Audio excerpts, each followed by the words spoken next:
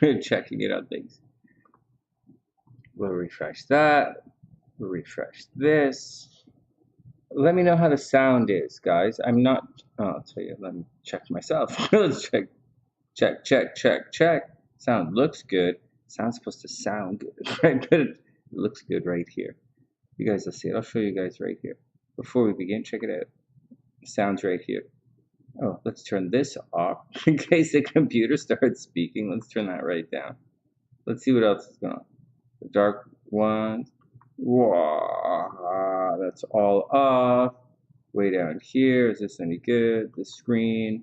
Everything is off. Coming back. That's me. Back to camera 1. It's all the same camera.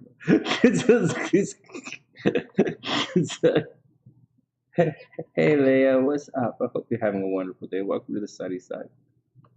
Who's in the house? Hey Wing One, what's up? Hope you're having a super amazing day. Patricia's in the house. I think Gabrielle was in, but I'm not sure what Gabrielle. What's up? I missed their comment. They just got in back in. Who else is in the house? Rhonda's in the house. Let me check my monitor just a little bit because I have the wrong kind of chat on. Who else is up here? Jalen. Hey Jalen, I'll send you guys a message and we'll Zoom. We'll have a Zoom reading shortly. In a couple of days we'll have a Zoom reading. Garnett's in the house. Hey Garnett, what's up? You're having a beautiful, beautiful day. Who else is kicking around here? We're gonna do the horoscopes tonight, guys. The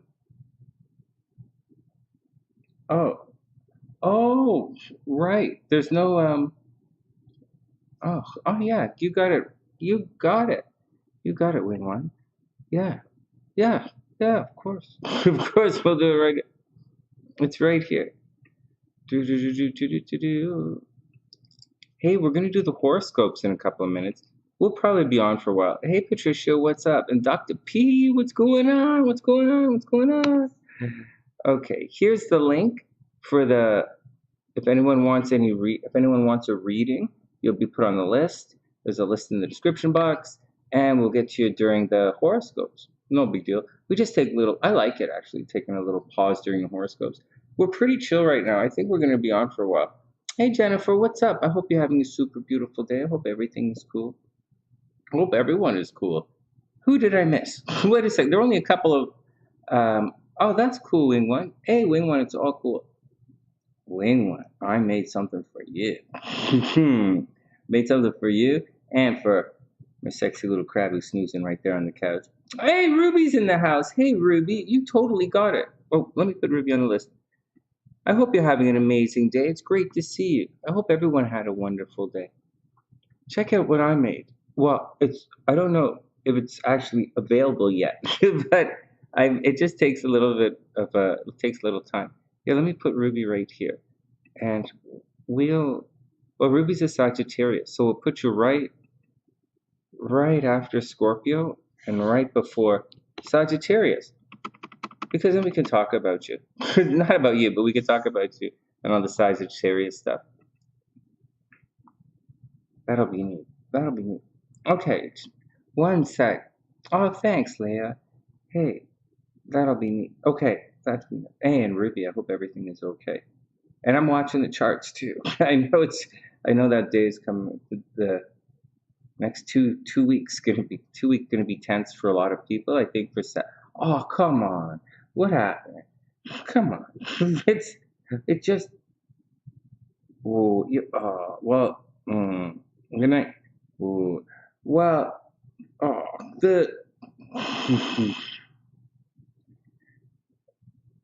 you're a Sagittarius. Like, it's going to be tough for Saggy. Like the Jupiter going through Pisces, all this stuff about to go through Pisces, it's going to make it tough. Pisces season, how people use that term, that's not easy for Sagittarius. It's just not. It's just not. And it might be kumbaya for the world. Oh, wow. Kumbaya. Like, oh, wow, look, it's Pisces season. We can all go drink whatever Pisces elixir and go heal, la, la, la, la, la, la, la. But it's not like that for everybody. For signs like Sagittarius, it's really not good at all. I'm a Gemini rising. You would think like for a Scorpio, it would be like, oh, wow, Or like, you think for a Scorpio, Pisces season would be awesome, but like from a Gemini rising perspective, or, you know, no, not so much. It doesn't, not always so much. So the problem is it just began. And so what are you going to do? You got to tough it out. Plus there's an astrological thing that's happening that's I think it's going to be a little, oh, my hands are so dry. I'll put some hand cream on while I talk to you guys. Because I was going to sing us a little song, but we still should sing a little song. But let me put some hand cream on. And then there's, oh my God, there's no hand cream here. Hold on. There's usually tons in it. So, sorry guys, hold on a sec. Just like, sorry guys, it's just silly of me. Hold on a sec, my hands are so dry, I'm not wearing my rings. And there aren't a lot of us here right now. Let's just chill out and take it easy for a second. I'm gonna sing us a song or two and then we're gonna start the horoscope. We're gonna be on for a while tonight. Everyone, for the readings, you'll be in the description box. We'll read Ruby's, we're gonna read Ruby's cards right before Sagittarius, so we can look at Ruby and then see what's going on with Sag as a general. So we can give her a little extra, see what's going on. We can focus all at the same time. Oh, hey, these are difficult days, guys. These aren't, I don't know what to say. I do know what to say. When I was young, I didn't know what to say. Or when I was young, I thought I knew everything. But I don't. I really don't. I'm supposed to know everything. Oh my God. I remember once, you know, there's this saying. It's not a saying. It's part of one of the lectures in Freemasonry. And I had to memorize this lecture a long time ago, so I had to read it over. And there's a saying in it. It's the best and wisest know not how soon, right? That's the saying. And you're like, and I used to sit there, right? I'm sitting there in my officer's chair, right? I'm looking at it, I'm listening, I'm like, you know, I'm supposed to be the best and wisest. And I have no fucking clue. We're fucked. We're fucked. It's funny. I was just sitting there like, wait, is this supposed to be me? I have no fucking idea what's going on. So we're fucked. My God. I'd just sit there and lodge and I'd be, oh my God. Fuck, we're fucked. Like that's oh my God. Anyway. Oh my God. Hey Noodles, what's up? Hey Dr. P. And Dr. P, I got you right here. Let me pop you on the list as well. We'll look at your transits as well. That's not what I wanted to tell you guys. That's not what I wanted to tell you guys. I wanted to tell you guys something else. And Dr. P will slide you in. Okay, so Ruby, Scorpio, Ruby, Dr. P. Dr. P is different. She has a different sign. I'll pop you in after Capricorn. Well, that's no fun after Capricorn. Yeah, well, Dr. P is after Capricorn. So, guys, if you signed up for a reading, it'll be in the description box. Oh, Ruby, you're super welcome. Oh, that way we're going to look at because instead of just your cards, I can say, oh, and this is going on with Ruby, and this is going on, and this is why, and this is why. But here, let me finish what I was going to tell you guys. We're going to start the horoscope shortly. I'm going to be on for a while tonight, and then I'll chop the videos up for the video tomorrow for the weekend. Guys, when I was young, so here's the little blah, blah, blah Sunny story. This one goes out to one. All right, so here's the deal. Okay, so here, big long-winded stories. Okay, let's try and keep it nice and tight. Hey, Avis, hope you're having a beautiful day. So we're going to do the horoscopes tonight. If anyone wants readings, we'll put them in between the horoscopes, just like last day. Last day was really long, but it was also a lot of fun. And it wasn't, I like to take little breaks during the horoscope because you know, I guess it'd be pretty intense for me for the horoscopes. Okay, whereas readings, although they're intense for you, they're kind of fun for me. Whereas horoscopes are intense for me.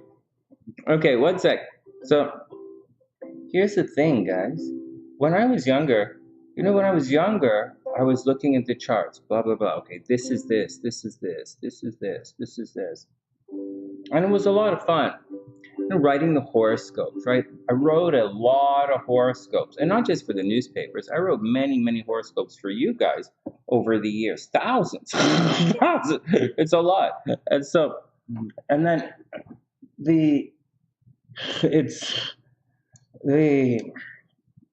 and so what happened, not thousands in the low, because it's, I wrote a lot of horoscopes for you guys. And then, so what happened?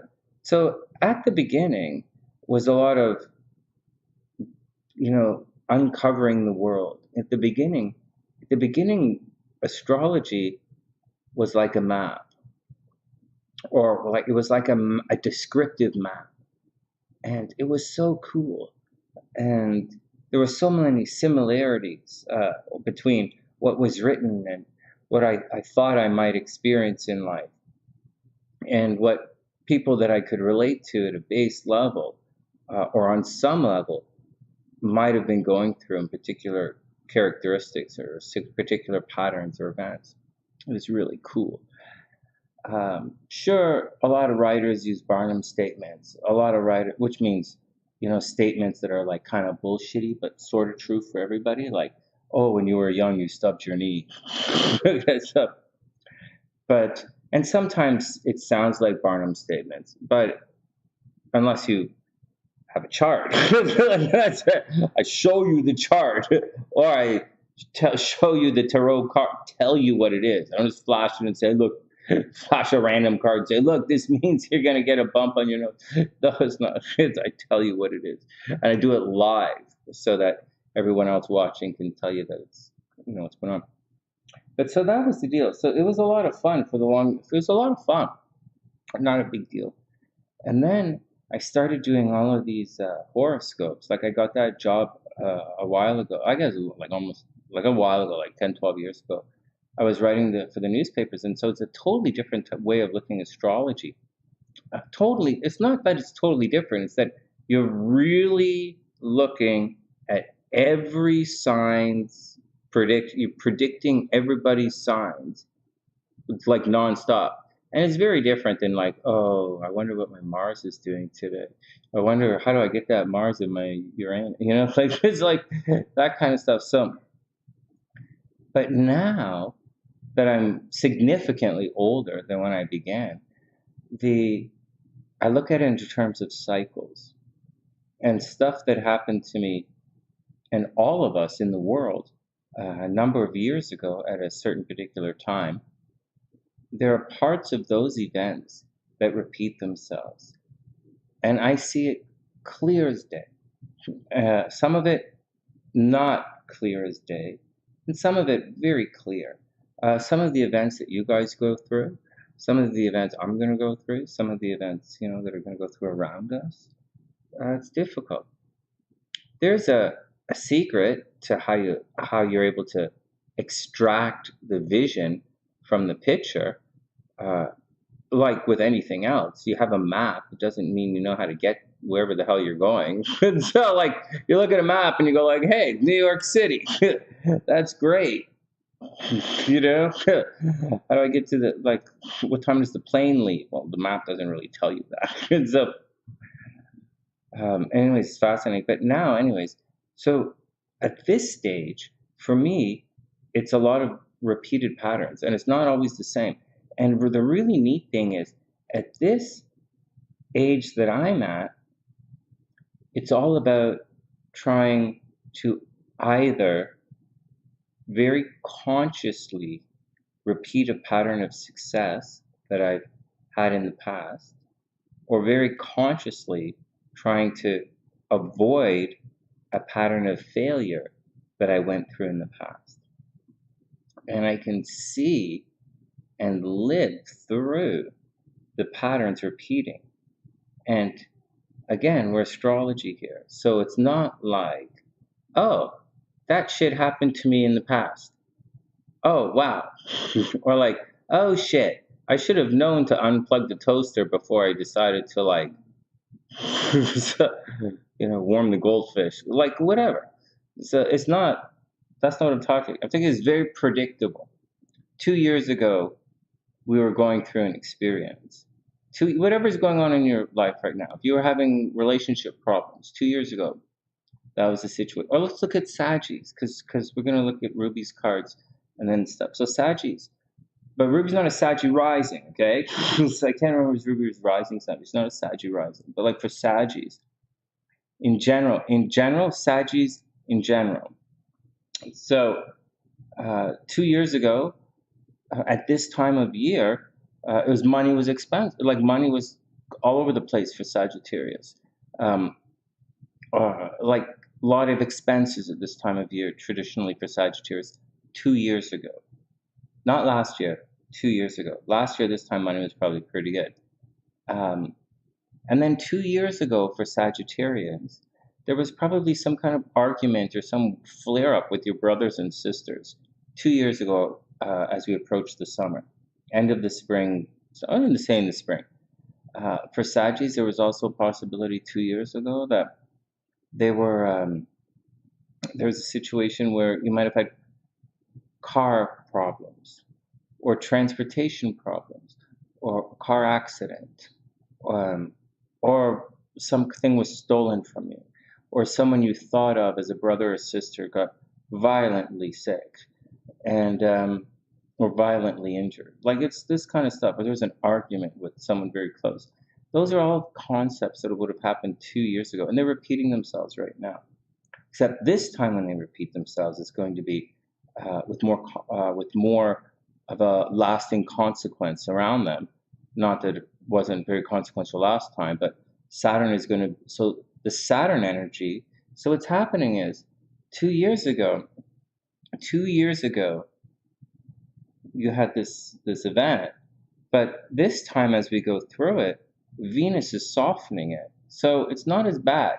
I'm like, okay, stop nagging, I'll do it, yeah, okay, usually this guy, yeah, okay, what the fuck, what's going on? But now, tonight, or this for the weekend, it's separating. Venus is moving on, and it's leaving, so Venus is moving on, we'll talk about this when we do the horoscopes. Venus is moving on, it's going to make things okay. And it has made things okay, but now that Mars is going to be by itself, we're entering into a situation where love is slowly returning back to love, and disruption is slowly returning back to disruption. What else is going on?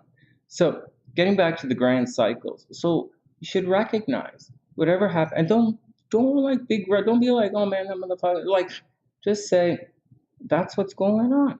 Please. Oh, damn. Okay. So what happened 2 years ago?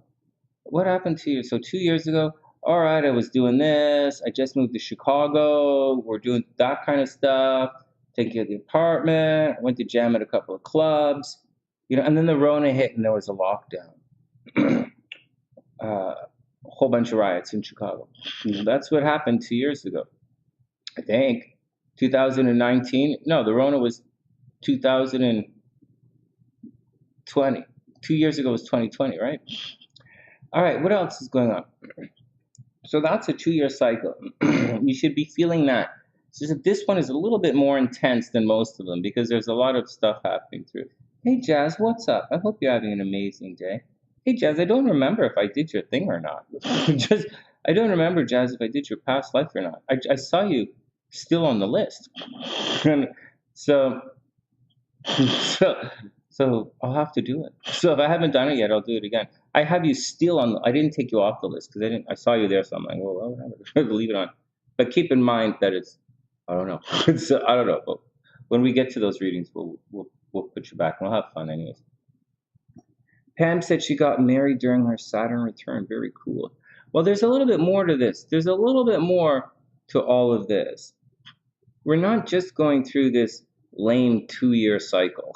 So like, oh wow, Sonny, that's great. 2 years. Why don't you just say every month? So I don't think I did. I don't know. Like I don't know. But whatever. You're on the list anyway. We'll get to you when we get to you.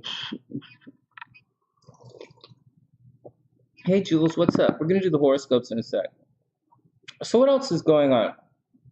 Okay, so there are other cycles in play. Let's just take a moment, because this is stuff we can't really talk about in the horoscopes.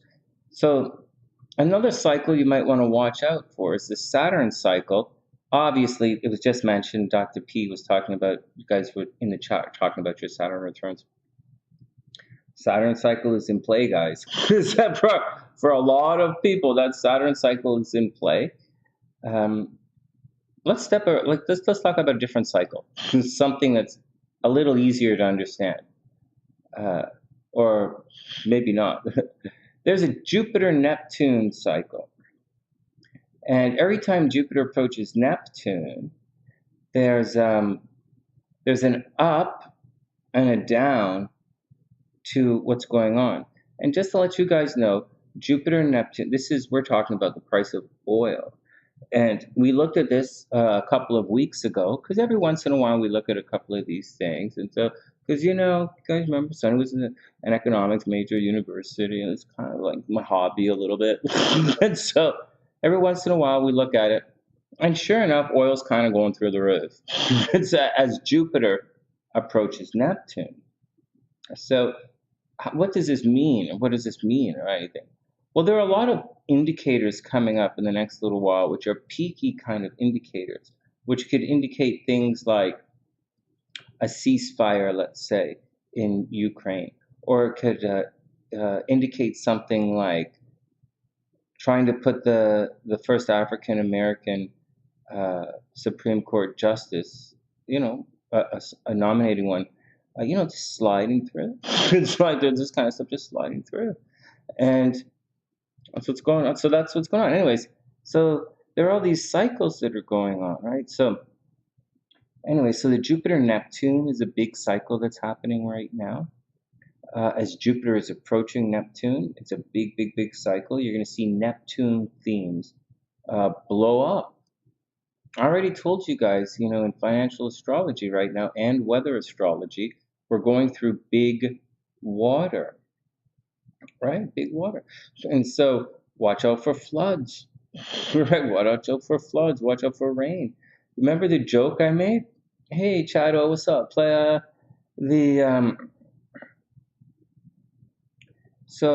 Chado, just it's $35 for me to have a look at your chart. It's not a big deal. Just hit the PayPal link. It's at the top of the chat. And, that's it. We'll have a look at it as we go along. I'll put you in the description box. I'll put you on the list. So, but there's more. So big water. Remember we were talking about big water, and I said, well, I don't know what big water is. It's winter time. Whatever big water means to you, like an ice. I don't know. I just said iceberg or what silly thing I said, but then it started to snow like crazy. So, oh, that's cool, Jazz. Well, we'll do a past life for you. We might not get to it tonight, but because we're going to be on for a bunch. It's going to take 2.5 hours to do the horoscopes. But don't worry about it. But Jazz, you got it. We'll put you. Yeah. No, you're on the list. I didn't. I was long. I was really tired. Whatever. So, all right. Anyways, you got it. What? Hold on. Yeah, you got it, Chado. What? I don't think I'm gonna have enough time to do that tonight, Jalen. But I will email you guys tomorrow about setting up the private reading and stuff. I'll email you and we'll set a date. And I'll send you the Zoom link and stuff. But tonight, kind of focusing on the horoscope. Okay, so back to the Jupiter-Neptune thing. So, because I'm using that as an example of something you guys might not know what I'm talking about. So, like, as opposed to, just taking a little piece and running with it and going crazy. So that's one theme. So let's get back to it. Let's not get too sidetracked. Let's go back to it for a sec. So the Jupiter and Neptune, so big water. Jupiter and Neptune, Jupiter and Pisces, big water, big water, big water. Jupiter's, and I made the joke about what did big water mean, because like winter time, right? You know, it snowed all over the place. Anyways, we're still in big water. Coming up shortly, we're going to have Mars squaring Uranus in Taurus. Uranus in Taurus is shake the earth. Is Mars. Now, Mars squares Uranus every year. So, is there a major earthquake every year? Yeah, I think there is. I have no idea. No idea.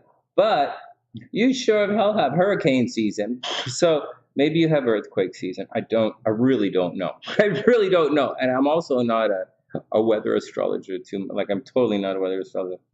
Big water weight gain. Oh my God, that was funny. Yeah, me too. Like, seriously. All right. So what else?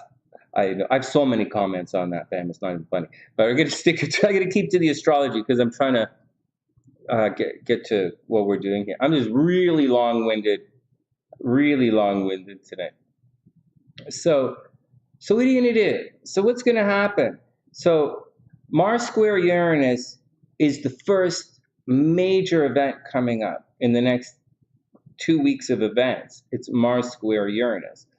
It's going to be Venus square Uranus, but something unexpected is going to happen in a very positive way. And you guys aren't going to notice it. You guys are going to be like, oh, that was cute.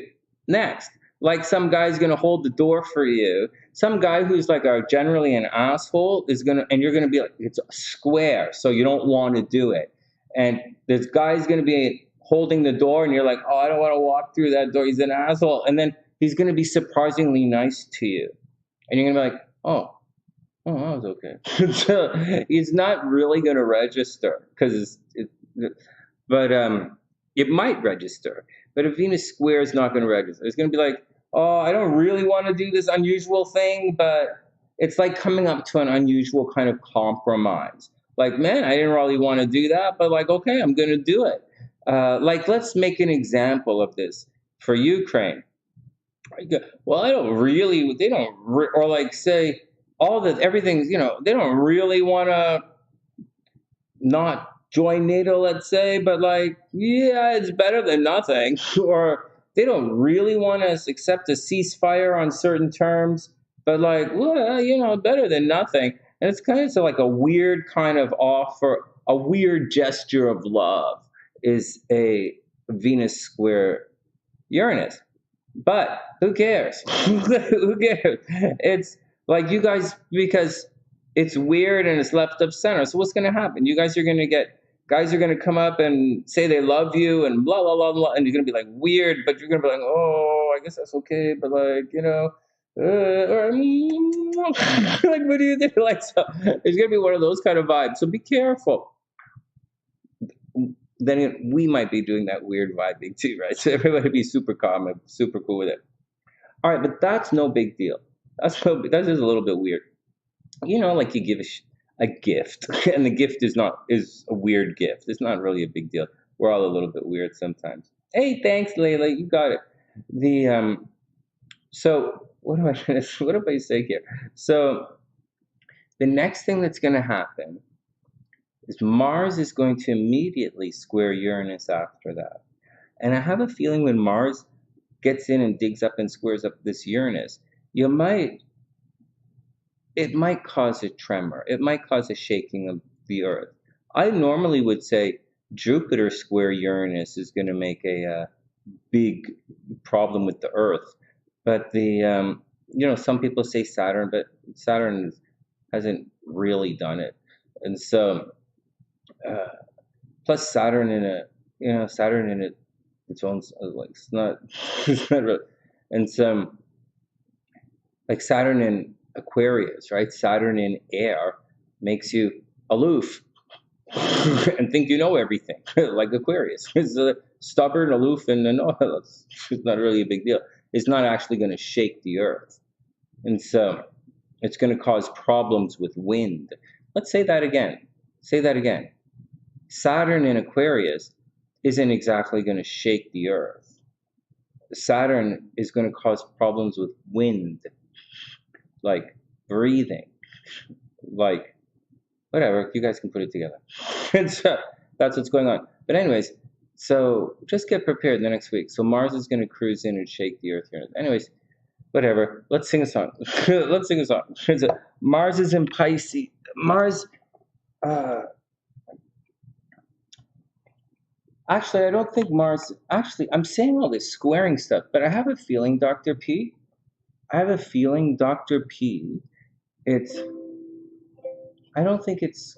Oh yeah, it's squaring. It's in Aquarius. It's in Mars and Venus. I believe are in Aquarius, and they're going to square Uranus and Taurus. So Aquarius squares Taurus. Oh shucks. Sorry, Layla. I was just about to add you, and I got sidetracked. One sec.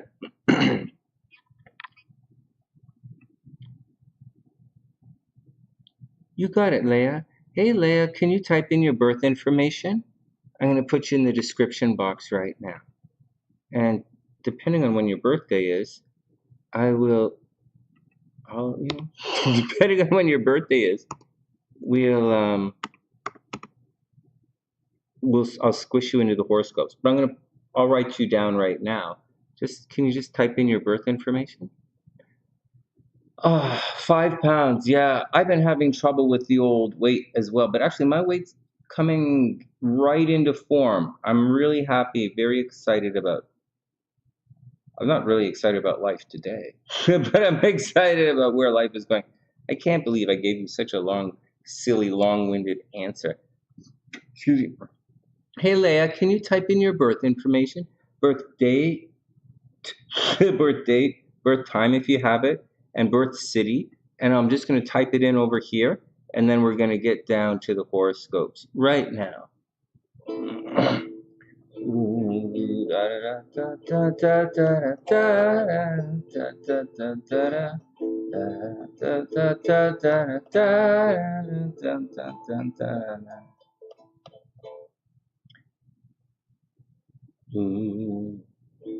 We move like cagey tiger. We couldn't get close enough. The way we walk, the way we talk, the way we stalk, the way we can slip through the streets while everyone sleeps. Getting bigger and sleeper and wider and bright. Bite and scratch and scream all night. Let's go and throw the songs we know. Out of the blue 5 you guys. Into the sea, you and me, all these years when no one knew. I'll show you in spring, it's a treacherous thing. Miss you, yes, you love cat. Miss you, yes, love cat. It's wonderfully, wonderfully, wonderfully, wonderfully pretty. Oh, you know that I'd do anything for you. Should have each other with tea. Should have each other with cream. And curl up by the fire and sleep for a while. It's the grooviest thing. It's the perfect dream. Oh, Wing One.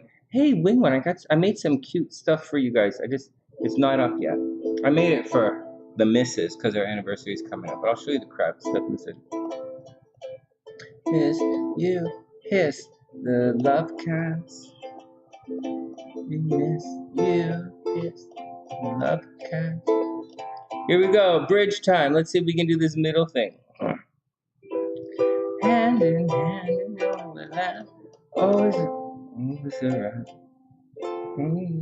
Always the right way round. No broken in pieces like you, little music. With this something so dumb as this. Let's try it again.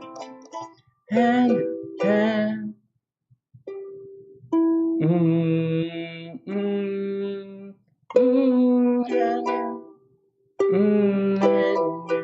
On your land, always the right way around. Not broken in pieces like here, little me says, miss something as dumb as this, oh. Mysterious love cats, yeah. Miss, yeah. Although, I think these chords are backwards. I think these chords are, I just get a feeling singing this song. This plays ukulele, I just give him the backwards song. I don't know. Move like cagey tigers, oh, we couldn't get close enough. The way we walk, the way we talk, the way we stalk, the way we kiss. We slip through the streets while everyone sleeps. Bigger and sleeker and wider and bright. Bite and scratch and scream all night. Let's go and put on all the songs we know. Oh my god, you get the Wild Child LPs? Oh my god, she's so lucky. Oh, that's so cool. Well, she collects it, right? Oh, that's so sweet. Oh my god, can you imagine hanging out, listening to this? Oh, listening to the Boys Don't Cry album on record? Oh my god. Or like Pink Floyd The Wall on record? Oh my god. Into the sea, you and me, all the years when no one heard. I'll show you in spring, it's a treacherous thing. Mysterious love cats. Mysterious love cats. So wonderfully, wonderfully, wonderfully, wonderfully pretty. Oh, very Libra. Me and you. Except not so much me. Try to get wonderfully, wonderfully, wonderfully, wonderfully pretty. Oh, you know that I'd do anything for you. I got the problem. We should have each other for dinner. We should have each other for cream. Then curl up by the fire, sleep for a while. It's the grooviest thing, it's the perfect dream. Ooh. Da da da da da da da da da da da. A hand in hand is the only way to land. Always the right way around. Not broken in pieces like cute little mazes like we missed. My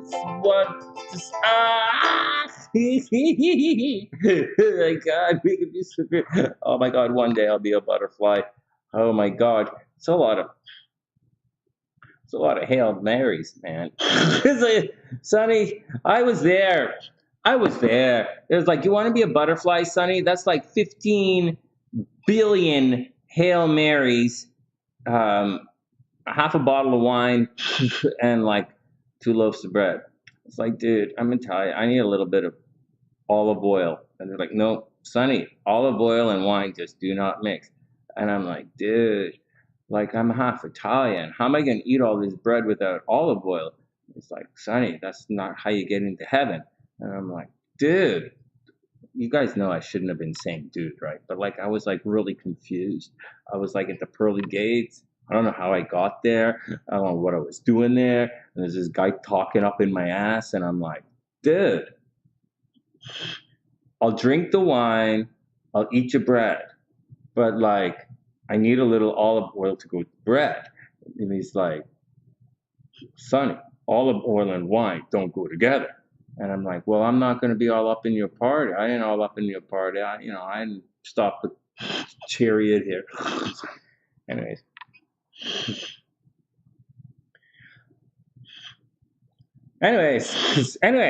5 billion Hail Marys, half a jug of wine, and 2 loaves of bread, and I think a fish. And then I can be a butterfly.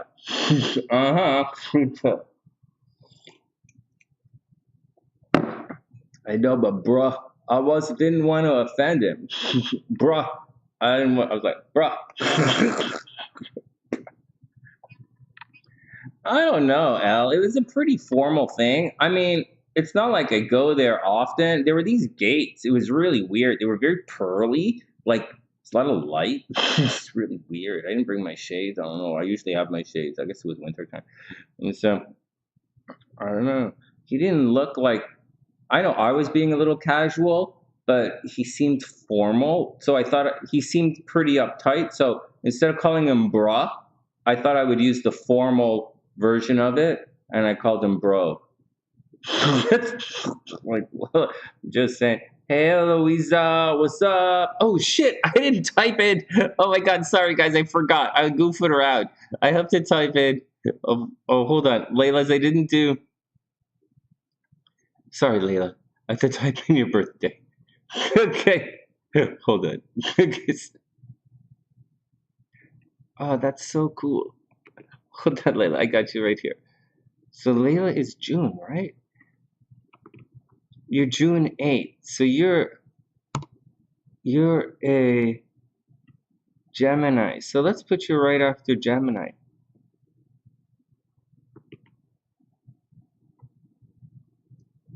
Okay, Layla's going to go right after Gemini. Layla, you're in the description box. You'll be after Gemini. All right, safe. Good. Did he resemble George Harrison? When you're that high, everybody resembles George Harrison. I'm sorry, I didn't mean that high. I meant when you're that close to God. Oh, God, is there any way I can say this without being offensive? I'm not even being offensive to George Harrison. I'm being offensive to everyone I'm talking about. Oh, my God. When you're that close to Jesus, you're close to John Lennon as well? Whatever. How am I going to figure that shit out? All right, come on. Let's get back to another song and let's get back to work.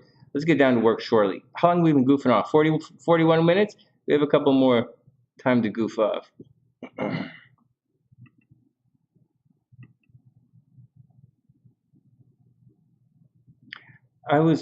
June 18th? All right, let's change it up.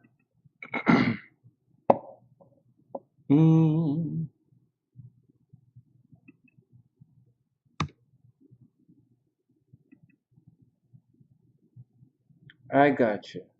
George is cool. George is very, very cool. George is really, I really like him. This song is good. We looked at this a bit. You guys know this song from R.E.M., don't you? There are a lot of songs from that time period in the last little while that were done like ditties. It's kind of interesting. This one goes out to the one I love. This one goes out to the one I've left behind. A simple prop. I should change the chord, right? A simple prop to occupy my time. This one goes out to the one I love. Let's try it again. This one goes out to the one I love. You saw R.E.M. in a bar? I'm not sure that what This one goes out to the one I love. This one goes out to the one I love behind. A simple prop. Oops. A simple prop to occupy my time. This one goes out to the one I love. I love this song, man. I love this. Hey, Avocado's in the house. Right on, Avocado. This one goes out to one I love. This one goes out to one I've left behind. Holy crap, Ola. They were super big. Oh my goodness. They were huge. It was a different time in history. Remember, it didn't seem like it, but music was very kind of It was different time in history. Hey, Priestess, what's up? I hope you're having a beautiful night. I hope everything is cool. We're going to get down to the horoscopes in a sec. I'm just going to spend a couple hours with you guys tonight and just chill through the horoscopes. Just take it easy. Make it through. I think this weekend is going to be, you know, it's a crybaby weekend. I'll just tell you that first. And I think Monday we're going to be free of a lot of the emotional stuff. The moon is gonna untrack from a lot of the tension, so to speak. Untrack is not the right word, but it's gonna sort of detach and move away from the tension. And then we're gonna spend 2 weeks getting behind an idea. We're gonna approach the full moon, right? We have a ways to go. But then slowly all hell is gonna break loose in the next 2 weeks. The world is not gonna look the same this time next month. The 10th of April is not going to look the same as the 10th of March.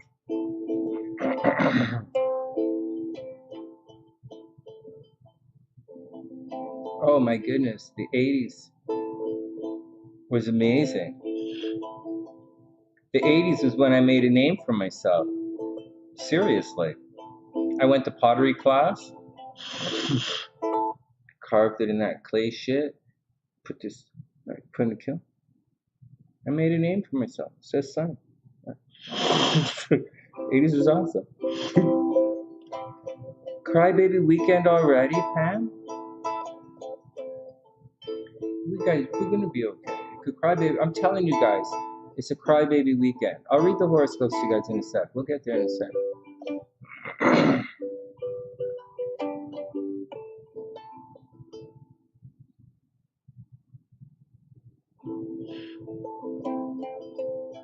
This one goes out to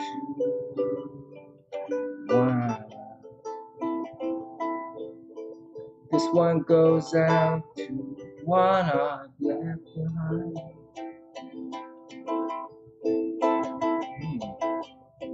Simple thought, occupy my time. This one goes out to one. Fire.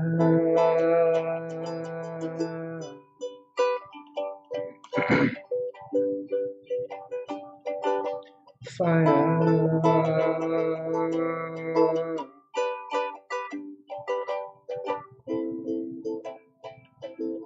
Fire.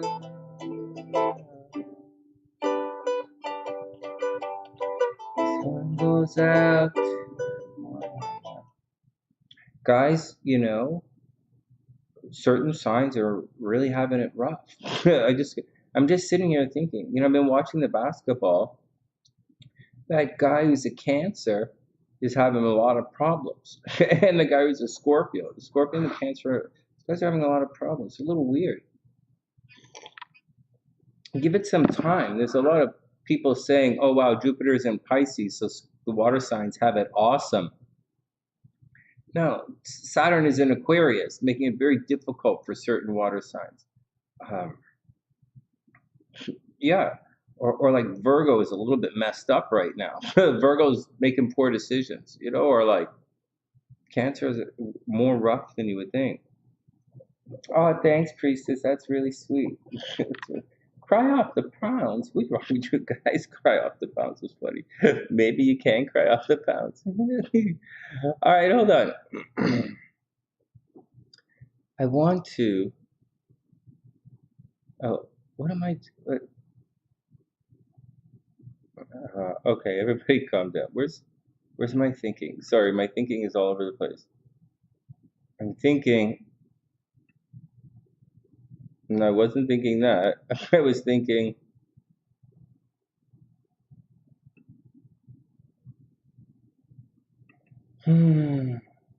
Got us on the mountain top. I like this song. Well, I really want to sing this song. No, we do not. What? We're gonna be awesome. Oh yeah, the water signs. Oh yeah, with Jupiter going through Pisces, you think the water signs would be pretty easy right now, but it's not. I know. Ha ha. Ha. How I wish you were here. So you think you could tell heaven from hell, blue skies, rain.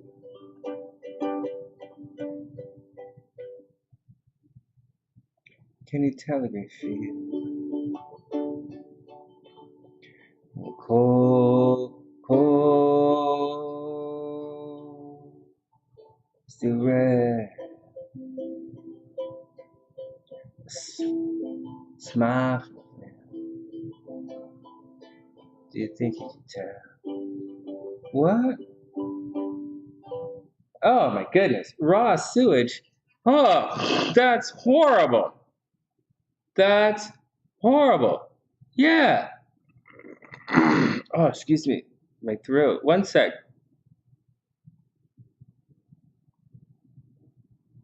One more and then we'll get out of here.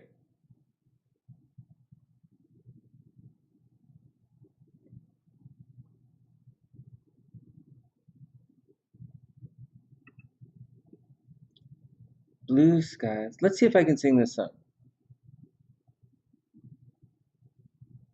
All right. This is, I wonder if this is, so let's see it. I need some coffee. So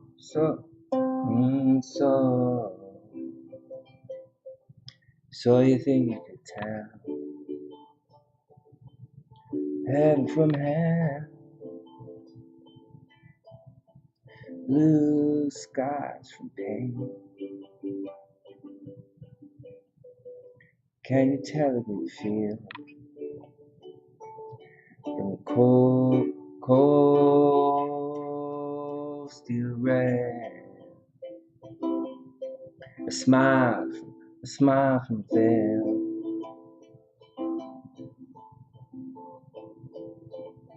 Do you think you can tell? Let's try it again. What's going on with you guys? Oh, we don't want to go there.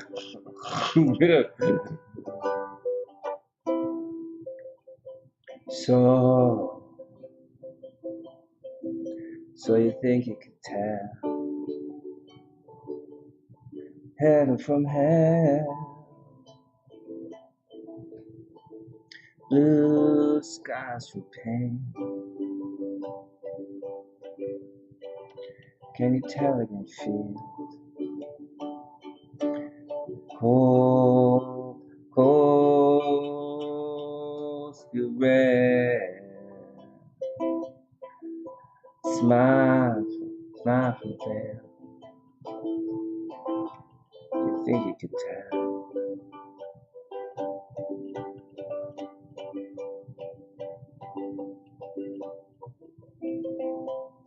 How I wish you were here.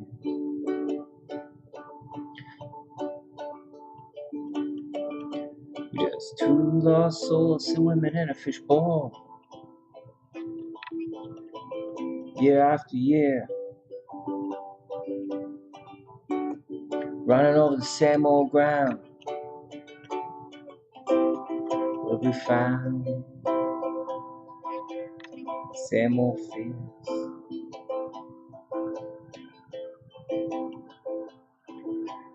I wish you were here.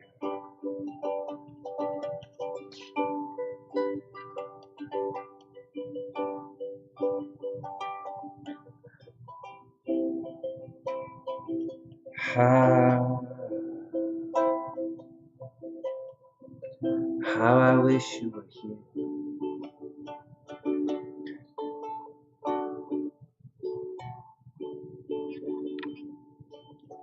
Just two lost souls swimming in a fishbowl, year after year, Running over the same old ground. What have we found?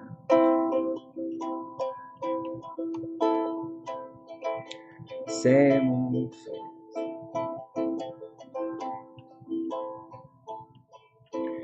How I wish you were. What? I told you guys, I was an absolutely brilliant therapist. I was a brilliant therapist. I told you guys, I was an amazing hypnotist because for some reason everyone kept falling asleep. And I was a brilliant therapist because, like, for some reason I would just talk and everyone would start crying. Then I realized I think I was just boring people to tears. And then, that's how I got the bump. So it's the last thing I remember saying, officer. It's the last thing I remember saying. That's all I remember.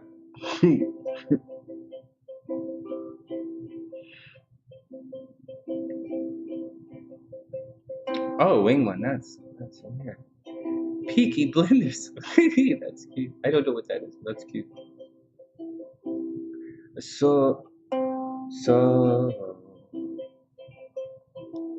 So you think you can tell heaven from hell, blue skies from pain. Can you tell it me feel cold to red? Smile from there. Do you think you can tell?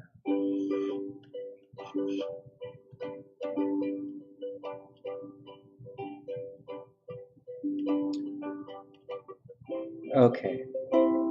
Last verse, then we'll get some coffee and do the horoscopes.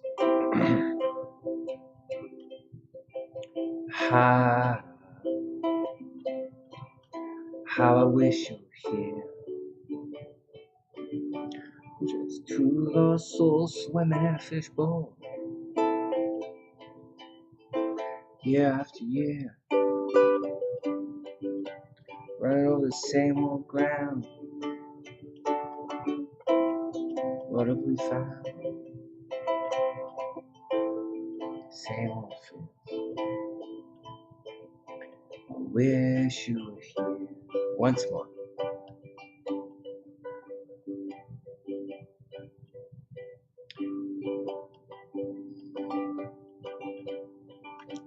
I'm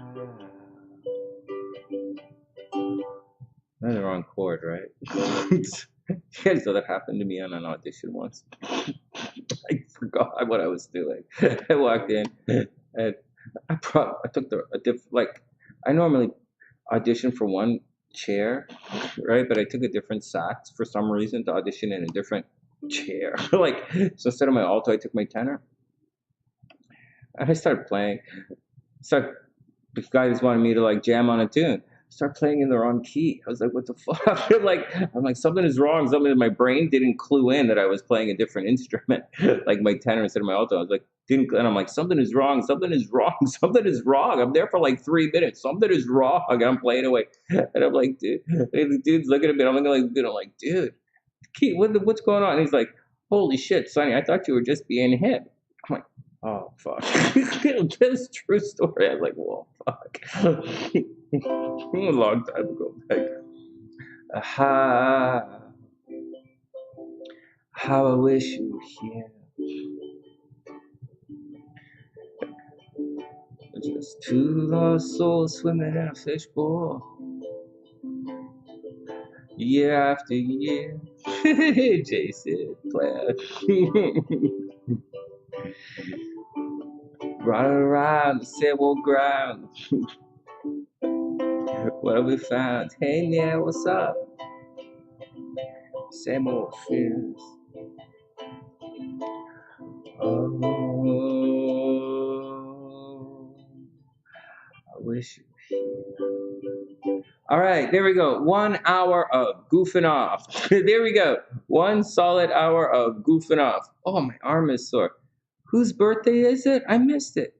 Is it Pam's birthday? No. Okay.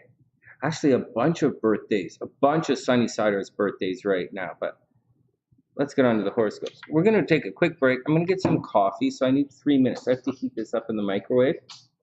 And then we'll do the horoscopes. For those who don't know, the horoscopes are written, and they're on the website already, TheSunnySide.net. And for everything else, we're right here.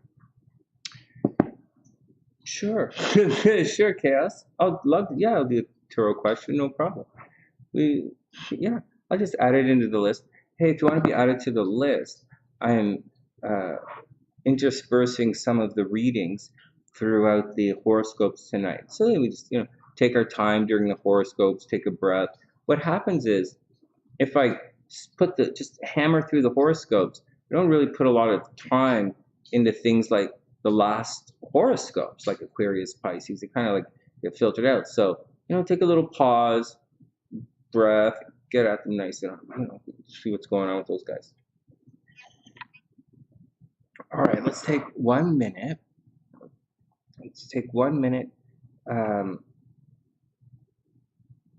And we'll do it. We'll blow through it. There you go. All right. Pisces love Scorpios. Yeah, no kidding. Pisces love Scorpios. All right, give me 1 second, guys. I'll be right back, and then we'll settle in for the horoscopes in about 2-3 minutes.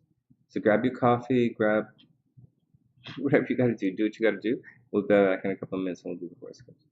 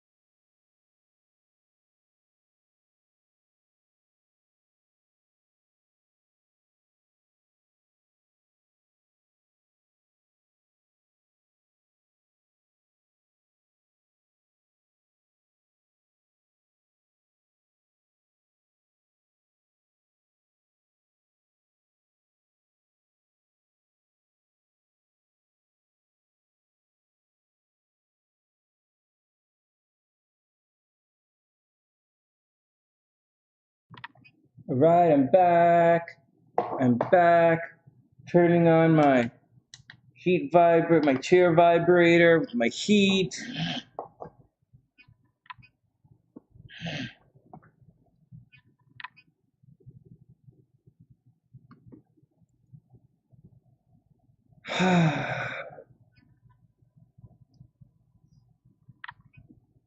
Chaos, this might not be a good night for you for readings. I'm going to do the horoscope right now, so I'm not going to have a lot of time to devote to your question, especially a tarot reading. You can ask as many questions as you like, but it's up to the cards to answer them. All right, next, let's go on.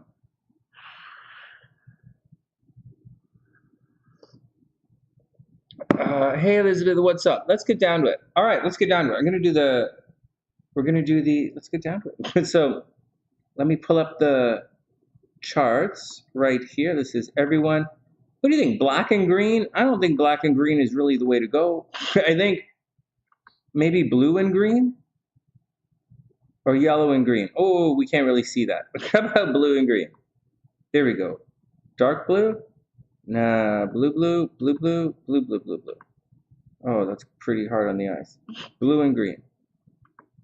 Okay. Can we see that? Is that right in the middle? Maybe I'll make it a little bigger so I can see it a little bigger for everyone. Okay, here we go.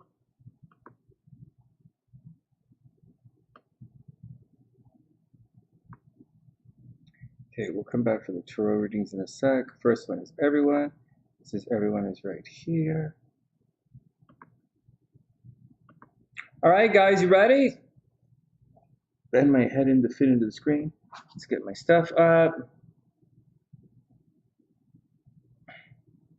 Oh yeah, Pluto squares are pretty rough. Pluto squares are pretty rough. I'm gonna send Jalen an email. All right, but tomorrow we'll do it. All right, timer. 10 minutes. Okay, we don't want to spend more than 10 minutes on a sign. Coffee. Here we go. Clingy is okay. You guys are okay. All right, let me just make a little space.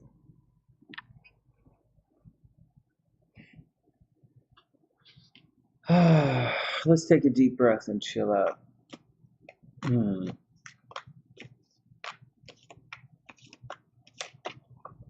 You guys are making. Okay, here we go.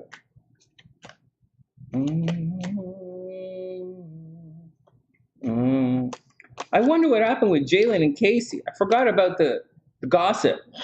I just didn't do the gossip. Oh, shit. I'm just shuffling the cards. We're ready to go. Thanks, everybody, for waiting. I get it. Sunny, let's get on with things. I just shuffled the cards. We're ready to go. Let me just type in. Just 1 second. Let me just type in this new chart so we're really ready to go. And let me pull up my charts for today. So, I mean, we have all the pictures. Like, I'm ready to go. I just need to. So, we're going to see. Oh, shit. Okay, Ruby's right here. That was Dr. P is right there. Let's pull up Dr. P's chart. Okay, everybody calm down.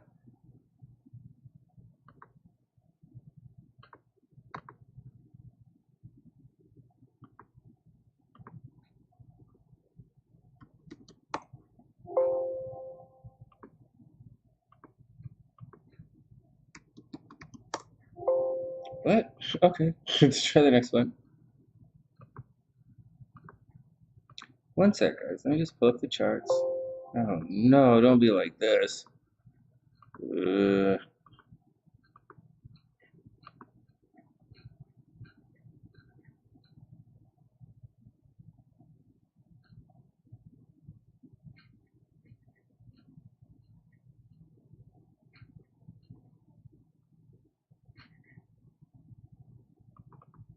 All right, Dr. P. Shit, it's the wrong one. Why am I looking at? Sorry, everybody calm down. Delete. The chart doesn't even make sense. Hold on. I don't know how the hell I didn't find this chart. Oh god, it's okay. Dr. P. Good. Okay, Dr. P's chart. Then we're gonna pull up. We're gonna do Ruby's cards. And Layla, oh yeah, Layla is after Gemini. Layla is right here. L-A-Y. L-A-E-R-I. Okay, S-E-N. Layla is a June 18th, 1954. And she's 1737. It's 5:37 p.m. She is in S-U-N-N-Y, SunnySide, Yakima. I've been in Yakima, Washington. Yeah, there we go. I think. So, there we go. June 18th, 1954. 5:37 p.m. SunnySide, Washington. Right on. Hey, Layla, we got you. Okay, let me add you to, let me just save your file, save your chart, so we don't lose it. Okay, so who do we have? Layla, Dr. P, Ruby. We might squish in, depending on how we're feeling, we might squish in Jasmine's past life reading into here somewhere, if you guys want to know a little bit more about past life readings. And that'd be kind of fun, but I think she's going to be going to bed. So maybe I'll read it. Tomorrow's Friday, right? Well, you guys have dates on Friday, but maybe I'll come in tomorrow after. You know, we'll see what happens tomorrow. All right, let's slide that down. We're going to get to the overview in a sec. We're set to go. Is everybody ready? Is everybody ready? I think I'm set to go. Hey, Gabrielle, what's up? I hope you're having a super, super, super amazing day. What's up, Wingman? Hey, Nadia, what's going on? No wheel spins tonight, Wingman. Wheel spins are going to be on Saturday. Because you see what goes on. I try and get the horoscope out by Friday, and then everybody can see it, and they can be like, hey, and then and they can write everything down, and then I do it on Saturday. Plus it gets to be too long during the horoscopes, because the horoscopes are 2 hours to start with. But that's when they're coming, Wing1. They're going to be on there. I've got your data on the list and everything. We're doing it. It's kind of neat. Okay, here we go. Yeah, if there's time, whenever Chaos is ready, just add it to the list and we'll add him. Whatever he wants, we'll add him to the list. Okay, so Naya's ready. Okay, you guys ready? Okay. Let me make sure I'm ready. Okay, the monitor's here. I have the charts right here. Dr. P is here. Layla's here. Let me pull up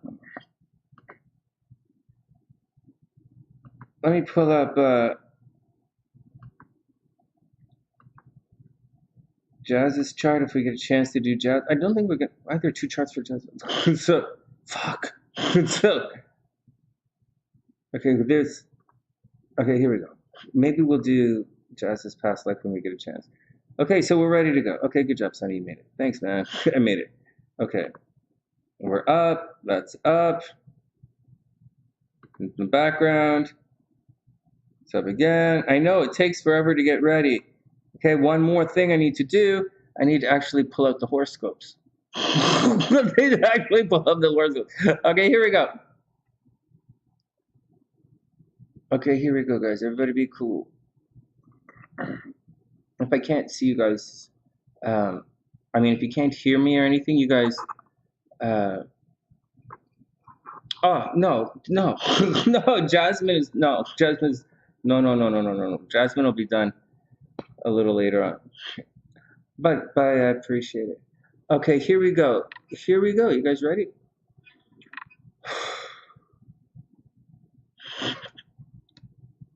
Okay. Hey everyone, welcome back to the Sunny Side. I'm Sonny, and these are the weekend horoscopes and tarot reading for the weekend of March 11th to March 13th, 2022. Hey guys, and tarot reading. I hope everybody, for all zodiac signs.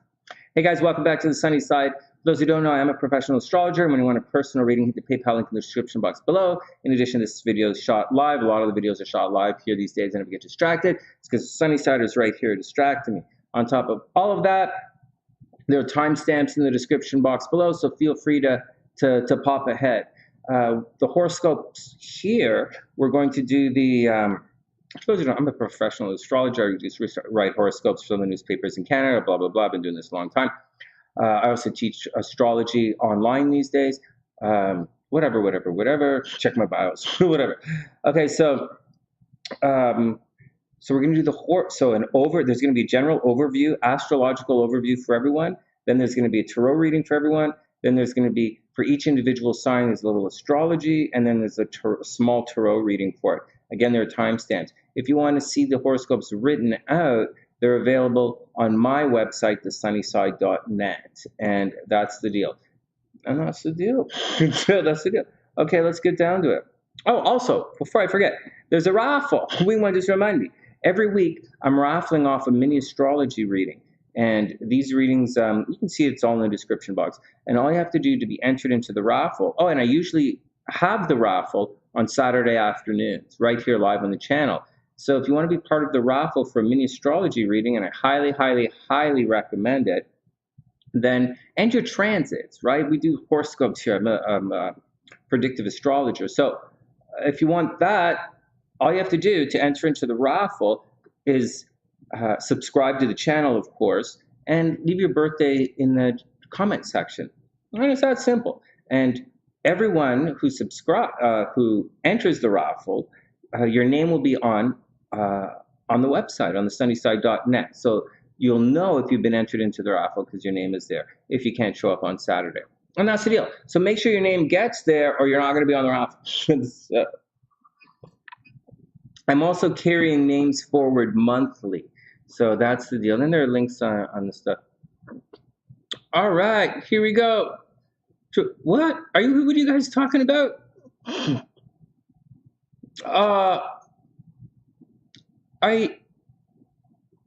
Is that a person, Gabrielle? That looks a lot like you're talking about me. Except that I'm not Jamaican. That's really cute. All right, next. Let's get on with things. Although that's really, really cool. Okay, here we go. Okay. Anything else I need to tell you guys before we get forward? No. Okay, let's do it. Let's get down to the overview.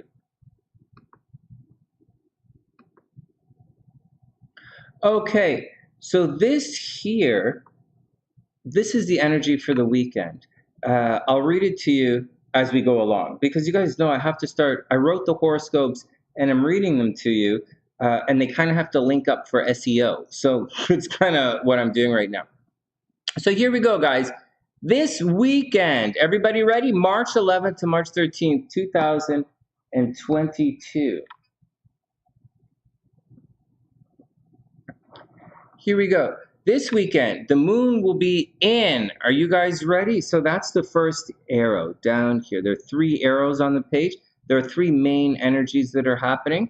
And this is for the weekend, right? So things like, I know you're gonna hear things like, oh no, Mars and Venus are gonna square Uranus. Oh no, we're all gonna die.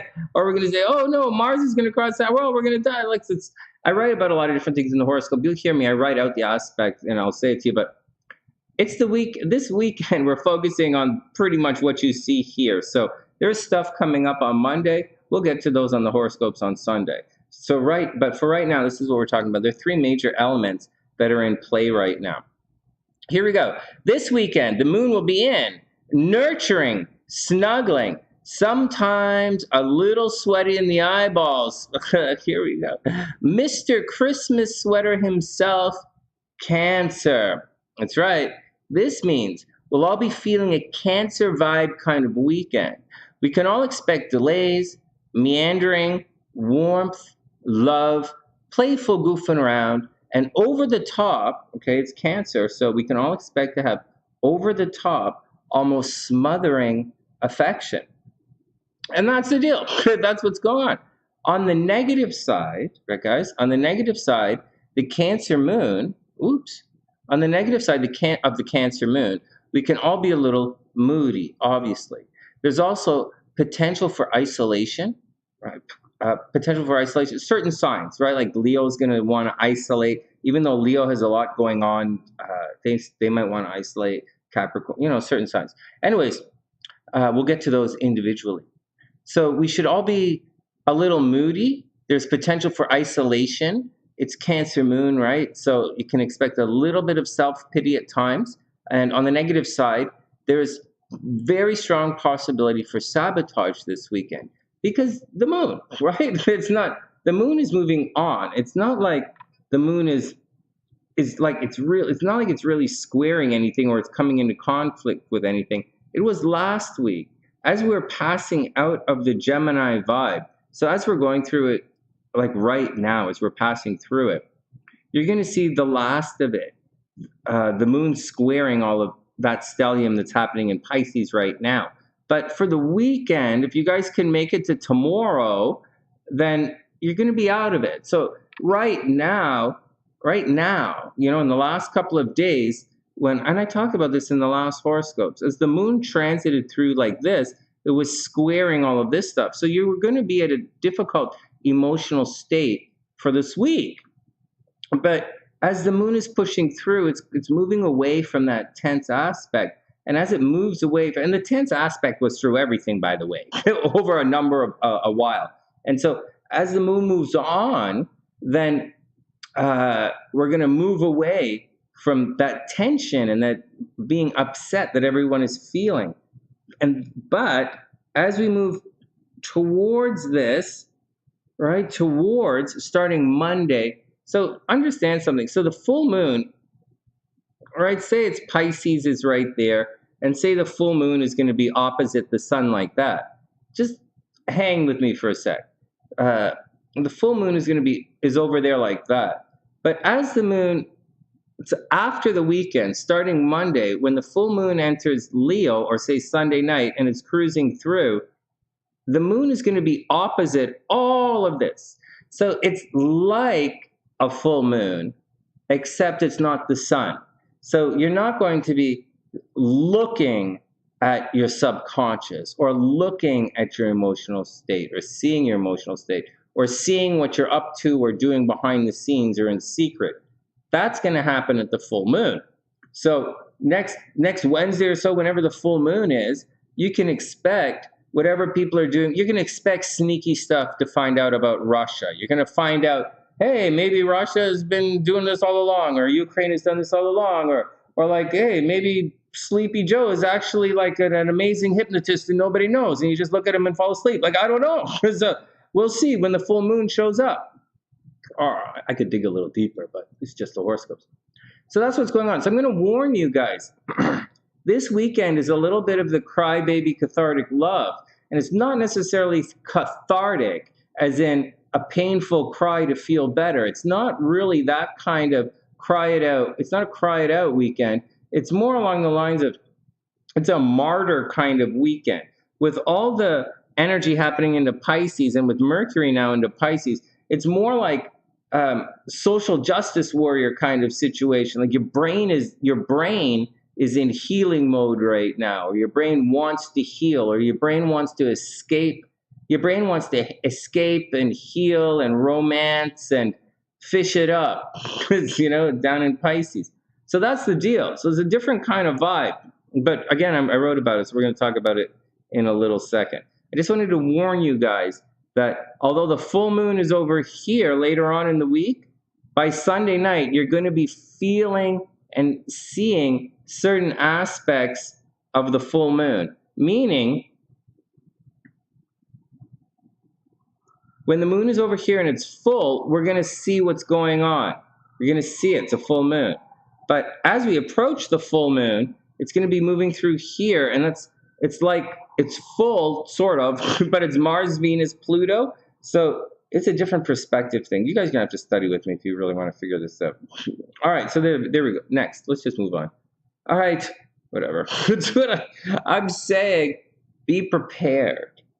All right, you guys, that emotional vibe that you guys are going through, that being upset, that not being heard, that subconscious part of you, crying because you don't know why, you're crying for reasons you don't necessarily know, or like being sad for some reason you don't necessarily know, or upset. That's the moon. And your moon is very active right now. This weekend, it's going to be nurturing. It's going to be caring. It might be a little passive aggressive. It might throw a pity party. Monday, it's going to be playful.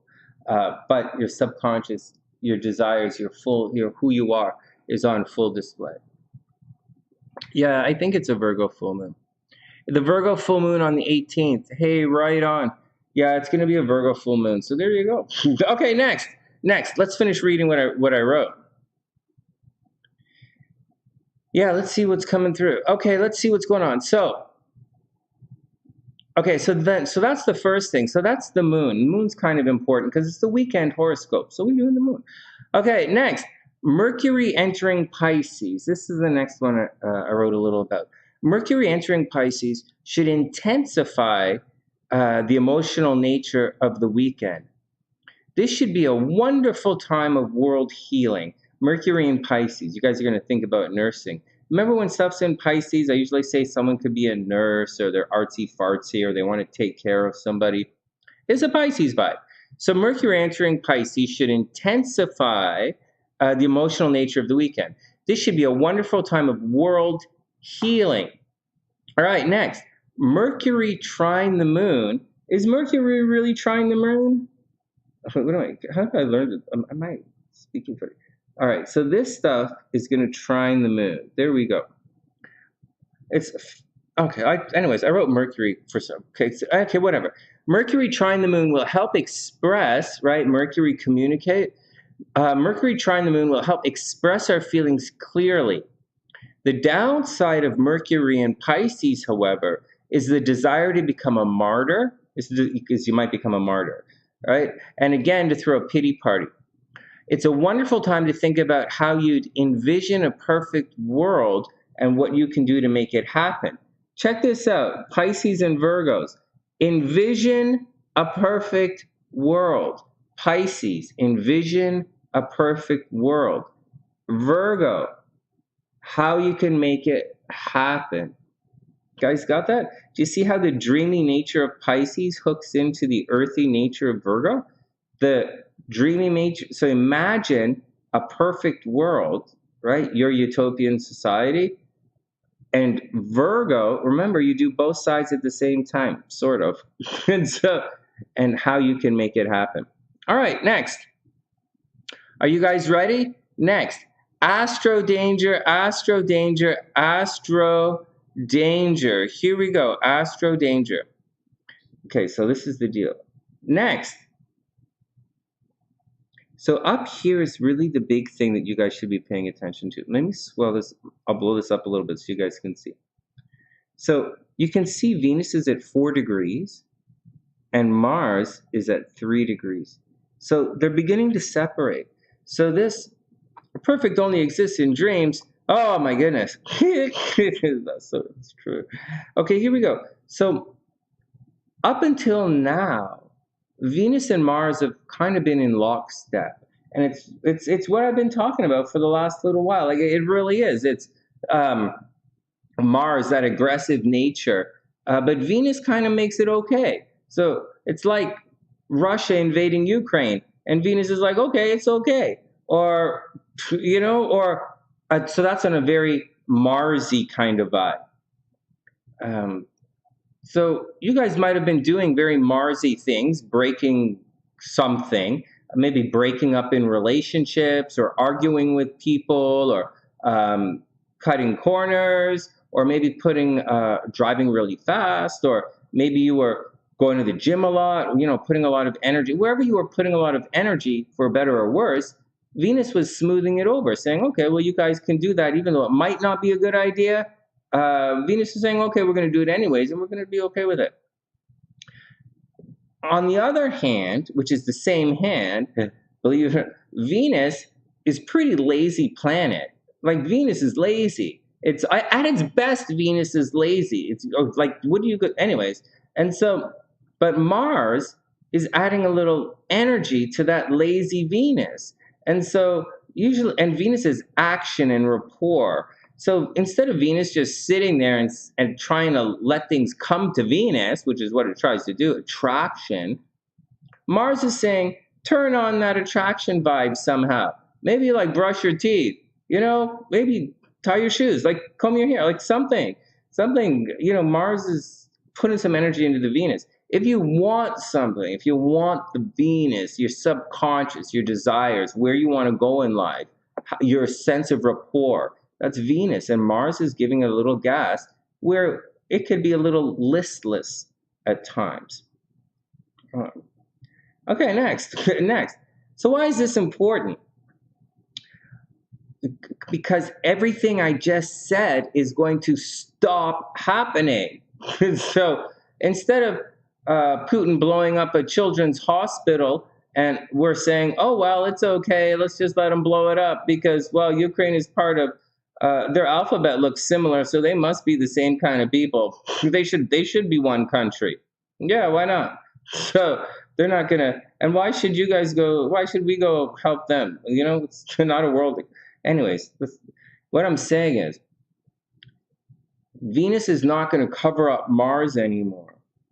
And so that garish reality, the garish reality underneath the Band-Aid is about to be exposed for everyone. So if you're a particular sign, you're going to have to watch out for things. So for example, Virgo, okay, let's just say Virgo, because this is a good one to use, because Virgo was so lucky in romance in the last little while. Virgo's very lucky in romance, very lucky in relationships right now. And they haven't always been, remember, but they were lucky in love in the last little while. And so, but now things are moving on into their health game. And wherever their health game is, they're going to have to watch out for health problems. But it's not like casual things like, oh, they had a cough, oh, they had to stub their toe, or oh, there's a nagging injury, I'm just going to walk it off. That's Mars conjunct Venus. But now that they're separating, it's going to be, ouch, it really hurts. So that's going to apply to everywhere in your life. Like Leos might have been having a situation where their partner, Mars and Venus together, where their partner might have been a little garish or a little, not to the standards that Leos demand. And Leo's demanding sign, right? They demand your partner to look good. And so it would have been okay in the last little while, or you might have put up with a lot of nonsense, or your partner might have been very demanding, or might have been cheating on you, or wanted to break up or something, or they just wanted nonsense. And you went along with the ride because Venus is there. But now that Venus is moving on and Mars is left by itself, you're going to see the ugliness, the true ugliness of your partner and the true reality of the situation, the garish reality of the situation. And that's, happening in Leo's relationship. For Cancer, it's going to happen with your money. For the last little while, Cancer has been working over relationships. For better or worse, there's been a lot of energy happening into relationships. Yeah, there's some mistakes, transgressions, correcting mistakes, going through this, going through that, doing whatever. But for the most part, it was okay. Now we're moving on to Cancer's joint finances. And as Venus separates from Mars, the beauty in there, you were like, yeah, I know it's expensive, but I'll do it. It's going to be okay. I'll have the money. It's joint finances. It's credit expenses. Okay, I'll put it on the credit card, or maybe someone else is going to help me pay down the road. And we're just going to roll with this action because that's the way it is. And for the most part, it was okay. But now that Mars is there by itself, you're going to find that your expenses, especially the expenses that you have to pay for other people, Cancer, they're going to be way over the top right now. And you might lose a legal battle. You might put a lot of energy into legal situations, and you might have to pay a lot of money back. I'm just warning you, Cancer, it's going to get a little crazy for you in the joint finances and the legal situation. And that's what's happening. But there's more.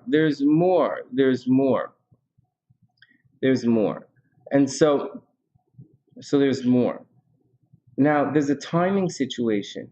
Venus is moving on first. So everyone is going to have this Venus come in and bless everything. See that when Venus next week when Venus squares Uranus, you're going to have that either or, that, okay, it's not the greatest idea. It's like that some kind of sudden thing, which might be pretty good, but you have to go that extra mile for it, and you might not want it anyways. So that's going to happen first. And then Venus is going to cruise through, and then Venus is going to hit Saturn first, and Venus, the beginning of April, at the end of March, and you're going to be like, well, that wasn't so bad. I just put a lot of energy into that, a lot of hard work and love. Okay, it didn't, whatever, it was expensive, but I survived it. All right, it's all fine. But then it's not like Mars has disappeared from the universe. Mars is going to cruise in right behind Venus a day or so after. And then the sucker punch is going to hit. Then the Shazam is going to hit the wazoo. And it's going to feel like a tennis ball is coming out of your how you doing? So, and it's going to be unexpected. Mars is going to unexpectedly cause a lot of pain. And then it could cause a little bit of earth shaking. Say it again. Earth shaking, wind problems, and earth problems. And I'm telling you, for the next 2 weeks, wind problems, earth problems. Probably not this weekend. Probably starting Wednesday, Thursday.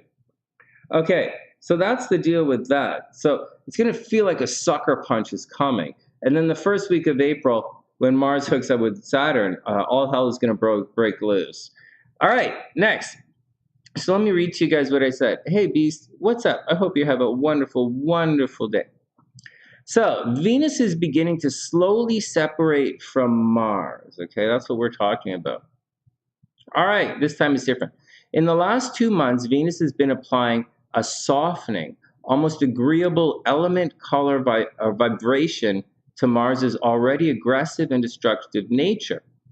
Now, on the plus side, the yearly conjunction of Mars and Venus normally gives us all confidence to go after our goals. It smooths over rough spots in relationships, and in addition to Venus making Mars's aggressive nature a touch more acceptable, Mars also applies confidence and ego aggression to the desire side of Venus. Now, a timing factor comes into play, so keep this in mind here. Venus is moving ahead of Mars. This means that most people will feel the harmonizing love and money effects of Venus as it interacts with with the transiting planets.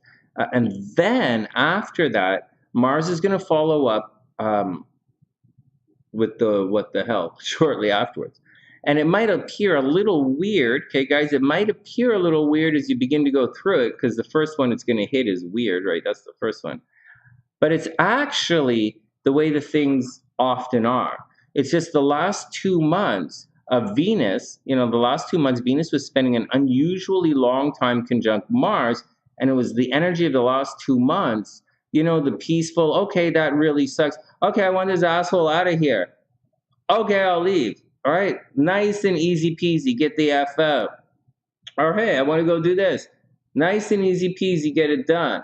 Or, hey, nice and easy peasy. Problems, nice and easy peasy, get it done. But now, it's not like that anymore. All right, here we go. Imagine it like this, all right? Hey, Janice, what's up? Imagine it like this. Venus is like a little angel doing sweet angel things for you. All right, seriously. For better or worse, angels can be pretty lazy at times, right? For better or worse. And Mars is like a little demon for you. Again, for better or worse. So the little angel and the little demon are hanging out for 2 months in 2022, and they're having, good loving. Okay, forget it. You guys have to read this. Okay, whatever. All right. Forget it. Just read it on the website. Let's read it on the website. Anyways, that's what's going on. Those are the 3 energies that are happening. Let's get down to the tarot reading, and then we'll do the individual scopes. Who's that? I haven't seen that in a while. All right. Okay, 1 sec. Let's do the tarot reading, and then we'll get down to everything. What the hell am I writing here?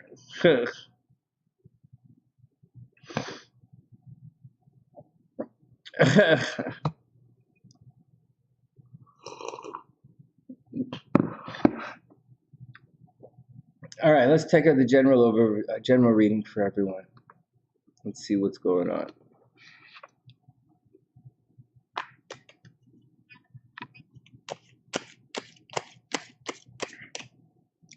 Wow, that was a long-winded overview. Well, it's the weekend horoscopes. I'm probably not going to chop them into video, right? It's the week for the weekend. It doesn't really make that much sense. Well, maybe. I have the thumbnails. All right, here we go. This is for everyone. First up, Page of Cups, guys. Learning curves. What Are we still going through all this learning curve stuff? You guys still learning emotional lessons? Huh. I guess it's okay. I guess there's a possibility. Where's the Page of Cups? There's a possibility of emotional immaturity out there. It's not necessarily immature, let's say, immature in a negative way, because that's obviously this would be reversed. It's more of youthfulness, innocence. Maybe you guys are going to start a new project. Maybe, there's a new project on. I don't think so. I just think it's more along the lines of looking at things through new eyes. There should be a youthful exuberance, and you should be. The moon is in Cancer, right? Get out there and enjoy yourself. Anyway, it should be an emotional weekend. Not necessarily cry weekend, but a fresh, joyful, emotional weekend, according to the Page of Cups. Then we have the Star card reversed. The Star card tends to be the card of hope, right? It's Aquarius energy. It does mean there's a light in the distance and you're moving towards things. Here we go.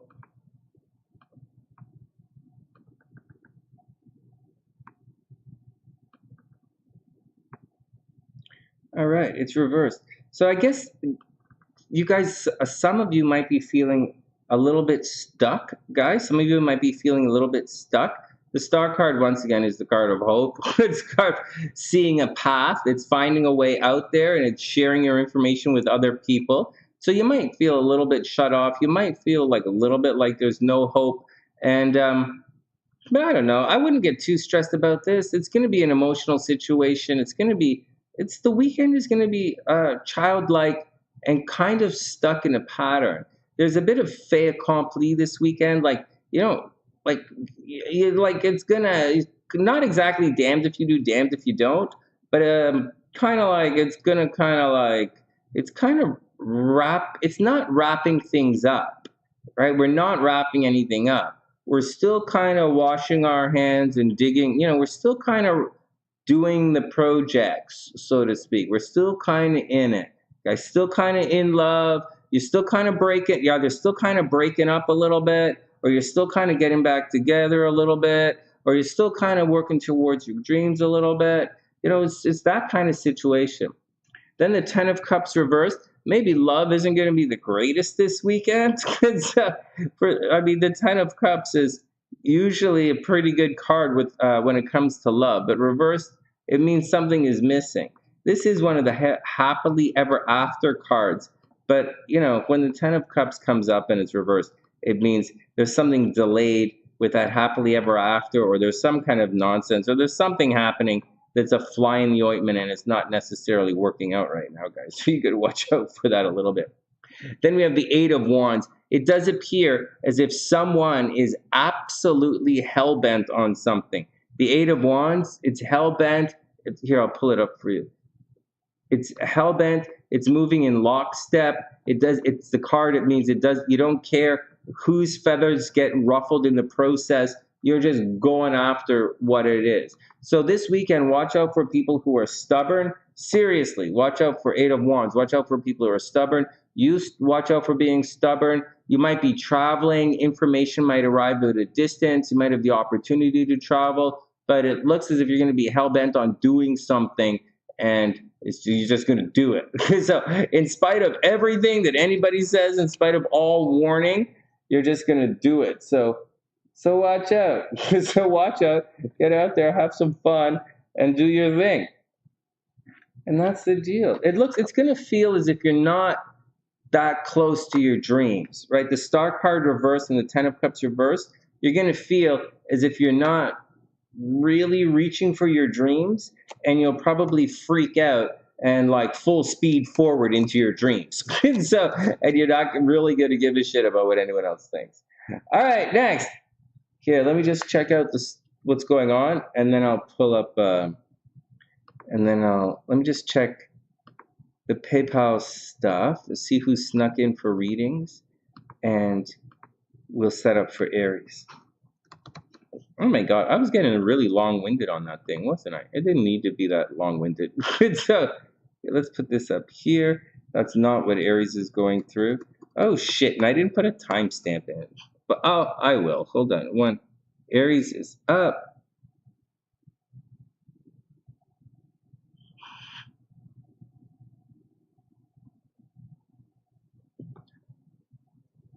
All right, hold on a sec. So we have Aries right here. I didn't put the timestamp in, but I think I was blah, blah, blah for like half an hour. So let's say it's at 1:30. We started the overview. 1:30. It's okay if it's not. Aries is going to be at 1:45.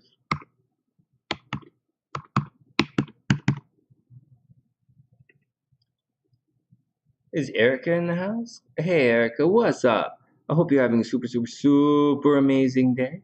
One sec.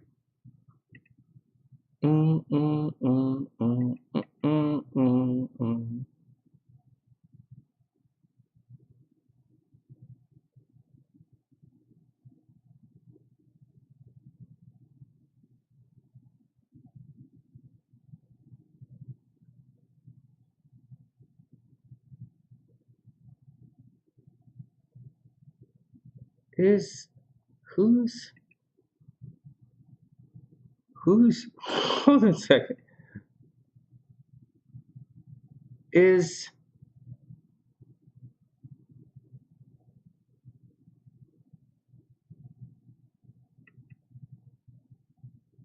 Who is just want to Chaos, I didn't receive your PayPal. If I received your PayPal, it would show up right here. It would show up right here. I haven't seen it yet. But I'll let you know when I see it. You let me know when you guys see it. All right, one sec.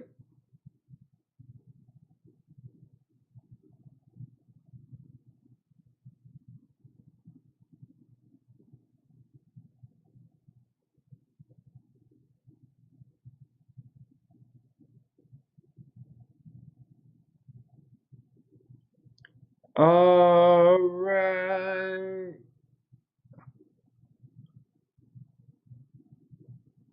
All right. Hey, Chaos, just letting you know, I don't believe it's gone through. Hey, PC lady, what's up? I hope you're having an amazing day. We're off to Aries right now. All right, timestamps in the description box. Aries, let's go. Everything is up. We are ready. Here we go. Timestamp. Let's do it. Let's do it. Let's do it. You guys ready? Dear Aries, as Venus begins to separate from Mars, see, this is an important thing, right? I believe this is important because this kind of made it's these two moving together, interacting with everyone that's not causing everyone to go crazy in Europe or things to be pushed around behind the scenes, let's say. It's indicating and timing it. It's why we're focused on it. And anyways, it's the Mars Venus we're talking about in a lot of the horoscopes here. As Venus, so here we go, dear Aries, as Venus begins to separate from Mars, you can expect little problems on the social scene to begin blowing up into big problems. All right, Aries, that's what you have to watch out for. Excuse me. You can expect a division in your social network where there was once a brief truce, and that's what's happening. Now, it's a truce. It's not like everyone getting along. That's like, hey, everybody getting along. It's a truce. There's like, people wouldn't normally get along, but like everybody was getting along. But now, Aries, you can watch out. They're going to not so much get along. There's a but to all of this, which is really good for you, though. Okay, although it doesn't look great for your social harmony, there's a good chance that you might end up dating one of your friends, Aries, very sincerely. So get out there and be social. Someone does have their eye on you. A quick word of caution, though, Aries, with Mercury entering Pisces, the gossip mongers will be out in full force. All right, so as Mercury enters into Pisces, everybody's going to be gossiping about you, Aries. You're going to be thinking about things in secret. You might talk to people in secret. People are gossiping about you in secret. They're looking at you in secret. But you should be pretty good right now. Just know coming up in a couple of weeks, in 2 weeks or less, in about 2 weeks, Aries, you're going to pick up a major, major hater in the social scene. Aries, you might lose your Instagram, like your Instagram might get canceled, or your Facebook page might get canceled, or your Twitter page might get banned, or your OnlyFans might like some, you know, there's going to be a problem there. So it's going to go good and then bad. So Aries, watch out, good and then very bad. And it's happening with you socially. It's also happening in your career as well. All right, next, quick word of caution. Okay, gossip mongers out in force. Finally, the moon in Cancer, Aries, will have everyone feeling moody and maybe lethargic. Now, that is not very Aries. Remember when we were saying earlier, when we were talking about Ruby and the Sagittarius energy? Ruby's sun is up here, and this stuff that's supposed to be good for everybody here is actually squaring her sun over there. So it's not the greatest for everybody. And this stuff that's happening in what are we talking about? So, oh, right. And the moon in Cancer, although it's making a harmonious aspect, all the Pisces stuff, moon in Cancer is definitely not a jiggy vibe for an Aries sun, or for an Aries sun or a Libra sun. So I'm just saying, you got to watch these things. All right, just be cool, Aries. Keep going. And by Sunday night, when the moon is over into Leo, love will swing hard back into Aries' favor. So for the first couple of days, Friday, Saturday, you know, Aries, just deal with it. Date your friends. Try not to fight anybody. And then come Monday, when the moon is in Leo, this full moon should be pretty good full moon for Aries. Something about your romantic life is going to be exposed. But you're going to find out, Aries is probably going to find out that they're pregnant in the next week. Seriously, full moon in your ooh la la. So Aries finding out that they're pregnant. All right, that's the deal, Aries. Pretty cute. You guys are going to be okay. So that's your horoscope. So watch out, fighting with your friends. Maybe you're getting pregnant. Friends into lovers transit. People are gossiping about you. You're kind of looking, you know, you're staring at people's body. You know, you're staring when nobody's looking. And but at the same time, Aries might find out that they're getting pregnant the next week. By the full moon, they might find out. This is pretty cute. Aries is going to have a lot of fun. It's a social time for Aries. And although I'm worried about Mars conjunct Saturn, everybody knows that. You know, I'm worried about Mars square Uranus. I'm worried about Mars conjunct Saturn. You guys know all about that stuff coming up the next 2-3 weeks. But for Aries, you know, get out and be social. It doesn't have to be negative. Maybe you end up dating one of your friends or you marry one of your friends. All right, next. Let's check your cards, Aries, and see what's going on with these guys. All right. Hey, Janice. Give Cancer some good news. Not a good week. I know. You plugged in the charger and it's losing charge.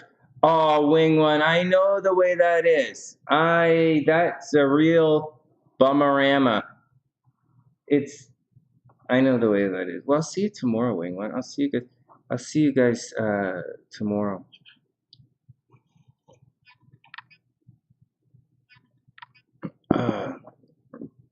Yeah, I'll see you tomorrow. I know the way it is when you're using your phone's plugged in and the battery's still going down. I totally got that. Hey, Les, what's up? All right, here we go, Aries. Next, 5 of Swords. So, Aries, you got to watch out. Someone just wants to fight for the sake of fighting. So watch out for it. Someone is being disruptive. Someone's coming in. It might be, you know, Aries, watch out. Aries, 5 of Swords. Straight up. Someone wants to fight just for the sake of fighting. There's definitely a fight coming your way this week. There's probably nothing you can do about it, so watch out. You might be in a fighting mood. But like I said, you know, the moon in Venus isn't really the best thing for Aries. Sorry, the moon in Cancer is not the best moon for an Aries. Then we have the 10 of Cups reverse once again. Hey, this what's up? Oh my goodness. Bummer, Avis. Hey, Avis, deep breathe. You know, breathe. I don't know what to say. I don't know what to say. Take care of yourself. You know, just take care of yourself, Avis. You know, I can't give. Yeah. All right, 10 of Cups reverse. Then we have the 10 of Cups reverse. So Aries, it looks like your happily ever after is a little bit delayed. 10 of Cups reverse. So maybe you were working towards something pretty good, but it's not going to happen. But then again, look at it. With the Five of Swords, Aries, there's fighting happening. Maybe you're fighting with the Ten of Cups. Maybe you're fighting with the family. Maybe you're fighting with the boss. Maybe you're fighting with the boss. Maybe you're fighting with the family. It just does look like there's some kind of fighting going on and that happily ever after is not happening. Then we have the Seven of Swords. As far as the Seven of Swords is concerned, there's someone's being sneaky. It's pretty straight ahead. Someone is being sneaky, Aries. Someone's trying to sneak some stuff behind the scenes. Someone might be stealing from you. All of the above. Just watch out for it, Aries. So Aries, I don't know. Like, Aries horoscope is not as bad as I'm saying. It's like Venus is still over there in the 11th house. And for everybody, Venus is still there. The horoscopes aren't as bad as I'm making them out to be. I'm just giving a very big warning for what's happening. And some of the energy that's happening that you will definitely feel and you will experience, it's kind of hidden a little bit in the transit. So when you go to listen to other people, you're not going to hear them. So I'm going to tell them to. So I'm going to tell you some of the stuff that's not so obvious today. Sometimes to tell you, but like for today. So be careful. So although I'm saying there's, a negative love vibe coming, there's a negative vibe coming up. Venus is also there, but Venus is going to. It's a harder Venus, right? Venus isn't really like super happy in Aquarius, and I don't know why you would think it would be. Aquarius is ruled by Capricorn. So anyways, take it easy. Just take it easy. Watch yourself, step by step. It's easy breezy kind of thing. All right, next. But having said that, Mars and Venus entering Aquarius should actually be pretty good for Aries. Just watch out. Aries is a friends into lovers transit, but at the same time, you could pick up some haters on the way. And you are definitely going to pick up a hater, so you just got to watch out for it. All right, next. All right, we did Aries. That was pretty good. Survived Aries. Taurus is up.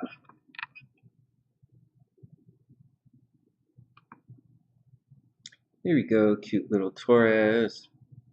Your Aries child put you on a delay. Oh, that's so cute. Yeah, ginger tea is awesome. Definitely. Your Aries boyfriend is always ready for a fight. The coal stoves are pretty rough. All right, here we go. Let me just put the timestamp in for Taurus. Taurus, Gemini, and then Layla Eriksen. Here we go. One sec. Taurus is up. Let's see what's going on with the bulls.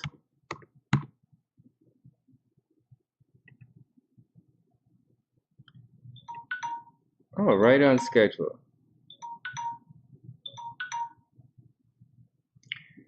All right, Taurus, here we go. So, dear Taurus, Venus separating from Mars. Once again, I'm talking about that aspect up here. Venus separating from Mars. Now, okay, so here we go. Okay, dear Taurus, Venus separating from Mars will end some of the cooperative spirit at the office. Taurus, Venus separating from Mars will end some of the cooperative spirit at the office, which is both good and bad. On the negative side, you'll be putting in extra hours by yourself, right? That's the negative side. In the last little while at the office, you've been putting in extra hours at work, extra hours high visibility, maybe going out to the bar, maybe to the coffee shop, maybe just going out and being seen in the world when you run your errands or you're out and about. But you'll probably be doing it with someone. And so that's the deal. Or you've been putting in extra hours at the office or some public project. You're probably doing it with someone. Now, Taurus, you're probably going to have to do that stuff on your own. On the plus side, you might start dating someone at the office. You might be so like Taurus and Virgo might start dating people. Taurus, the earth signs, Taurus, Virgo, and Capricorn, you guys might start dating people that you work with. Just letting you guys know. Or people that you see every single day. All right, let me get back to it. Okay, so it's both good and bad. On the negative side, you'll be putting in extra hours by yourself, Taurus. So extra hours at the office, but by yourself. Well, on the positive side, note, if you keep your job, okay, you might be in line for a promotion or a raise, On the extra positive side, an office romance is in the stars. So, Taurus, stay on top of your game. There will definitely be a shakeup at the office in the next month. Taurus, there's definitely a shakeup at the office coming. On the extra double plus side, you're shining socially. Hey, Taurus, you're shining socially. Oh, there you go. So get out there and have some fun. And that's the deal, Taurus. You know, you might be in a fairly chatty mood this weekend as the moon cruises through Cancer. Taurus should be in a pretty chatty mood. All of this stuff that's happening, this arc that's cruising through here, it's eventually coming through to Taurus. I don't know if you guys noticed this, but it's eventually, and it's going to take a while, a long while. It's going to pile up right here, and then it's going to blow into Taurus. Not yet, not for a couple of years, and I'm just warning you guys. It's all going to eventually blow through into Taurus. So everybody chill your action. It's probably going to blow through into Taurus at the same time Pluto squares everything. Just saying. In the meantime, everybody take it easy. All right, Taurus, let's go read your cards.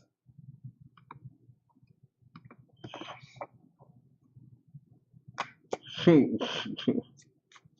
right, here we go. Taurus, let's see your cards. Let's see what's going on. Oh my God, again, 5 of Swords. So Taurus, watch out. Someone wants to fight just for the sake of fighting. There's not much you can do about this. It's what do you want? It's Mars energy being applied to your communication. Someone just wants to fight. Look at this. See, she's in the back. This is so much fighting. She's not even holding the guy's jacket. Oh my God. All right. And look at this. This guy dropped her purse. So I don't know. It's not working out. Taurus, watch out. Someone's going to fight. But I think, so we've had 2 readings now. 3 readings, I guess. And the 5 of Swords come up twice. Watch out, guys. Just watch out. Oh my God. Then the Devil card. Oh my God. Taurus, the Devil card. So, the Devil card's a little bit of giving into temptation. The Devil card's being a little bit loose in the zipper, or a little bit, spending a little bit of time in the back seat, underneath the bleachers. There you go, Taurus. So Taurus, 5 of Swords, people just want to fight for the sake of fighting. The deal with the Devil card is giving into temptation. Yeah, it's giving into temptation, but it's also people blaming you for not getting things done. So normally I would see the Devil card and I'd laugh about it and I'd say, oh, you're going to have a fun weekend, you're going to goof off. But in this situation, Taurus, watch out. Someone is goofing off, not necessarily you, but someone's goofing off, and they're going to blame you for it. And that's where you got to watch out. Devil, all right, so you can goof around, get a little bit horizontal and have some fun, maybe getting a little bit of snowball and maple syrup fight. But like 5 of Swords, someone's gonna blame you. So watch out. So watch out. So just watch out. And then we have the 6 of Cups. As you cruise through, on top of everything, Taurus, you have to watch out for the children. I know, seriously. So anyways, this is the card of children. This is a card of keeping things simple. It doesn't usually indicate the past. It indicates children, maybe something from when you were younger, Taurus, or, keep things simple, keep it innocent. And that's what's going on. Anyways, I can't really get past the beginning of this, Taurus. Just watch out. Someone is definitely being a little bit, they're blaming you when they want to fight. So I know what you're going to do. 6 of Cups, keep it simple. Maybe call it an old friend up and see what's going on. Take it easy, Taurus. Just sort it out, Taurus. It's going to be okay. All right, next. All right, Gemini is up. Hey, we're just speeding through the horoscopes. That was only like 5-6 minutes. They're supposed to be I'm supposed to be doing 10-minute horoscopes now. All right, next. Well, we're cruising through, I guess. Gemini is up. After Gemini, we're going to do Layla's reading. Mars is everywhere. Oh my goodness, Avis, Mars is most definitely everywhere. Oh.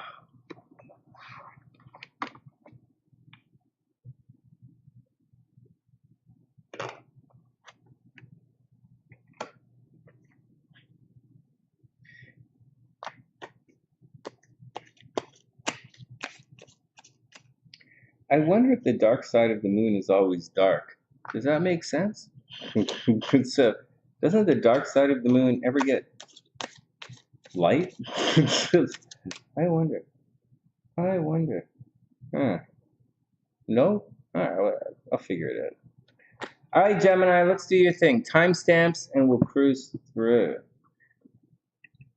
I guess I owe. Oh, I gotta move that. I guess I owe Taurus a little better of a little more. I guess we'll keep things short today. All right, Gemini, and then Layla.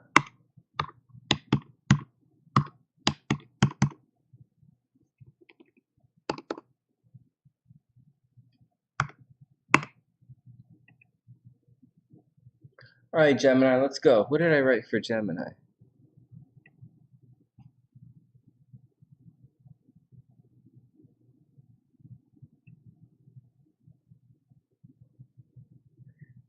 I don't think the moon rotates, Beast. that's the thing. I don't think the moon rotates. I think the moon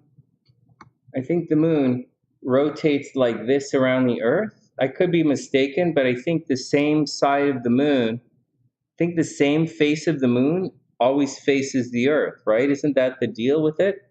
Why there's a light side and a dark side of the moon? I could be mistaken, but I don't think the moon rotates on an axis.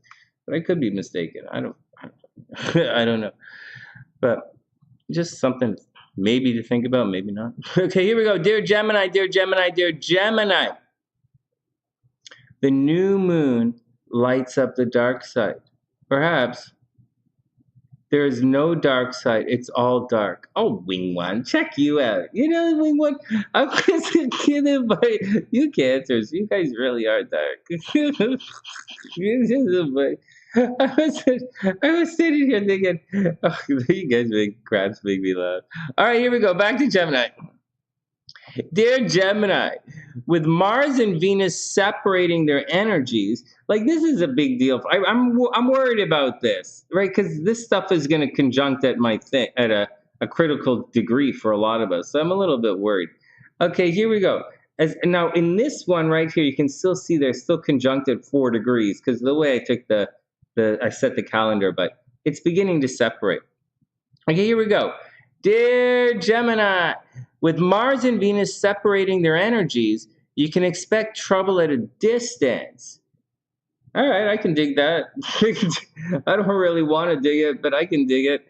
All right, you can expect trouble at a distance. Saturn in your 9th house. Saturn in the 9th house is not the worst thing in the world. Forget that. I know it says 10, but it's really the 9th house. Saturn in the 9th house, not the worst thing in the world. It kind of means your father is a little restrictive, though. Okay, Saturn in your 9th house is, okay, so here we go. Dear Gemini, Saturn in your 9th house is also restricting your ability to travel. Do your best. Venus will add a blessing to higher learning and events at a distance. You're being called, but you can't go. Gemini, you're being called, but you can't go. Mercury is crossing, okay. The next thing is Mercury. Mercury is crossing over the top of your chart, indicating you're thinking about your place in the world, your career, and how people see you. Your career, Gemini, is extra lucky right now. So if you can somehow take care of everything at a distance while focusing on your career, then you should be very successful this year. It's not going to be that easy, Gemini, because this thing right here, this is going to pull your attention. And although you're lucky, it's the same for everybody. Like, say you're a Virgo and you're super lucky in love right now. Like, and Virgo should be getting married. Virgo's going to have a health problem.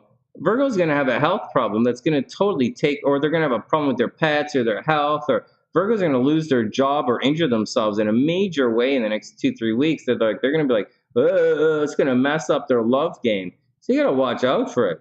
Whereas Gemini are going through a situation where they have to, they should be working on their career and they should get out in the world, but something at a distance or at school's messing up or something, higher learning or people at a distance or a foreign culture, tall, dark, and handsome, or like short, fat, and Canadian, like whatever you want to think. They're like short, blonde.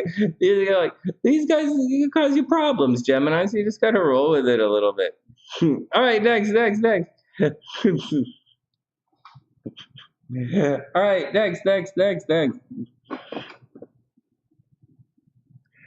All right, next. All right, what did we say, Gemini? Okay, so with Mars and Venus separating their energies, you can expect trouble at a distance. Saturn in your 9th house is also restricting your ability to travel. Do your best. Venus will add blessing to higher learning and events at a distance. All right, you're being called, but you can't go. Your career is extra lucky right now, so if you can somehow take care of everything at a distance while focusing on your career, then you should have a very successful year. Good luck, Geminis. All right, it's an interesting time for Geminis. Geminis were getting sick, gallbladder problems, right? Mercury rules the gallbladder. It's tricky for Geminis. All right, here we go. Tough for Gemini, tough for Sagittarius. Let's check your cards. Oh, we didn't guess the cards today, right? I did all that goofing off at the beginning. All right, Gemini, here we go. First up, 2 of Swords reversed. So Gemini, I guess there's some decisions that you have to make. The 2 of Swords is Libra energy. It's the first decan of Libra, and it generally indicates making a decision. Unfortunately, it's, or however you want to picture it, it's about making an intellectual decision. The heart's here, running out of time, whatever. But it's, forget about reverse. I'll reverse it in a sec. So it's a non-emotional decision, Gemini. It's not emotional. It's just do it, click, click, click, click, move it along. Anyways, with the reverse, maybe you're having, Geminis are having difficulty making that decision. Or maybe for a large number of you, that decision's actually being taken out of your hands. So watch out, Gemini. Just get out there, do your thing, one step at a time, and let's see how we go. Oh my God, 3 of Cups reversed. So Gemini, you're waiting on something. Gemini risings, 3 of Cups reversed. It doesn't necessarily say that you're waiting for something. It says there's a decision that has to be made that you're reluctant to make right now. Maybe you don't have to make this decision. Maybe you do have to make this decision. It does relate to your overall happiness, Gemini, but the 3 of Cups is reversed. So maybe you're not, maybe you're happy. Like maybe your happiness is a little bit at bay right now, and you're not, you're supposed to be happy. You're supposed to be getting along with things, but it's not really working out for you. Might it work out? I don't really know. The cards don't say that it's going to work out, but they don't really say it's not going to work out. They just say what's going on right now. You have some decisions that aren't being made, and maybe you're waiting for more information. And 3 of Cups says, there's a delay in this emotional happiness for you. And then the Page of Swords reversed. There's a possibility someone's being childish. They're being immature with their words. There's a possibility someone's giving someone else the silent treatment, Gemini, or they're not telling you everything. Maybe, Gemini, there's a situation where people aren't being 100% forthcoming with everything they know that's going on. And, you might be a little bit lost in the lurch here. And so, but I don't think there's a lurch going on per se. I think you kind of just lost in darkness or a little bit out of the loop. And as such, being out of the loop, Gemini, it might be difficult for you to make your decisions because, like, you're out of the loop. You'll need more information moving forward. But the Page of Swords says, what are you gonna do? It's reversed. You just don't have the information. People might be a little immature. The people aren't there for you. Like, they should be there, but the 3 of Cups, they're not really there. So just be cool with it. Gemini. There's not really much you can do. Just keep in mind, guys, this entire, we're going through a little bit of a situation. Now, the Mars-Venus thing happens every year, but things and it squares Uranus every year, and it conjuncts Pluto every year, and it conjuncts Saturn every year. It's not really a big deal, except that there are people in the world who are going through there are some leaders in the world going through some extreme and rare and intense transits right now. And they are acting out on these, they are acting out during this particular time period.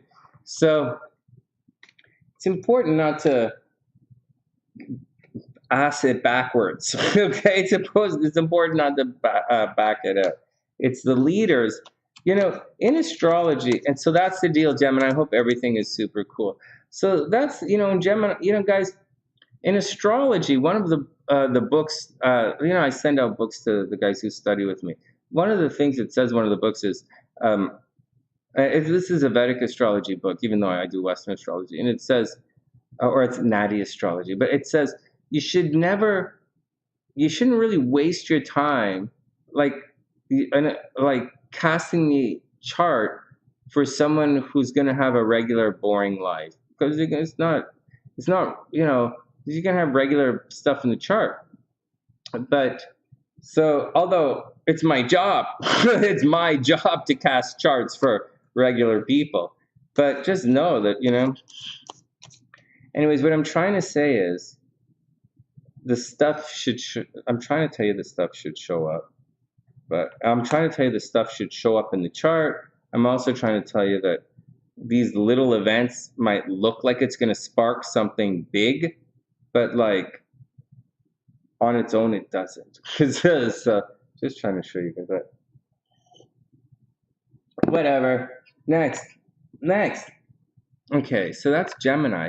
We're going to do a transit reading. We're going to do a mini astrology reading right now. So let's shift gears for a second. After Gemini comes Cancer. We're going to be back with the crabs. Crabs should be in for an interesting ride. Okay, we'll take this chart down. We are going to do Layla's chart right now. So we're going to do her transits, and then we're going to come back. So we're going to read her natal chart, and then we're going to look at her transits. This is a 10-minute mini astrology reading, and this is what I do. And let's have a little fun looking at her chart. I don't see this chart as that stressful. I don't see it's that stressful. It's definitely eventful. It's definitely eventful. Definitely eventful in the finances. All right, here we go. What's up with you guys? Oh, that's so cute. Oh my goodness, that's so cute. That's so cute. The kids, you and the kids. Oh my goodness. Oh, that's so cute. Oh, priestess, well, I would think that's cute, right? Okay, let me count down. Oh, thanks, Pamela. I hope they're okay. I really hope they're okay. I hope everybody's okay. All right. All right, next. Oh, no, Wing One, I get it. It's all cool. My phone's the same way. All right, here we go. So,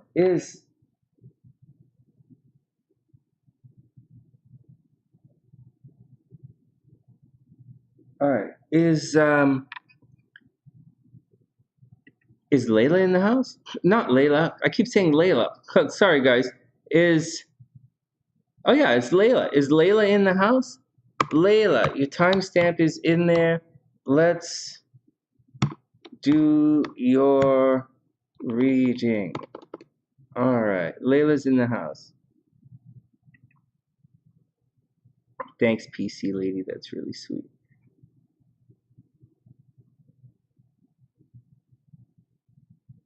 All right, Layla's up. Let's do it. I don't think I spelled Layla right. Okay. Here we go. Layla's mini astrology reading. This chart's not so bad. It's a little tricky. It's a little dangerous, but it's okay. Here we go. It's a little dangerous, not the worst. We've seen charts like this before. Here we go. Timer's going. Timer stopwatch is up. So Layla is a June 18th, 1954. Layla is a she is a Gemini, Sagittarius rising. Oh my God, she's at 0 degree Sagittarius. Well, there you go.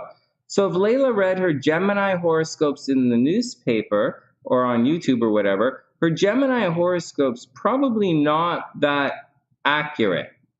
But at the same time, it's not that accurate, although she's obviously a Gemini. It's her Sagittarius horoscope, which is actually probably going to be pretty accurate with regards to events and timing that's coming up. In fact, I'll tell you right now, I'm almost positive that in the next 3 weeks, by the first week of April, Layla can very much expect to have either a car accident, right? I can expect Layla to have a car accident in the next month, or she's going to have a computer crash, or she's going to break or lose her cell phone, or she's going to have a problem with her brothers and sisters. Guaranteed, because I would guarantee. I think something very serious with that's going to happen. But anyways, I'm just saying she's a Sag rising, and her Sag rising is pretty. It should be fairly accurate. All right, let's cruise through and see what's going on. There's not a lot going on in the first. So Sag rising, she could be optimistic, she could be fun. She's super nurturing, right? Keep in mind she has a lot of energy on the Cancer Capricorn axis, right? She's super nurturing, but she's a little bit cold, a little bit standoffish. She's a little bit of a mercenary. Layla's a bit of a mercenary. Her moon is in Capricorn, so she is quite progressive. Maybe she was holds back a little when she speaks, right? Her communication is at odds there. But we're going to talk a little bit more about that in a second. We're just going to cruise down to it. So the first house isn't overly stressed out here. Right here, we have Mars retrograde in the second house, as well as the North Node, the Moon, and Chiron. That's a lot of stuff in Capricorn in the second house. Strong possibility that she spends a lot of her life dealing with money, either making money, working for money, counting money, spending money. She probably takes a lot of time spending money. There's a possibility that people might steal money from her, or she puts a lot of energy into making money. Money's a big deal for her. She's very progressive, plans things, takes step by step, moves towards everything. Now there's some problems in this though. With the moon here in the second house, it's possible that she could be a singer. Just letting you guys know, moon in the second house, she could easily be a singer. She might end up having ear problems. Just letting you know, Layla might end up having ear problems, or she might have hip problems or knee problems, hip, or maybe hearing and maybe teeth problems. Those are all things to watch out for there. But money, once again, money and comfort is a big deal for her. She's very progressive as she moves towards it, and she can be a little bit of a mercenary as she moves along.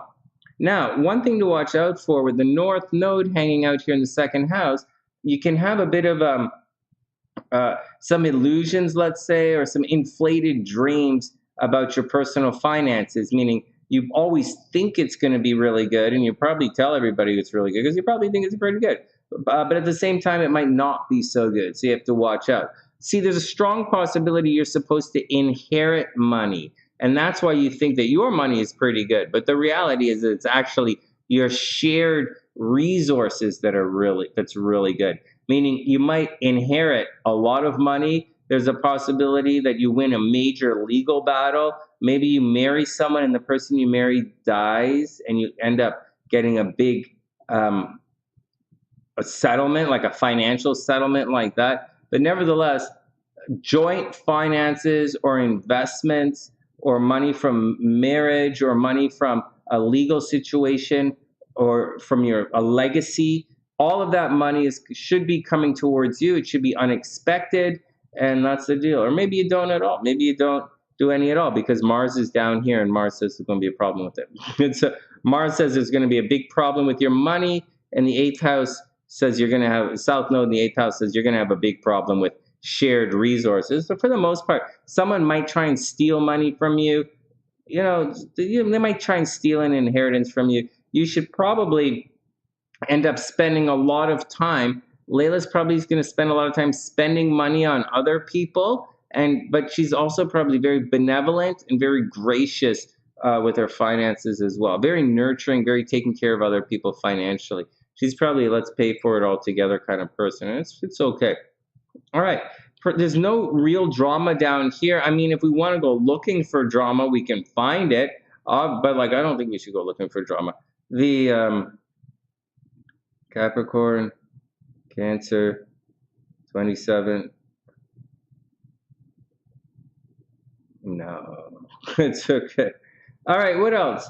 What else? I'll tell you something right now. We're going to look at Layla's transits in a second, but there's more to it. We have Chiron conjunct the moon at 27 degrees. That's going to make her, the things she does, right? The things who she is on the inside. It's very, causes her problems. Like just a wound. When she opens herself up, when she expresses herself to people, she opens herself up for abuse, right? She opens herself, when she tries to be honest with people and tells people how she really feels, she opens herself up for abuse. And, excuse me, people might not always agree or be gracious or happy about it. And the thing she really wants to do, it causes problem. Like, it's very problematic. And she might feel like her subconscious, or she might just feel flat out unloved, or she might feel like her needs just are never going to get met. And every time she goes to push her needs, there's a problem. And Layla asked about a past life thing. Oh, thanks, Stacey. We'll add you to the list. In this past life thing, oh yeah, it's other people's money as well, Naya. Totally other people's money. She wanted to know about her past life. In her past life, moving forward, she probably died quite young in a past life, where she spent a lot of time taking care of other people who are dying. I'm not joking. She probably spent a lot of time taking care of people who are dying. In addition to all of that, we're talking about other people's money, shared resources, investing with other people paying for her to go do stuff, Layla paying for other people for them to do stuff together. It's the way it is. Kind of communal living, communal success.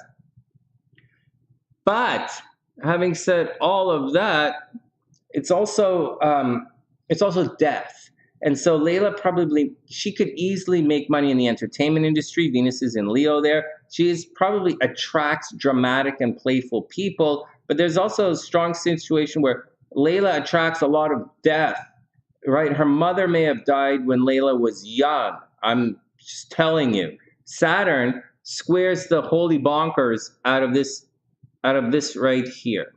Right? Saturn squares her Venus, right? So indicating she might, and Lilith is conjunct Saturn. So she might have a real strong sexual presence when she was younger. Just saying. Saturn in the 11th house is going to cause a lot of, she's probably tormented by her friends, or she was tormented socially.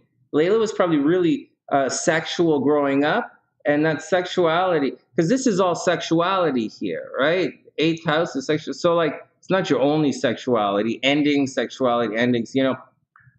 death. And Saturn is squaring that Venus. Saturn square your Venus in a transit is going to indicate divorce and possible losing your job, possible breaking up in a relationship. Like it's going to toughen your love and money. A trine is going to put a lot of hard work and energy there. So Layla's probably always going broke, or someone's always causing breakups in the relationships. Her friends probably going to cause problems on her. Her friends might cost her a lot of money.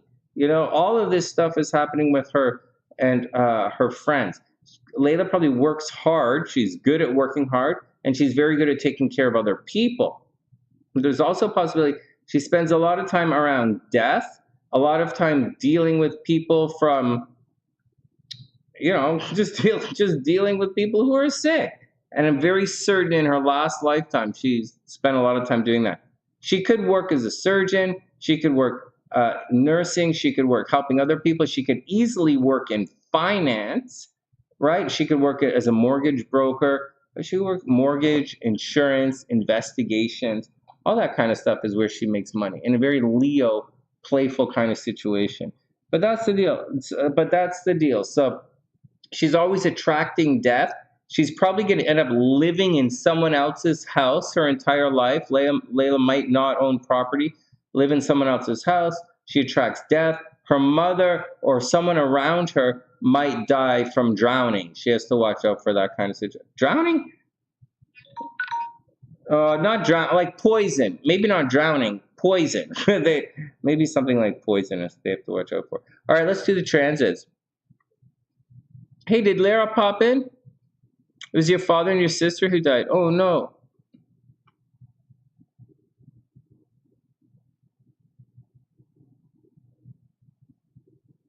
Oh my God! Yeah, Naya. No, seriously, I didn't say that because I'm on the clock, right? Because I didn't because I'm on the clock. But she said she spends a lot of time thinking about she spends a lot of time thinking about other people's money, how to take. She thinks a lot of time thinking about how to take care of other people's money.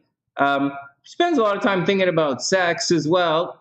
Layla spends a lot of time thinking about sex, thinking about death, thinking about taking care of other people, and definitely helping other people with their money.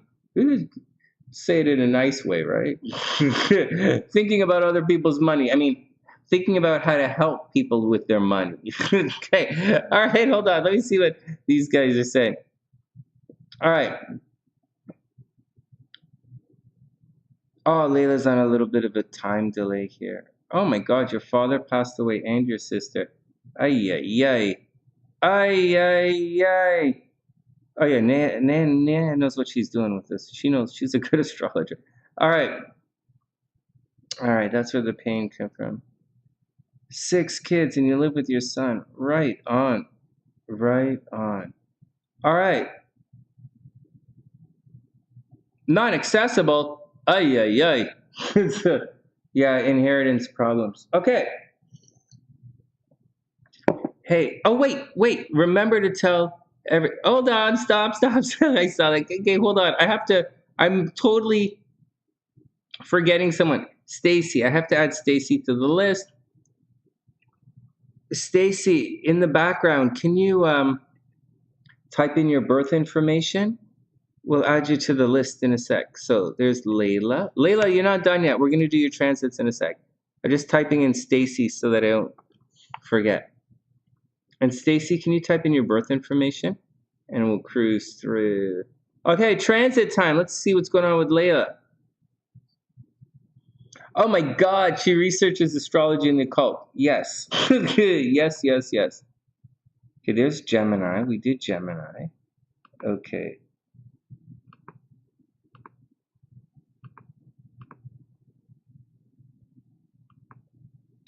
Oh, we didn't do Dr. Pam's coming up a little later, right? Okay. Layla. Okay, let's look at your transits and see what's going on.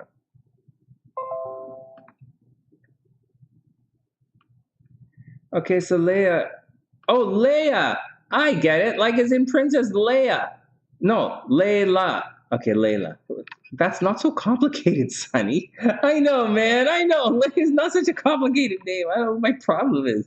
All right, here we go. I'm working on it. 25 grandchildren. Oh, my goodness. Okay.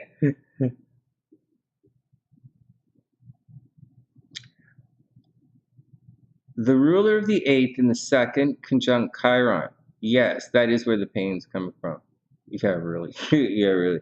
Okay, here we go. So here are the transits coming up. You guys should be able to see this. Okay, so let's just take a quick look, see if anything crazy is coming up. Scorpio, Aquarius. Okay, so like right now, right now, this is a little bit difficult for you. You're going to be past it in a couple of days. But right now we have Mars and Saturn. Sorry, Mars and Venus are squaring your Saturn right now. And it's in the 2nd house. So maybe money is a little problematic right now. It's going to get a lot better in a couple of days. You're going through it right now. And that's the deal. So once you pass it, you're going to be okay. Also, Mars and Venus are sort of opposite your Venus right now. It's just a time you're going through. So this time every year, maybe money's a little tight. It's not the craziest, not the strangest. It's just this time every year, money's a little tight. So just kind of shake it off a little bit. It's not super insane, not super intense. It's not like way back, you know, at the beginning of last year when Saturn was, forget, we're not going to talk about that. Like, let's just move on. But last year was a difficult year for Layla. This year she's moving through. There is a major warning coming up. Major. Mars is going to conjunct Saturn in your third house of transportation and communication. It is a possibility of a car accident. Layla, is a possibility of a car accident. It's a possibility of problems with communication, arguing. And, you know, keep your eyes on it, because that, although this isn't really what we're looking at, this little angle is going to come into play. And this little angle might mean it might cause a little bit of a traffic car accident with like the kids or like brother and sister. So just be careful. All right, next, blah, blah, blah. You guys don't need me to go on and on and on about all that. But nevertheless, that's where the energy is. Layla, this energy is not going anywhere for a while. Oh my God, it's like I'm having a deja vu. But like, this is it. This is it. This energy is not going anywhere, Layla. It's stuck right here in your third house for the next little while. So you just got to roll with it. Communication, transportation, and deal with it. If you want to know on a little bit of a basis, your friends, you might be fighting with your friends right now. That might be a problem. It's going to change in by Monday, it'll be fine. Money, transportation might suck a little bit. It's going to pass in the next couple of days. It's going to be fine. I don't see you going through any really painful, any major thing that you can't walk away from in the next little while, except for maybe a car situation. But, you know, you're going to, like, you know, I'm not going to back down from this. Thing is going to happen at 22 degrees, and it's going to directly oppose your Pluto. So I'm going to, like, double down on this, and I'm going to just say, you watch out. The first week of April, you know, up until, say, April 7th, the first week of April can be very problematic with brothers and sisters communications and transportation. Very problematic there. So can I get a hell yeah? Can I get a confirmation? Can anybody double down on this? Saturn conjunct Mars opposite Pluto. Will Saturn conjunct Mars in the third house opposite Pluto should fuck you up pretty good. So I'm just saying, that's what I'm just saying. All right, next. Let's get back to the horoscopes. Anyways, you're going to be okay. Oh my God, that's how they were taken in a car accident? Oh, geez. Oh, Stacey. Oh, this is you, Stace? Stacey Redmond? Stacey, do I have your stuff? I might have your stuff. Stacey, if I don't see it, can you also type in the birth time if you have it, and birth city? Please, Stace, if you have your birth time and birth city. But I might have all of that stuff. And Stace, we'll slide you in a little soon. So this is Layla. Oh, and then Cancer, Leo, Virog, and then I'll put you in after the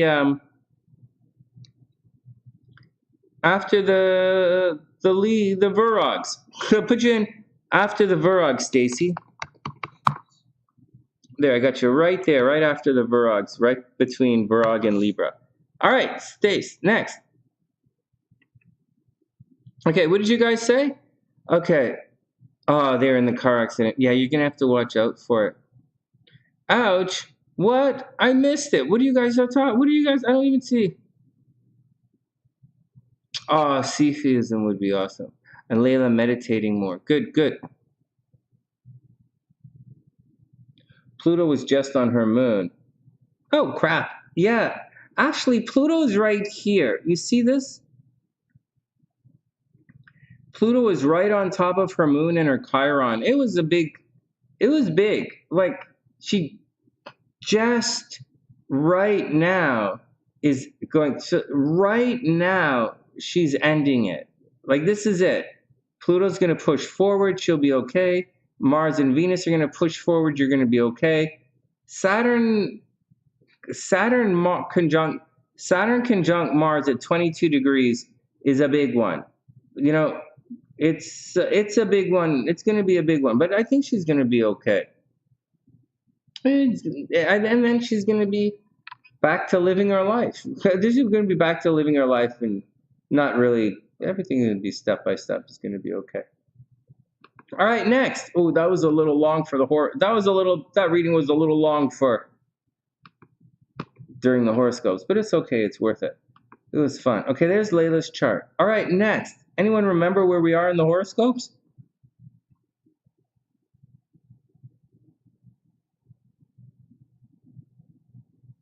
Yeah, Stacey, I might have your chart. Let me just put it up and see if I can find. Give me 1 second. See if I can find Stacey's chart.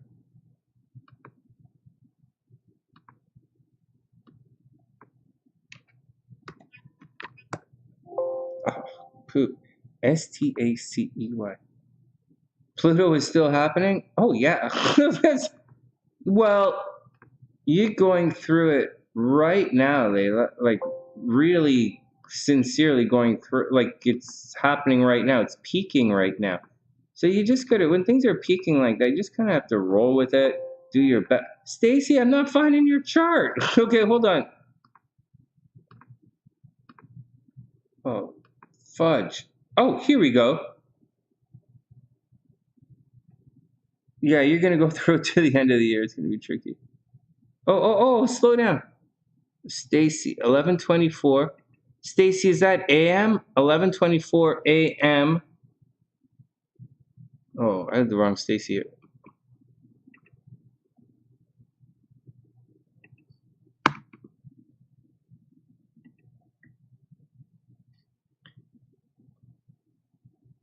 Okay, let me just check this computer for Stacey. I don't know, Stacey, I don't have your chart. I thought I had your chart. I did, but remember, I kind of erased all my computer said to erase, and I don't have anything. Stacey. No, you're not here. You're not. Yeah, Stacey, you're not here. I know you typed everything in. All right, let's go through it. I'm going to type in Stacey's chart, so we're all set to go when I pull her up, when it's time to do it, and then we'll get back to the horoscopes. Stacey, PM. Hey, PM is good. PM, I got you right here. We're good. We're good. Okay. 7/31/1963. Stacey. 7/31. That's like a physicist? No, everybody calm down. You guys can't take a joke. Oh, shucks. 7/31. July 31st, 1963 at 11:24 p.m.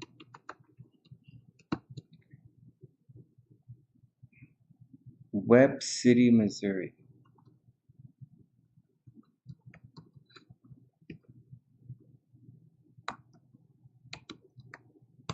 Hey, we did it. Okay, Stacey.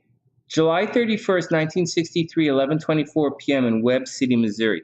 I got you right here. Oh, no. I'm going to save it. All right, I got you, Stacey. All right, Stacey, you're going to be up after Virgo. Cancer's next. All right, we're good.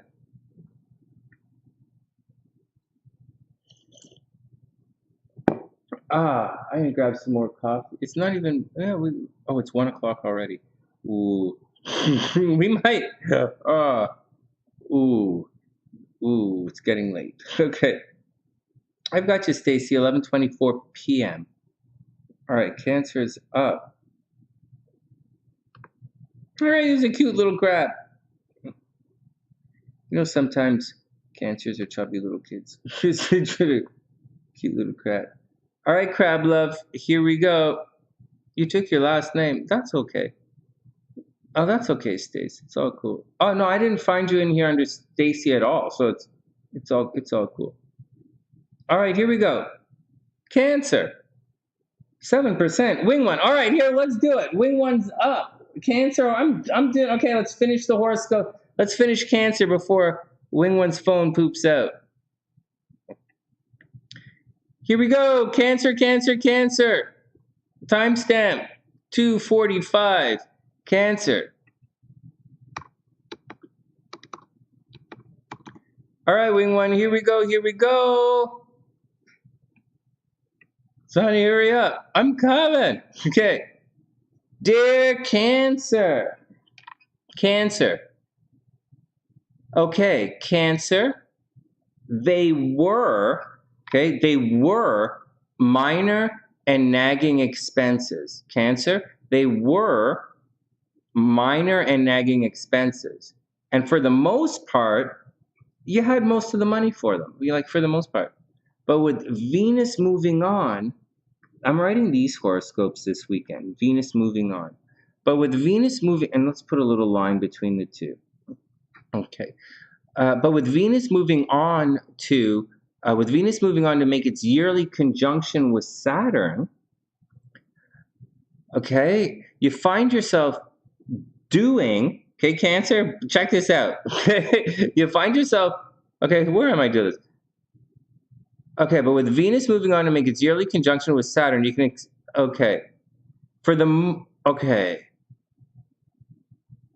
here we go. Let me read this again. For the most part, you had the money for the expenses, but with Venus moving on to make its yearly conjunction with Saturn, you can expect to buckle down the spending and watch that the bills don't pile too high. Yeah, I know, seriously. You're like, what, Sonny? Make sure the bills don't pile too high? Okay. You'll also find yourself doing, believe it or not, a lot of paperwork for others, seriously, and or helping them with their expenses. On the very negative side, Cancer, bad news is on the way regarding the health of someone close. Don't ask me why I'm speaking 3 syllables at a time, but I am. It's a very Canadian Shakespeare-ish. So there we go, Cancer. Once again, for the most part, you had the money for the expense. There's just a lot of expenses, crabs. That's what's going on. So it was relationship time. And when Venus and Mars were cruising through your land of love, you were putting up with a lot of craziness. It wasn't all hunky dory or like Nemo. It was just like you were putting up with it. Mars and Venus. All right, it's a little like, okay, your partner's doing this, your partner's doing this, your partner's doing this, but okay, Venus is there. Venus isn't always love. Venus is always like, don't rock the boat. Too lazy to fight. But Mars wants to fight. So they're the problems. But it's not in relationships anymore, Cancer. So you don't really have to watch out about relationships. Relationships are still changing. Yes. Relationships are still in a flux. Yes. When Pluto goes retrograde, I think Pluto's going retrograde a little later. When Pluto goes retrograde, yeah. Pain in relationship is going to return. People you used to date will return, blah, blah, blah, blah, blah, blah, blah. Okay, not now, later on. For now, Mars and Venus have cruised out of the land of relationships and kind of moved into the land of money and your sexuality. So with Mars moving up towards Saturn, you're like, okay. So Cancer, you can have cheating in relationships. Obviously, this is in there. You can have abuse in relationships. Cancers can have sexual abuse right now. Just letting you know, Cancer, cheating and sexual abuse in relationships. Cancer risings. You might lose a legal battle right now. People might steal money from you. There is money leaving your chart, so you have to watch out for that. There's money entering your chart as well. Like if you need money for something, just ask and you'll probably get it. This is a very kind of financial time. So on one hand, Cancer, someone's going to pay for you to do things. On the other hand, you're going to have to pay for other people to do things. And it's going to suck the wazoo. Because before, when Venus and Mars were lockstep, you were like, okay, I'll play it. I got a little bit of money. I got a little bit. It's okay. Right now, it's going to get expensive. And as Venus transits through Aquarius, one Cancer, you're attracting death. So you have to watch out for that. There's also a possibility, but you're also attracting an inheritance as well. Cancer might inherit some money. Cancer might win some money. Cancer might win a legal battle as well. And you should have some money coming to you.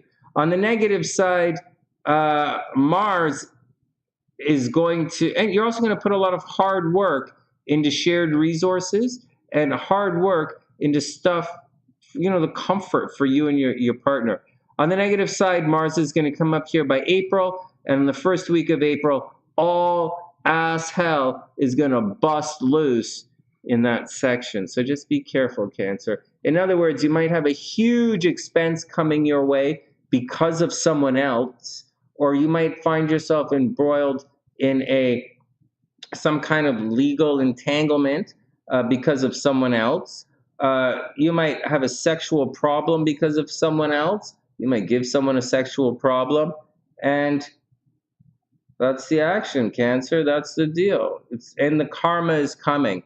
So if you're in a legal battle, Cancer, you're going to probably find out everything the next couple of weeks. And that's the deal. Be cool and just be cool. On the plus side, there's fun stuff. Good things are happening at a distance, Cancer. You're doing very well with guys from foreign cultures, so you're good with like that if you're interested in that kind of thing. If you wanted to go back to school, that might be okay, So all of that is pretty cool, Cancer. On the other hand, finally, watch out for crazy things happening with your friends and social network. All right, next. What are you guys talking about? All right. Oh, is Gabrielle taking off? All right, Gabrielle. Sweet, sweet dreams. Have a wonderful night. Oh, I'm just taking a guess that she's heading off to bed. All right, next.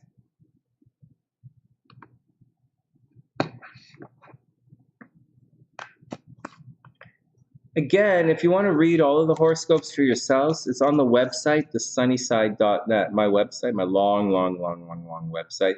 I don't know if people have websites anymore. I do. I have like 4.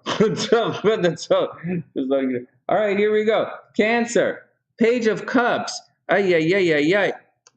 You need a new car because of someone else. Me too. No, I just joking. Page of Cups, Page of Cups, Page of Cups. Emotional learning curve, Cancer. Here we go. Emotional learning curve. So what are you going to do? Watch out, Cancer. People might be a little bit immature around you. It's a good time to be innocent and playful and harmonious. Then we have the 8 of Wands. So something is going on, Cancer, where you're absolutely hell-bent on something. I don't know what, but you're totally hell-bent on something and you're trying to make it happen. So, just be cool, Cancer. Do your thing, make it happen, be cool, and move on from that. Okay. It's okay. Accomplish it. Cancer has to do something. The 8 of Wands, you have to do something. It's a possibility of travel. I mean, the 8 of Wands does indicate travel in certain things, but it's usually hell-bent on doing something. And finally, Cancer. Ay, 6 of Swords. Cancer. Someone's getting ready to hit the boogie. Ay, 6 of Swords. So Cancer, someone is on the way out. Someone is checking out. Also, Cancer, watch out. There's danger all around you. You might be walking on eggshells right now. Walk the rice paper, little crab, and try not to, just be careful. But over here, Cancer, it looks like someone is on the way out. You just have to make sure not to rock the boat and cause problems with the action. Ay. Okay, next. Hey guys, as I'm sitting here doing all this, I'm going to finish the readings for everybody tonight, but I don't think I'm going to finish the horoscopes. I think I'm going to get to the end of Libra, and then I'm going to finish the horoscopes tomorrow morning for everybody. I'll just come online before I go to the gym and do the horoscopes for everyone, because I think this is going to, it's going to take another hour to get to Libra, and then another half hour of readings after that, so it's going to be a while. So we're going to last to the end of Libra as far as the readings are concerned, and then we'll finish Scorpio to Pisces tomorrow. So if you're in the winter signs, I'll be back for you guys for tomorrow, so you don't have to hang out tonight waiting for it. Okay. But we're still going to do Stacey and Pam's readings. Excuse me. Okay, so who's up next? Leo's up next.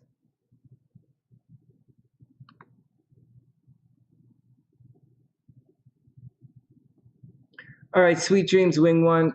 Super, super, super sweet dreams. Wing One, you're going to be okay. Your sun is at 25 degrees. You're going to be okay. It's the guys at 22 who are in a lot of trouble right now. All right, Leo. Bless you, hot stuff. Bless you, hot stuff. Oh, my God. Okay, Leo is up. Leo, Virog, and then Stacey. Oh, we have to do up to Sagittarius. We have to read Ruby's cards. Okay, so hold on. Leo is up next.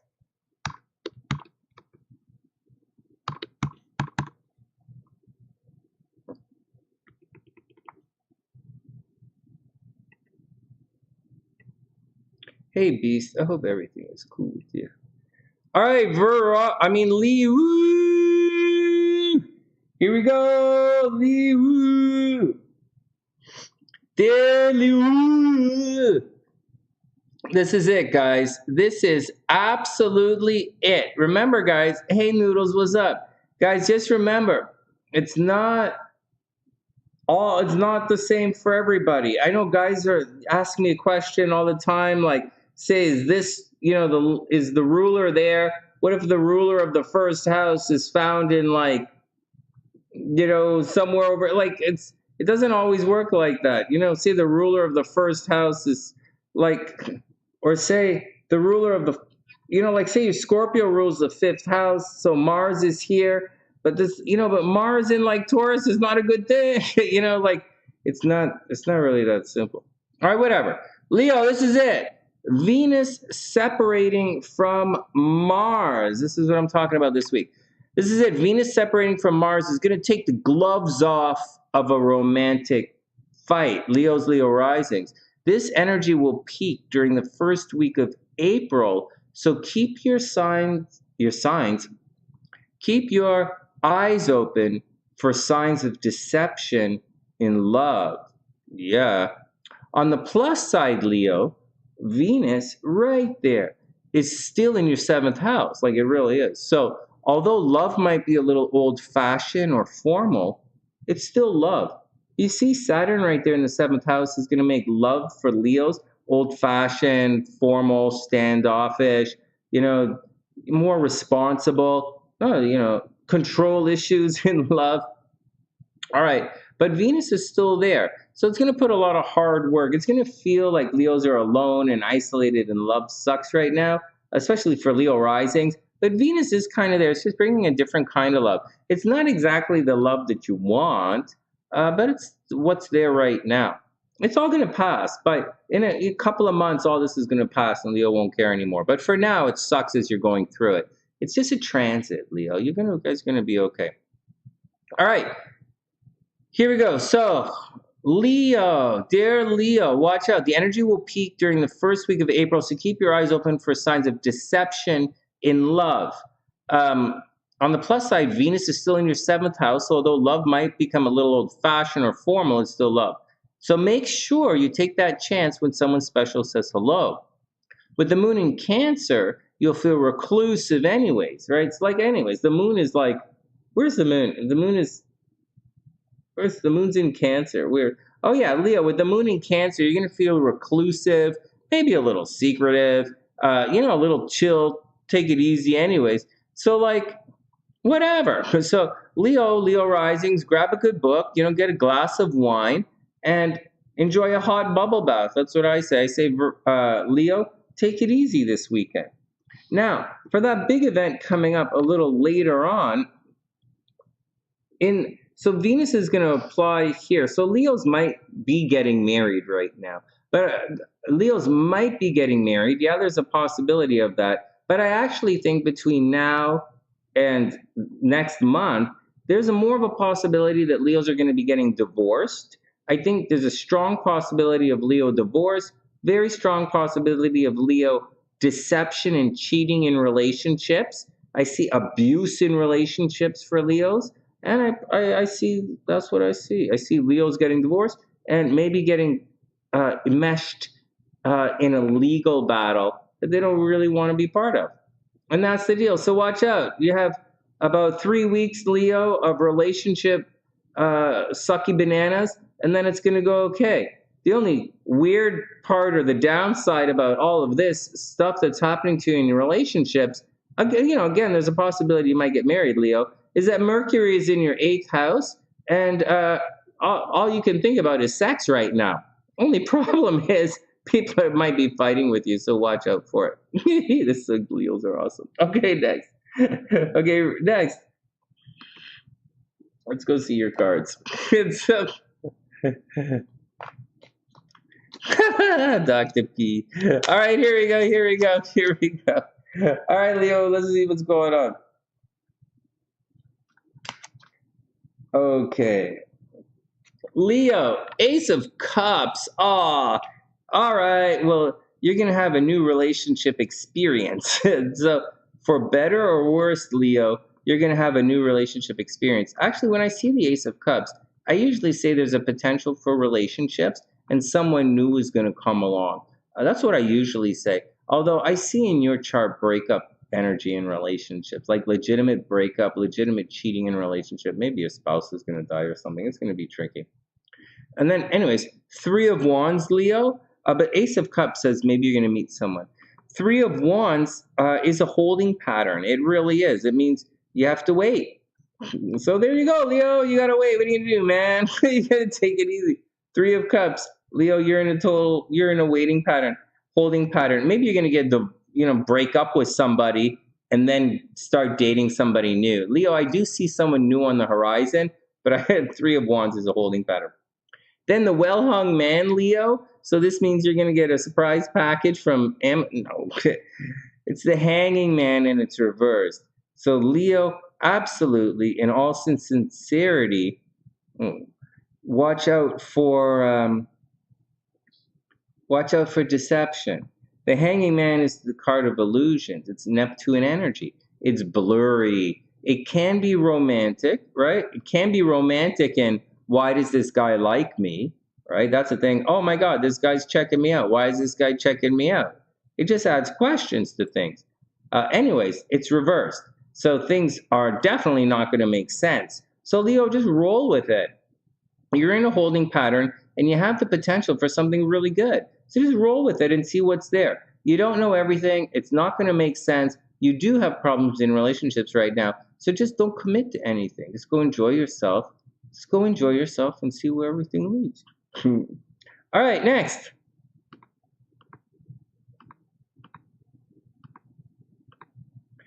Virog.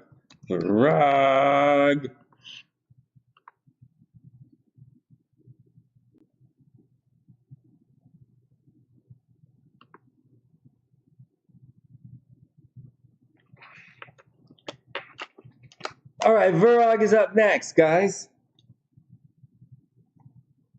We might stop after Sagittarius, because we'll see. We'll see, because we have to do Ruby stuff. All right, but we have a ways to go. Virog is up.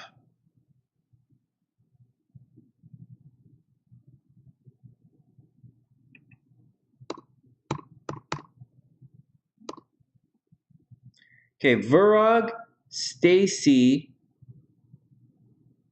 yeah. And Dr. P was supposed to be after Capricorn, but we'll do Dr. P sooner than that. We'll do Pam sooner than that.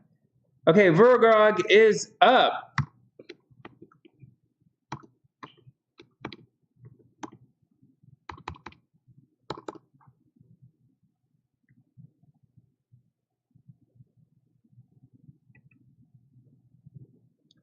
Okay, Virog is up.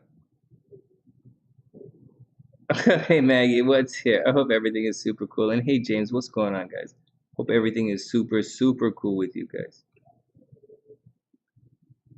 Oh, no. Where's my horoscopes? Okay, Virog, here we go. Stopwatch is up. So, well, let me see what I wrote. Venus in the 5th house. All right, here we go. So I'm writing about this stuff moving on into the 6th house. Here we go. Dear Virog, here we go, Virog. With Venus in your 5th house, love has been pretty good for the last little while. Like, seriously, it's been pretty good. But it's now time to move on, Virog. Mars is entering your 6th house. Okay, so Mars, I'm talking about both of them. So first, Venus was here making love pretty good. Mars was here saying, oh, watch out that you don't get pregnant. But now everything is in the 6th house. So you're going to have to watch your health. And you're going to have to make sure that Virogs, that you don't lose your job. Watch your health. Make sure you don't lose your job. Okay, make sure your pets don't get sick either. Okay, Virog, Mars entering your 6th house of health, small pets, and day-to-day life. This means you're going to get very busy and your 4-legged friend might get sick. In a couple of weeks, Mars will conjunct Saturn. Oh no, there's a typo. Oh man. Obviously, I don't double check before I publish. Oh man, 6th. All right. Well, I don't see how that's going to help anything. I've already published the freaking thing. Okay, whatever. Here we go. This means, okay, in a couple of weeks, Virog, Mars will conjunct Saturn in your 6th house. Oh, wow, this is going to get rough. Okay, so this means you're going to get double watch your health and expect a major shakeup coming to your day-to-day life. A major, major, major shakeup, Virgo. Like you might move, you might lose your job, you might get very sick suddenly, your pet might die. It's going to be a situation. No good comes. The Vedic astrology says no good comes when Mars conjuncts Saturn. No good. Now, if no good had a big wang and lots of money, you could hang out for a while. But no good, usually sneaking into the country with no passport and a little bit of, he got a little chemical problems in his underwear, if you ask me. All right, next. All right, possible enemies are on the way. Mercury entering Pisces has everyone declaring overtures of love and commitment. So Virgos are in love game right now. All right, next. Let's read the cards for the odds. So that's the deal, Virgo. Your day-to-day life. But anyways, you're still expanding your love game. For some, Jupiter in the 7th house, a lot of people want to partner up with Virgos right now. Virgos are probably, so Virgos, one of the things with Jupiter in the 7th house is that you get divorced, just letting you know. Watch out for it. Mercury in the 7th house is a sign of divorce. Watch out for it, Virgo. Sun in the 7th house, you're putting a lot of energy into your partner. Just watch out for it, Virgo. A lot of good relationship stuff. You might be getting married again. Virgos might be getting married, but the biggest thing with Virgo is their day-to-day life is rough. They might lose their job. And just be careful. Virgo will also, in a couple of, later on next week, Virgos are going to have a sudden and unexpected opportunity to travel. I know, pretty crazy. All right, here you go. Next, cards. Virgo, wheel. Oh my God, Vigo, Vigo. Vigo. Hey, Vigo. Oh my God. Hey, Vigo. Hey, Sonny, have you done the Vigo yet? Hey, hey, Vigo. The wheel. It means it's nice to see. It's nice that we're all sitting here waiting for Sonny to read the horoscopes, and he's just sitting there amusing himself, talking to himself. Okay. All right, Vigo. The wheel card. Oh my God. What does it mean, Sonny? What does this wheel card mean, Sonny? Oh my God, it means someone's going to invent something that's even better than sliced bread. Sonny, better than sliced bread. Yeah. Oh my God. Someone is going to invent a condom patch. So, you know how they have Cabbage Patch? Where there's a hole in the cabbage? And you put the patch on the cabbage where it has a hole?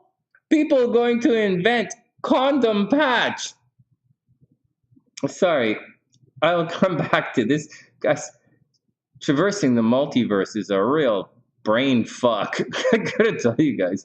All right, let's move on. Wheel of Fortune. Well, this should be obvious. Virog, Virog, go buy lottery tickets. Wheel of Fortune, lucky, lucky, lucky, lucky, lucky. Virgo, lucky, go buy lottery tickets. Should Virgo buy lottery tickets? Virgo, it's not really lottery ticket time. It's time to like you're gonna get busy. Okay, and that's just you're just gonna get busy and is not really cool. But you can do it. So you can do it. It might get grouchy, but you can do it. So just be cool with it. When the spotlight's on relationships, you might get married. All right, Vigo, Wheel of Fortune. Here we go. That's right, Erica. That's right. I also learned how to super. You know what I learned? Okay, forget it. Everyone calm down. Everyone calm down. All right. All right. Okay, I got it. All right. Next, Ace of Wands. Ace of Wands reversed, Virog. I guess that new beginning, like something is going to be put on hold. Ace of Wands, put on hold, a delay, a new beginning, something you want. Maybe there's a little bit of a delay. And that's a really poopy card for Virgo because I thought it was all things forward. It doesn't necessarily mean bad things are going on. Not this card here doesn't necessarily. What I mean is your horoscopes, Virgo, doesn't necessarily mean bad things are coming. It just kind of means you have to sort of, you're going to have to, your day-to-day life is going to be restructured, Virgo. So maybe you're just going to get a new job. The Ace of Wands reverse kind of indicates you're probably not going to get a new job, or there's going to be a delay in that new thing you're going for.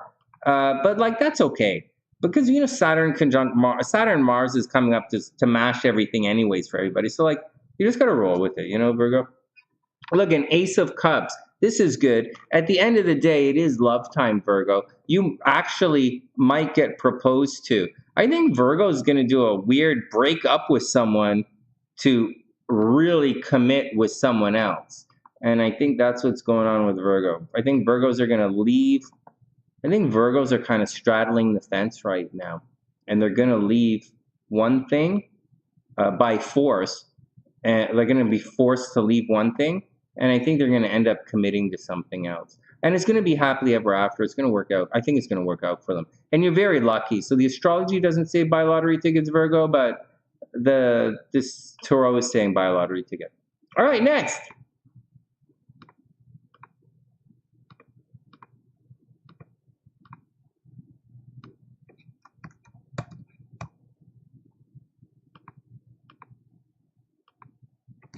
All right, next. Hey, Stace. All right. All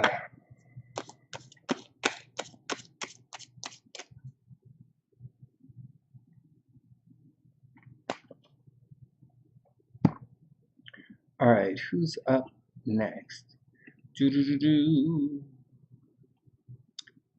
Stace. Hey, Stacy's up. All right, Stacy's up. Virog's done. Stacy's up.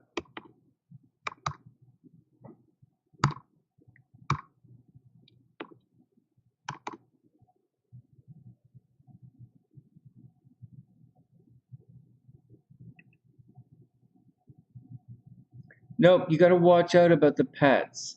Serious. The pet thing is a serious thing. All right, Libra's okay. Stacy's up. Hey, Stace, I hope you're having a super, super amazing day. Stacy, you wanted me to look at your transits? Was that the deal?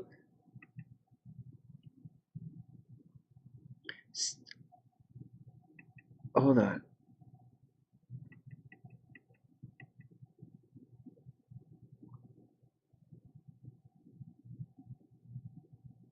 All right, Stace in the transits. All right, here we go, Stace.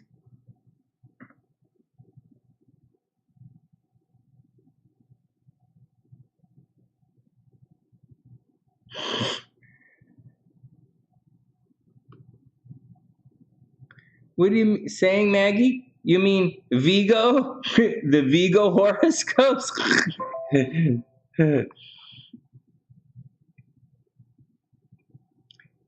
It's all cool, Maggie. It's all gonna be cool.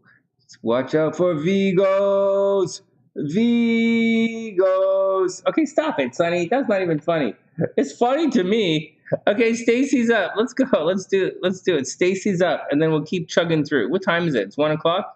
All right, we'll keep chugging through. I'll drink some more coffee. I didn't take my ashwagandha yet. Okay, here we go. Stacey's up. Okay, starting the stopwatch. Stacey. Oh my God, see this? Stacey is naturally busy. We'll get down to the her chart formally in a sec. But see this? Someone is born with Mars in the 6th house. That's a naturally busy person. She's clearly, this is someone who's born a workaholic. It's in the Libra. We don't usually start with Mars, but I just want to point this out. Very busy, probably a workaholic, probably spends time, Stacey probably spends a large part of time taking care of other people. She probably has her share of enemies in this lifetime, but she is victorious over her enemies. With Mars in Libra, she can be a little bit argumentative, and she can spend a lot of time sticking up for the underdog. Not sticking up for the underdog, but seeing other people's side of the story. Stacey very easily sees the other person's side of the story. She's good at it. She's naturally really good at it. All right, let's get back to, but then again, with Mars in the 6th house in Libra, maybe Stacey has to worry about kidney problems, urination problems. She could be and the moon up here in the 8th house, that could indicate a fear of water, easily a fear of water. She might have a wind problem, like end up with asthma or tuberculosis or some kind of lung problem. But but in addition to all that, Stacey is a very, very strong moon in the 8th house in Sagittarius. She very strong association with the occult, loves to investigate things. She can't see the big picture of everything, but she really loves to investigate things and look underneath this scene of things. Moon in the 8th house, she can be a bit of a sex freak. I don't know about an open, out there sex freak, but like Stacey can be, she can be very sexual when she wants to. And, she genuinely and sincerely likes taking care of other people. All very cool. Let me just check something out here. Where's Jupiter? So, all right. Again, she has a fairly close association with death. I haven't actually looked at her chart deep enough to see, like, if someone around her has died. I haven't really looked deep enough to see that, but I'll tell you as we cruise around. I think she has to watch out for her health. And she might end up spending a solid amount of time taking care of sick people in this lifetime. Anyways, let's move on. The sun's in the 4th house. Very strong association with the family. She could make money at home. She could make money in the real estate game. She can be very dramatic, very playful. She's very dramatic, very playful, very creative. And, very often there were probably very good things that happened to her at home when she was younger. I don't necessarily see that her parents got divorced. I think she had a nice, happy upbringing at home. I think it was pretty good. Although behind the scenes, there were always people trying to control her behind the scenes and push her and encourage her. It's not like she had the perfect life. I'm just saying, I don't see a lot of drama behind the scenes, drama at home. She's a Taurus rising, so although she is a Leo, and I guess she's kind of a loud and proud Leo, she comes across as a little bit shy. Not shy, a little bit, she can be a little bit quiet instead of being loud and proud like a Leo. She can be a little slower than your typical Leo, very sensual, and she probably likes to sing. She's sensual, she likes to sing, maybe likes to cook. Not necessarily likes to cook, but like she's probably a very possessive Leo, very, very possessive Leo. She probably is outgoing. Her moon is in Sagittarius, so she probably likes to physically go outside all the time, which is a little bit weird. All right, the nodes kicking through the 3rd house. There's always a problem with her brothers and sisters. Always. Even if she has nothing to do with it. It's supposed to be a really good relationship. It's supposed to be awesome. But there's always some kind of problem with brothers and sisters. especially, and way up here. There was, she should have done really well in school. She could have done very well in school, always going back to school, but there's always some kind of problem happening at school, whatever the deal is. All right, let's move on. It's not the biggest thing in her life. She can be a little cold at times. She doesn't realize how cold she is because her moon is in Sagittarius, so she thinks she's gregarious. She's a Leo, and her Venus is in Leo, so she thinks she's playful. But actually, her South Node is in Capricorn. So from her past life, she was very cold and calculating in a past life, very business oriented in a past life. See, the moon is who you are in your, so these two things, I'm just explaining. I'm trying to explain the nodes, but I'm using the past life to explain it. And I'm also using the moon. The moon is one of the things we look for in our past life. However, you can't just, the moon is in Sagittarius. You can't just say, oh, the moon. You just can't point at a moon and say, oh, you're emotional. Because the moon can be anywhere. You just can't point to the moon and go, oh, look, you're emotional. It's not how you do. It's not how you do anything. Although most of the world works like that. Oh, okay, forget it. So moon's in Sagittarius, but the nodes so even though the moon's in Sagittarius, which indicates you were very outgoing in your last lifetime, very outgoing. Maybe you were a teacher in your last lifetime. You're also very cold, and you didn't spend. You weren't as nurturing, and as you could have been. You were very aloof, big ideas, world ideas. Maybe you traveled a lot and studied a lot in your last lifetime. But moving forward in this lifetime, you kind of have to focus a little bit closer to home, right? All of this stuff cruises through. More attention should be placed on the family in this lifetime. More attention be placed on the brothers and sisters. All right, next, moving through. Again, fourth house is pretty good. Maybe you make money in real estate. That might be a pretty good thing, making money in real estate for you, or working from home. Over here is a little bit problematic. I do see accidental pregnancies very clearly. I see accidental pregnancies, maybe a miscarriage, maybe an abortion, maybe the death of a child. Mercury is here. You're always thinking about children. Now, Stacey's an extremely creative person, but at the same time, she's really creative. Maybe she's artsy fartsy.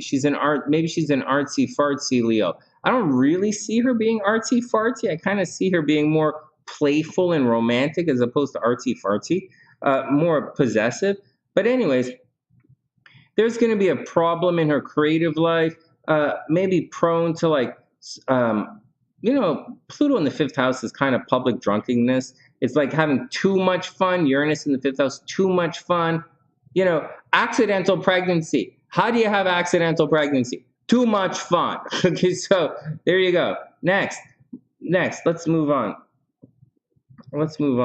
Saturn retrograde in the 11th house, Chiron here. Problem with your friends and social networks. Maybe a problem. Always tormented by your friends. Maybe Stacey's tormented a little bit in social media, or she just never really got along with her friends. Maybe there are a lot of mean girls where she was growing up, and her friends in social network, although her friends really do love her, there's always a vibe there where maybe she doesn't always feel like she fits in. A couple more things before we move on.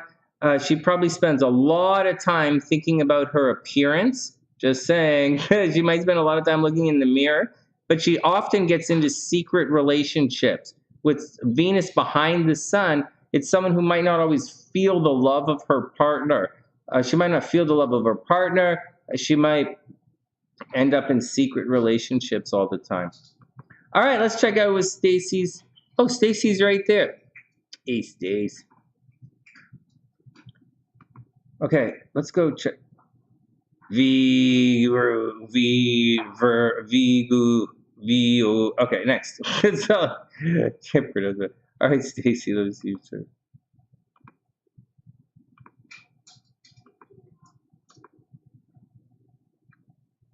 So what's coming up for Stacey?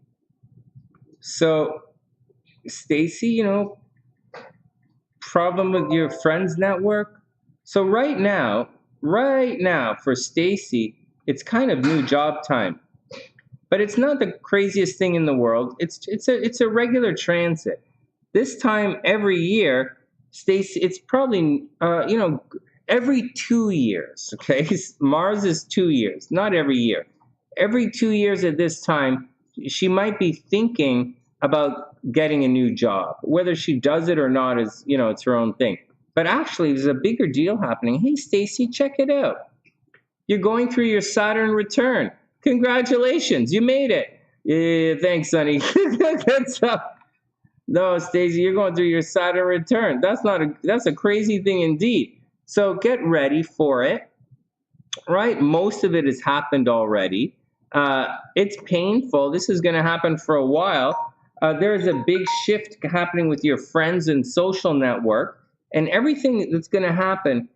All that crazy stuff I'm talking about that's going to happen happens at about 22 degrees. So 22 degrees is going to be past your natal Saturn. So you're going to have a big change, right? This little Saturn is going to pass your natal Saturn, and the Venus is going to pass it, Mars is going to pass it, and then you're going to have a conjunction of Mars at 22 degrees, and that's going to cause a big pain in your life. On the plus side, you actually don't have anything at 22 degrees in your chart. So you're going to fly past it. This major pain in the world is not going to freak you out as much as it's going to freak out other people. Now, there is some stuff that might freak you out, but I'm going to tell you right now. So you already went through the Saturn last year. I think it was like last January or so. You went through the Saturn opposite your Sun and Venus kind of deal. And so it was last January or so, where you really, like last year, you broke up in relationships. Last year would have been the bad relationship and the bad money problem. Or, that would have been it. Or you lost your job or lost your relationship kind of thing. That's, 2021, like not 2022. And so you're moving on from that. But there is a big change in your life. So you got to roll with that as best you can. The nodes are okay. You don't have to really worry about that kind of thing. And then you got to take it step by step from there. So it is going to be eventful. We have Uranus right here. Okay, so transiting Uranus is in your first house. So you're going to be a little weird. You're going to be a little rebellious. You have to watch out for headaches. You have to watch out for being weird. And it's opposite your Lilith, which is your sexuality and relationships, and it's opposite your Neptune in relationships. See, look at that. Stacey probably gets into relationships for sexual reasons, very, very, very sexual reasons, or guys are always interested in Stacey, sex first. But it doesn't mean, it's not really a bad thing. It just means, they like her, they think she's romantic and playful and sexy. And so that's just the deal. All right, so what do you have to watch out for? This year, you have to watch out for your identity. The North Node is going to cruise through here, and you might have an inflated sense of identity. You might change your name. You might change your appearance quite considerably this year. Also, there is a big flux that's going to happen in your relationship sector. That's all under the gun. Right now, you might be looking for a new job. Right now, you might get a new job. Pretty good. But in April, all of the energy, not all, but a lot of the energy is going to pile up in your 11th house. So you're going to find yourself putting a lot of energy into your hopes, dreams, aspirations, and your friends and social media. So you're really going to be working it. Right now, everything is kind of opposite of your real vibe. Like this is where most of your planets are down here, right? Like way down here where most of your planets are. It's right there. But like this is where all the transits are above there. So, you can expect yourself to go the extra mile for love. You can expect yourself doing a lot of things for other people right now, Stacey. And that's just it. It's time to get a new job if you're looking for a new job. And soon it's time to, get out there and be with your friends. And that's pretty much the action of what you're going through. just one more thing, and I'll say it again. You are going through your Saturn return. It's going to last for the rest of the year probably. So just, you know, chill it out, do your best, make that change in life, and you're going to be okay. All right, next. Hey, Leon, what's up? What's up? The piercing. Leon.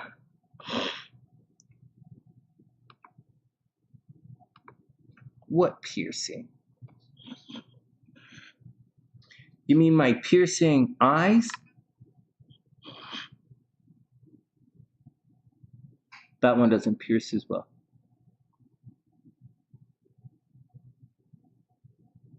Stop it. Stop it. I'm trying to pierce Leon with my eyes. The dog is right here. Oh my God, I shaved this morning because I knew I'd have to come online and do horoscopes and stuff. I was going to make this and chop it up like I've been doing, but I'm not going to do this one with this video. We just goofing off. I'm not going to finish it tonight. I'll finish it tomorrow. But oh my God, the dog was like licking up my face. Oh, and it was getting all, and I cut myself shaving and stuff. And so it was getting all in my pores, and I think it was getting in my blood. And I think I was going to get, I think the dog, she just came back from a walk and it was nice and she was sniffing and licking me. And I was sitting there and I swear to God, I thought the dog was going to give me like dog face herpes. And that would be like the weirdest thing. And then everybody would like, I'd be outside and like they'd say, hey, Sonny, is that like herpes on your face? And like, they look like dog herpes. And I'm like, yeah.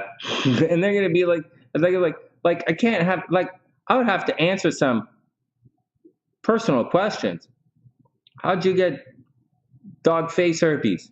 It happens. You can get them from toilet seats. Why is everyone like always up on my ass about, oh, Sonny, what did you do last night? Everyone knows you can get it from a public toilet. If you rub your face on a public toilet that a dog had just been licking, you could get dog face herpes on it like that. It happens. So I try not to use public toilets, and I opt for neighborhood bushes and trees instead. I'm just saying. You're super welcome, Stacey. You're super, super, super welcome. Hey, Yoshi, what's up, player?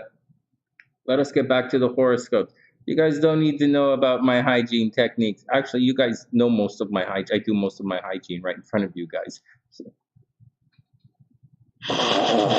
Good stuff. All right.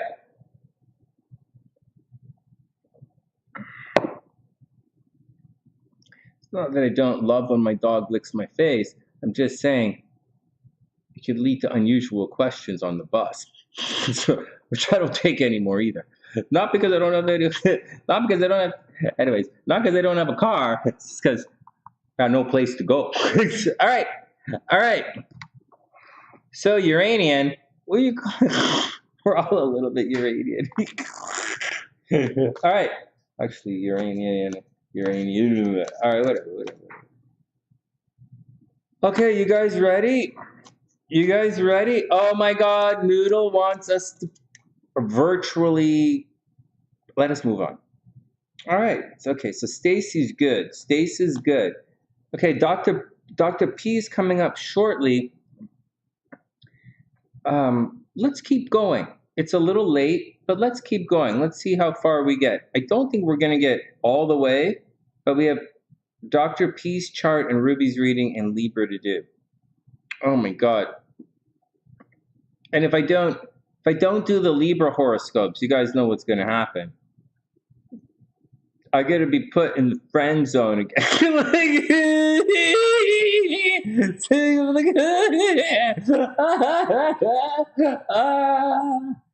Oh my God.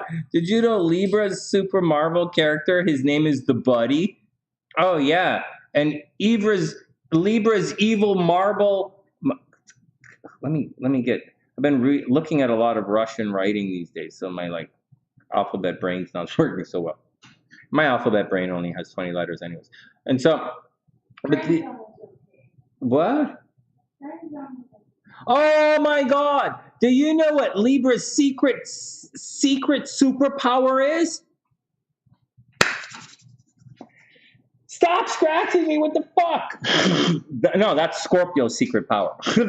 Libra's secret power is this. They will friend zone you while they're having sex with your best friend. All right, don't give me no dog face herpes. I don't want to have that conversation with my doctor again. Just give me the cream. Fuck. Would you like it in pill formation this time, Sonny? No, I like the cream. All right, let's get back to work. Oh, you're welcome, Layla.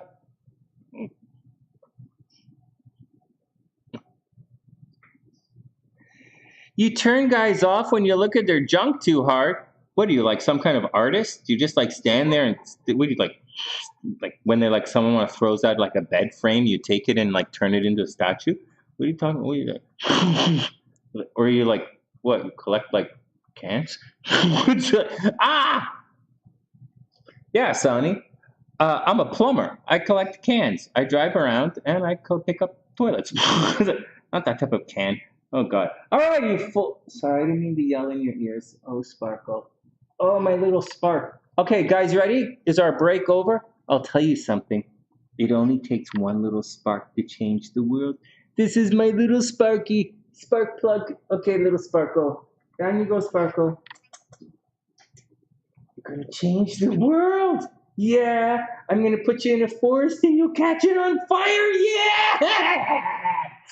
All right. Well, at least you have a better superpower than Libra. Form of friend zone. Okay, whatever. It's not a superpower, Sonny. It's more like a curse. All right, whatever. Let's get back to it. You're an artist, but you leave the light on. That's so dirty. That's so dirty and easily recordable. Okay, so look at it. Leon. Okay, everybody stop. Everybody stop. Let's get back to work. We didn't even make it to Libra yet. Powers of concentration. Oh my God. Tell that to the orange juice factory. I lasted there like 3 days. Motherfucker said I couldn't concentrate. I'm like, jackass. Fuck, all this shit's just powder astronaut shit anyways. I got fucked. Let's get back to it. All right, everybody calm down. Everybody calm down. What is next? Libra. Libra, and then Dr. P.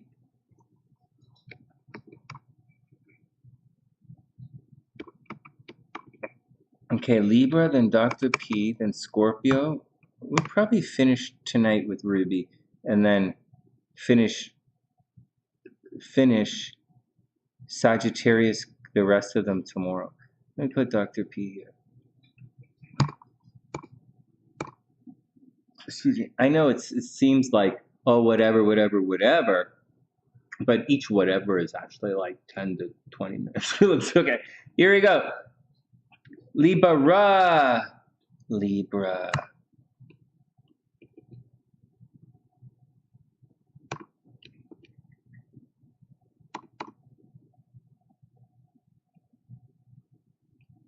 It's not what you think, Sonny. We're just friends. That's exactly what I was thinking. All right, okay, stop it. We know what you're thinking, Sonny. We don't really know who you're talking to.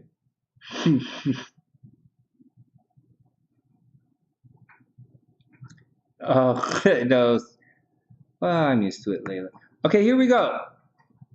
Libra's up. Let's do it. Libra's up. Let's go check it out. A lot of Libras on the sunny side. I have to do the horoscope for you guys.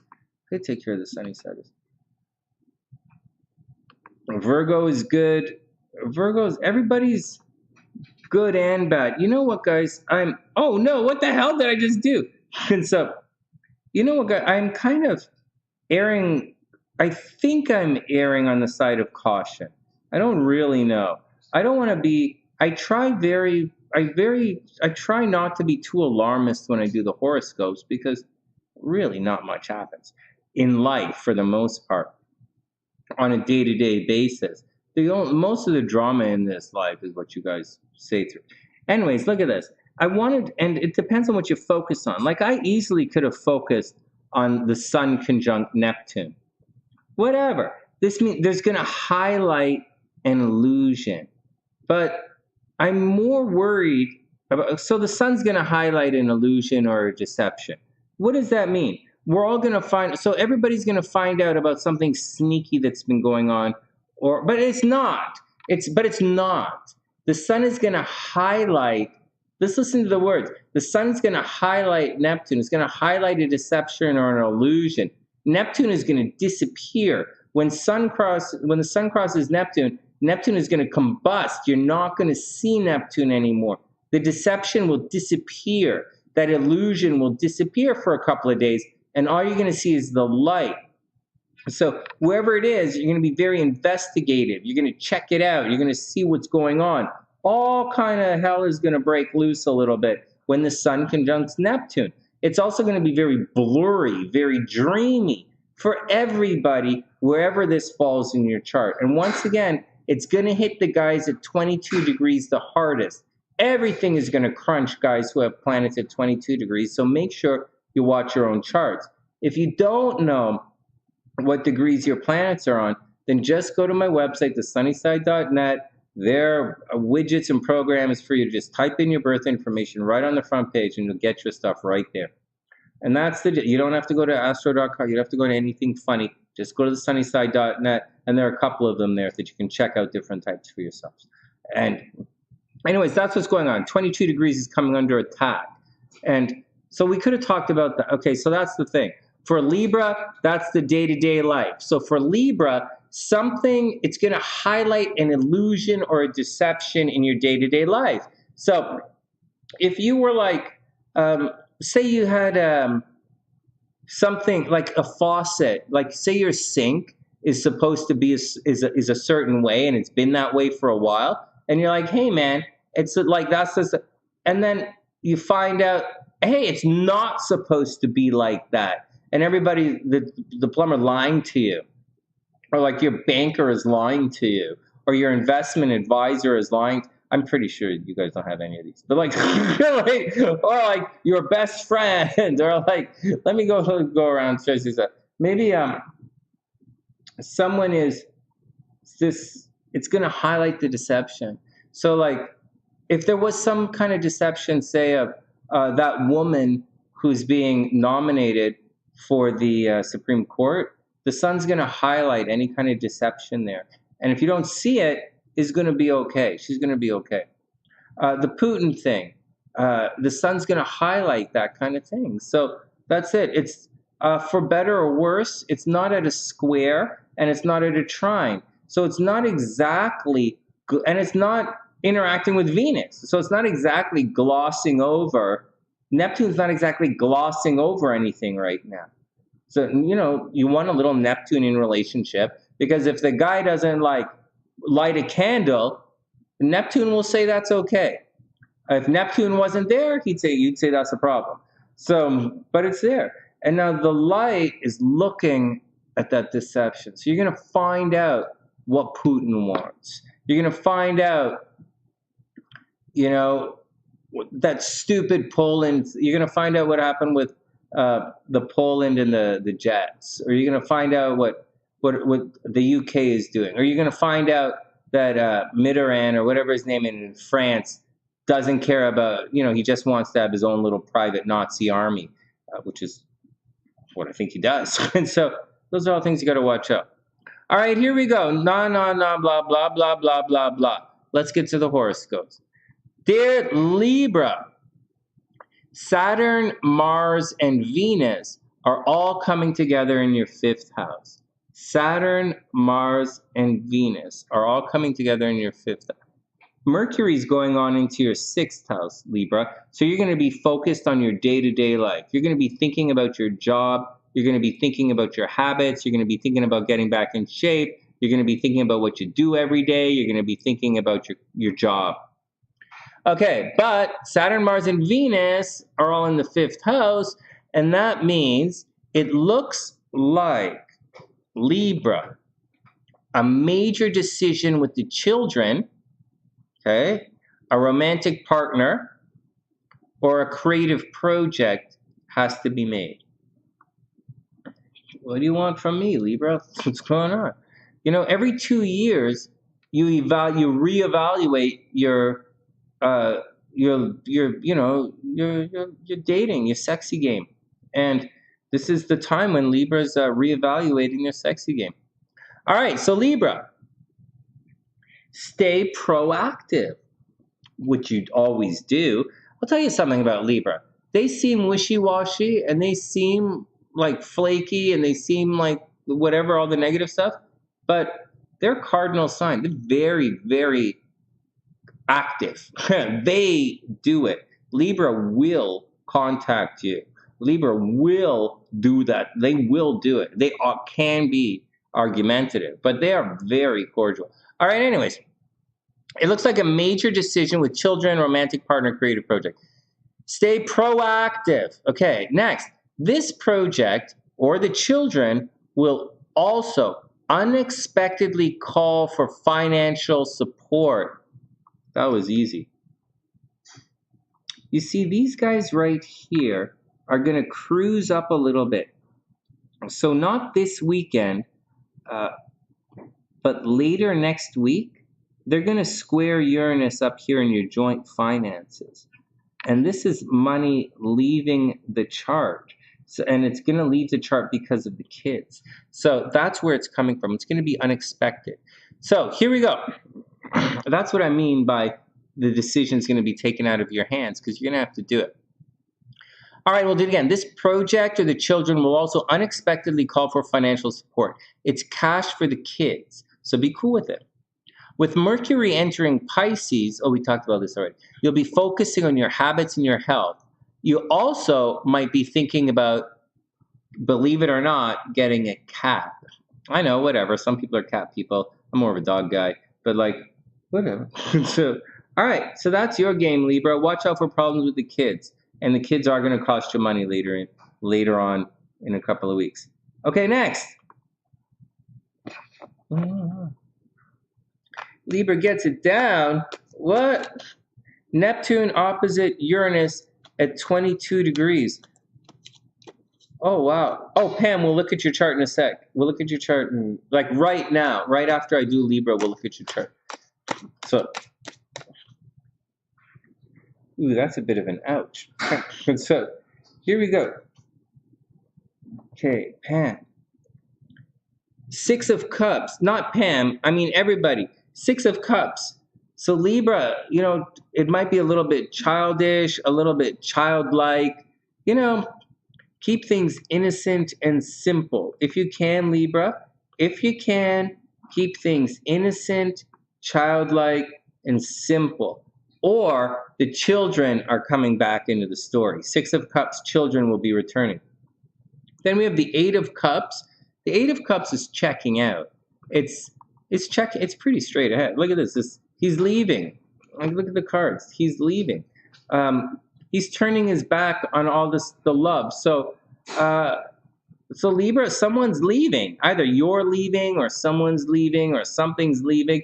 You're looking for a new source of love, or a new muse, or a new inspiration. And that's just going on with Libra. It's not really, that's not a good Libra card. So just letting you know. It's a fine card if you're like an antisocial Scorpio, but not a Libra. Oh, shucks. And then Libra, 5 of Cups. So Libra, maybe you have a little bit of, well, Libra, you have, you know, in the next 3 weeks, that Mars approaching Saturn, Libra, is going to cause a very difficult change in your dating life. So here you go, Libra, 5 of Cups. Either Libra, I don't really see Libra getting pregnant, although you would think with Mars in the Mars in the 5th house, with Venus and Mars yeah, Libra, you might get pregnant, so watch out. Libra, accidental pregnancies, watch out. Stop. Accidental pregnancies, Libra, watch out. You know? Abortion Libra, watch out. So, but yeah, accidental pregnancies, miscarriage Libra. Mars conjunct Saturn, miscarriage. Ay, ay, ay. Libra, watch out for it. Problems with the children. Problems with the children, problem with the children. In the next 3 weeks, problems with the children. Pamela, how are you doing? I hope you're having an amazing day. Pamela Lodge. All right, here we go, here we go, here we go. So there's Libra. All right, Dr. P is up.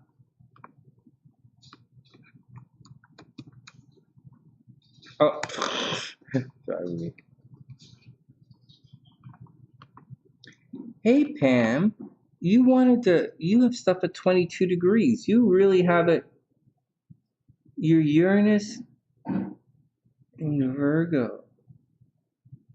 You're okay. Well, we're going to look at it.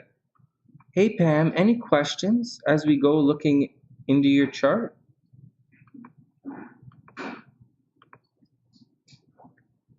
I'm not going to take the picture quite yet. I'm going to take a picture, but in a sec. Let's have a look. See where everything is gonna be. Okay, Dr. P is at 350.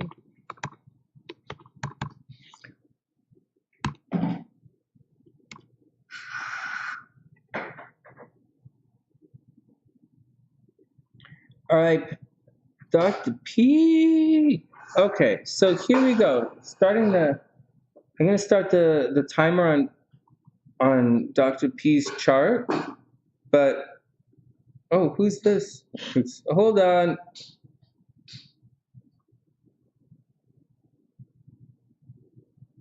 Oh, I think we're good. We're good. One sec. Clean it up. Why did I pay my phone bill? So, that sucks. Looking here for you, I'd say that your phone bill is gonna suck.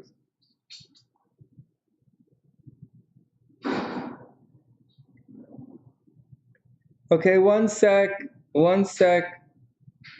Oh, Jazz posted something. Okay, next.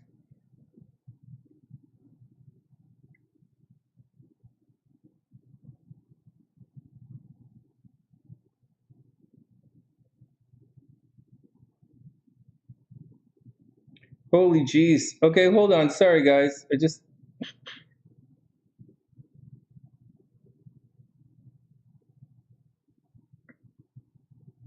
Holy jeez, that was horrible. And then it all came back. All right, here we go.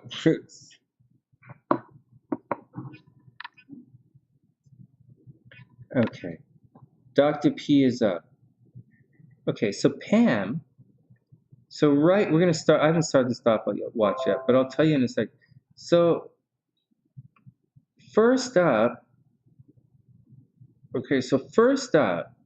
you might. Okay, so let's start the stopwatch. You're Boston, not Baltimore. Yeah, I know. Here, I'll pull up the other chart. All right, one sec.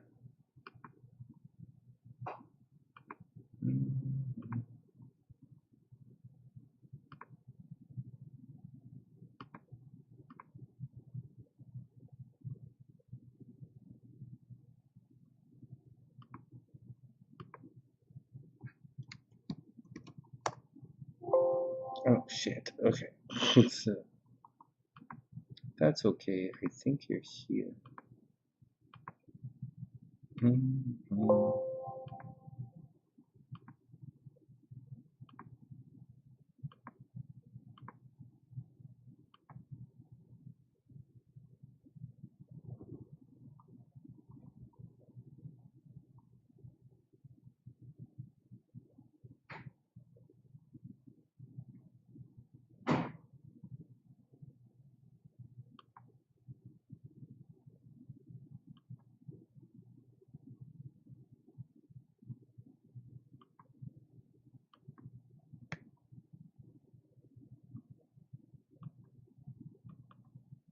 Oops.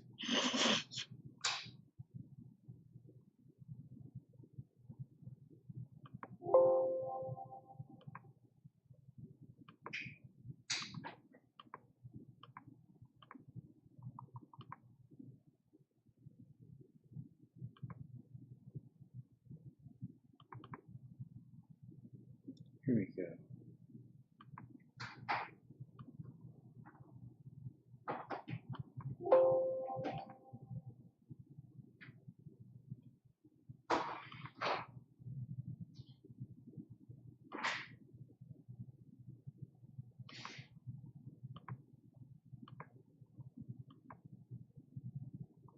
All right, let's go through it. Oops, let's get rid of this.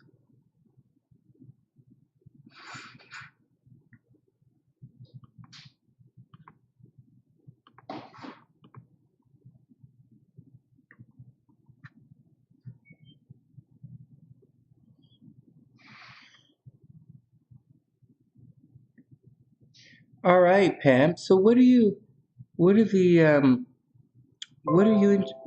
curious about? What are you most concerned about? Or I'll just tell you what's going on. So in this situation, so let's start the stopwatch. Here we go. So in this situation,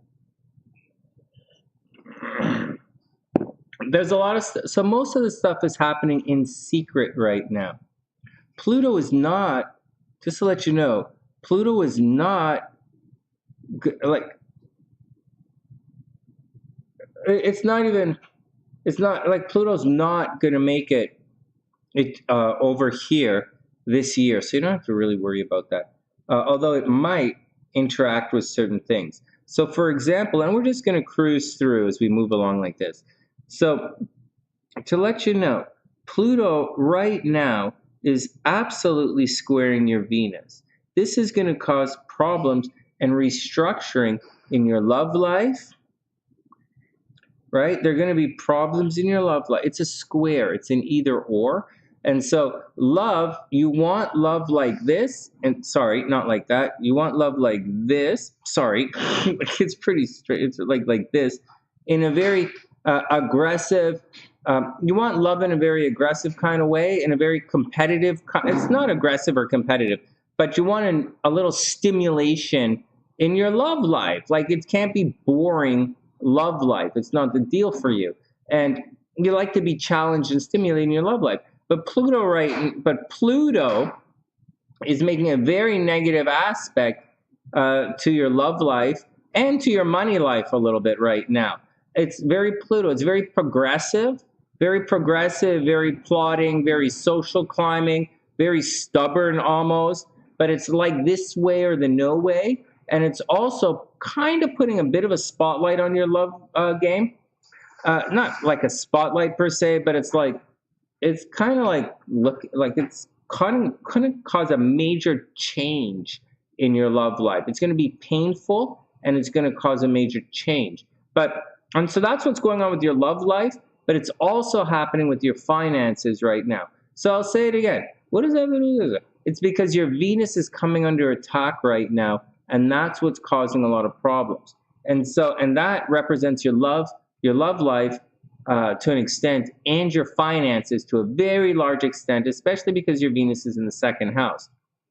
All right, and this has been going on for the last little while, and this will continue for the next little while. And I'll show you.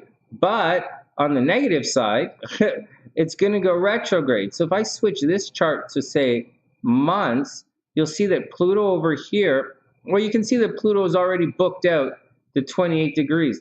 Where is this, March 11th? Let's move it back a couple of days.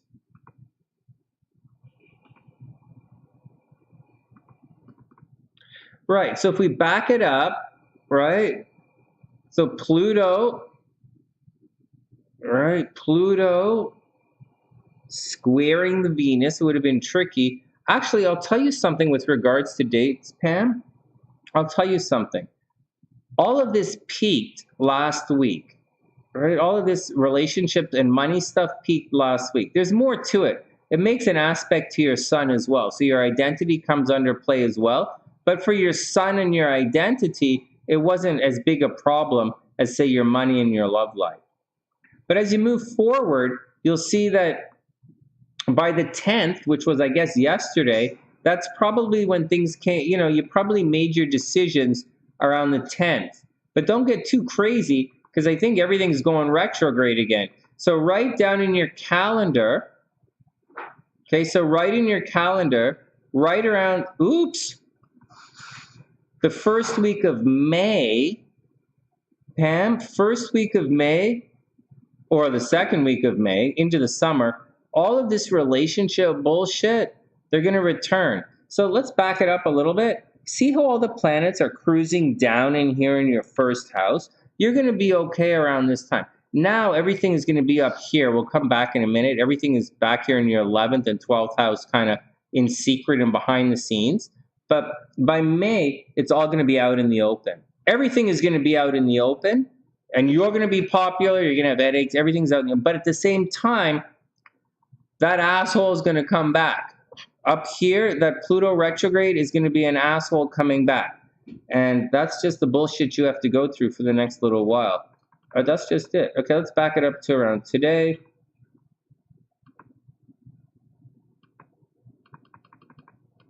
Okay, and let's put that down for a sec. Let's get back to the picture. Okay, so that's what's going on, and that's what's happening in your chart. And it is a bit of a drag. It is a bit of a drag, and you got to deal with it. Let's lose this chart. Let's do this. Let me do this to clean this up a bit, make it easier for me.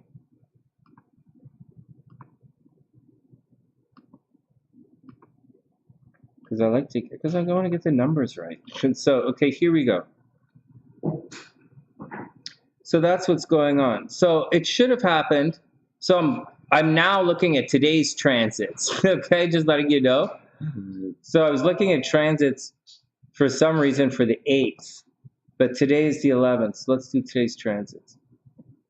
Okay, so what's going on here?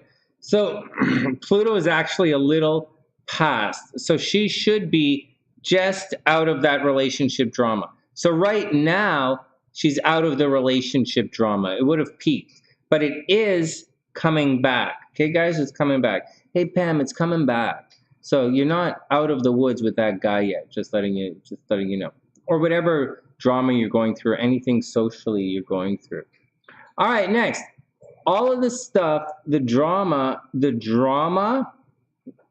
is happening behind the scenes in your 12th house, and it really is happening in your 12th house, and it really is happening behind the scenes. It's like, it really is. So you might get in secret relationships. There might be cheating in relationship. You're not dating anybody, so there's no cheating. But there might be breakup energy in relationships, or a partner might die. Cheating in relationships, secret in relationship, partner might die. Mental health problems, headaches. But you know what, Pam? This is a really negative thing. Behind the scenes here, 22 degrees. This is it. It's going to be at 22 degrees the first week of April. What did you say is at 22 degrees? Your Uranus is at 22 degrees. And so Jupiter's at 24. It's going to be a big deal. These guys aren't going to get hurt that much by that. Neptune is a little bit of a deal. And so what's going to happen is there's going to be some kind of change. So just to let you know, although you don't want to hear this, be careful, because this thing could indicate a death. So Pam, it could indicate a death. It could indicate going to jail. No joke. I don't think you're going to jail for anything, but Mars conjunct Saturn in the 12th house, you could go to jail. People could control you. That's not really the worst thing in the world. Headaches, isolation. Maybe you get committed to a mental hospital. But if you got committed to a mental hospital, it's like you get a job there. So I don't think it's the worst thing in the world. So, but anyways, that's what's going on. It's at 22 degrees. So it's not 22 degrees Aquarius.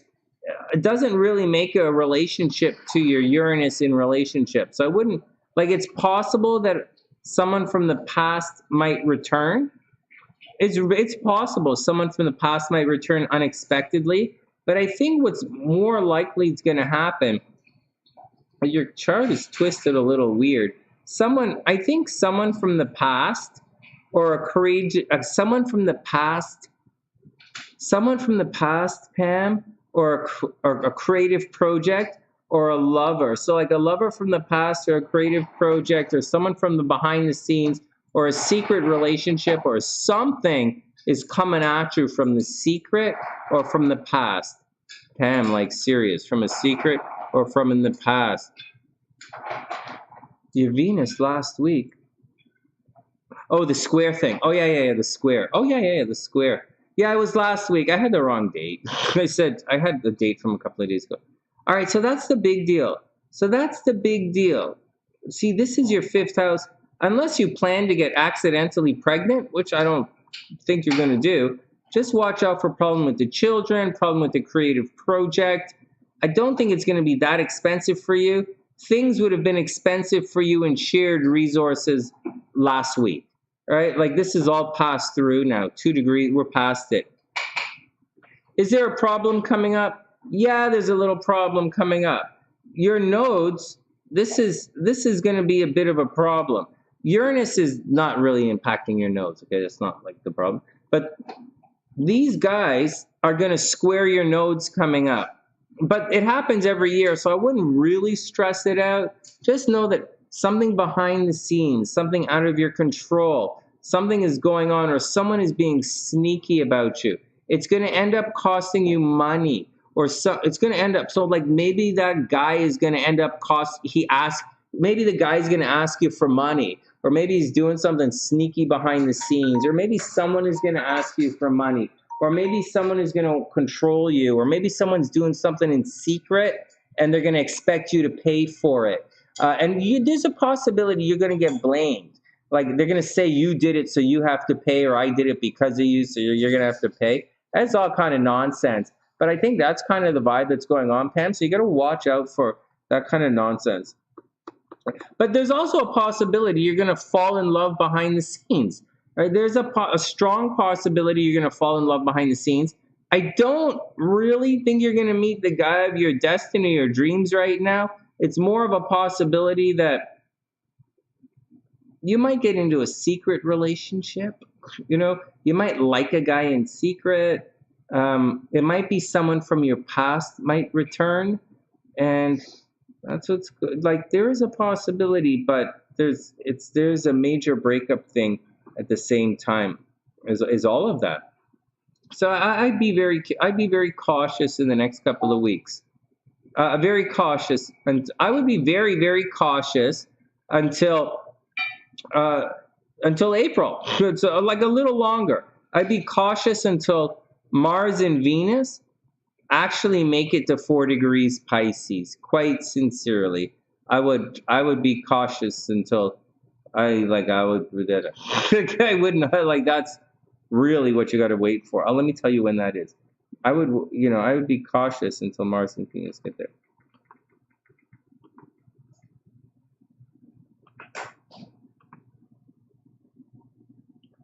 What the hell chart is this? Okay, that's the wrong chart. So hold on, guys. Let's find this again.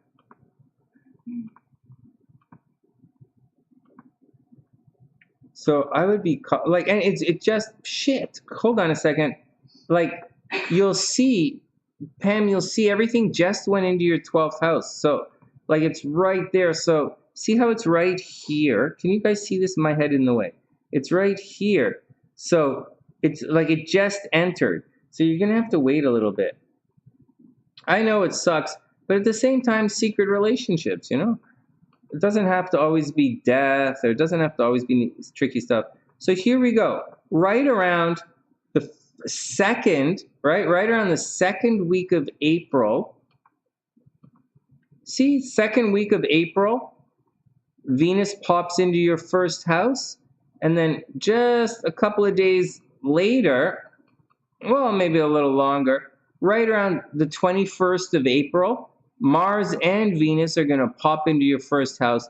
And then everything is, all the nonsense and all the sneakiness, all the stupidity, all the nonsense, all the 12th house bullshit will be gone.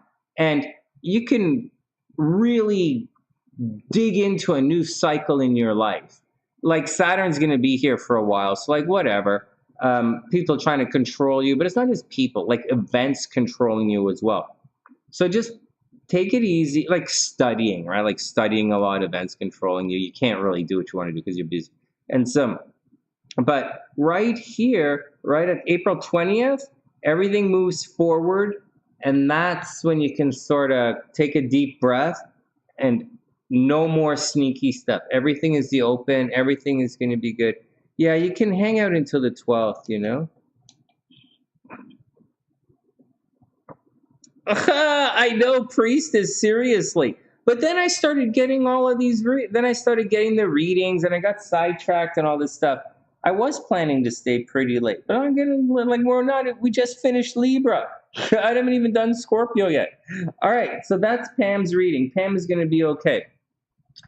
Pam, you just got to hang out a little bit. You know, it's going to be stressful a little bit. Yeah, have a secret. Oh, you have a cold. Yeah, you'll have a little bit of a cold. You will. Hold on. This is messing up. So,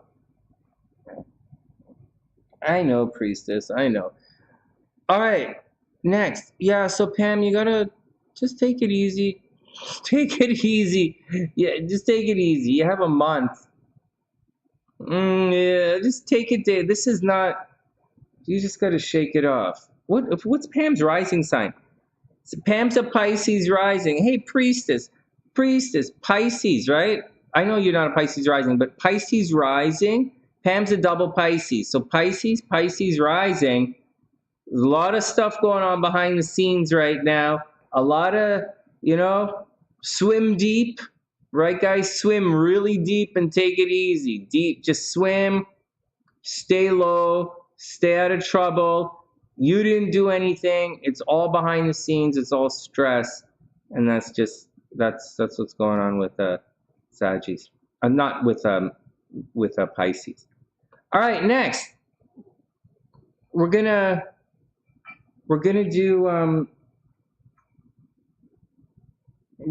do things a little out of order right now because we're running out of time and we have to do Ruby's reading.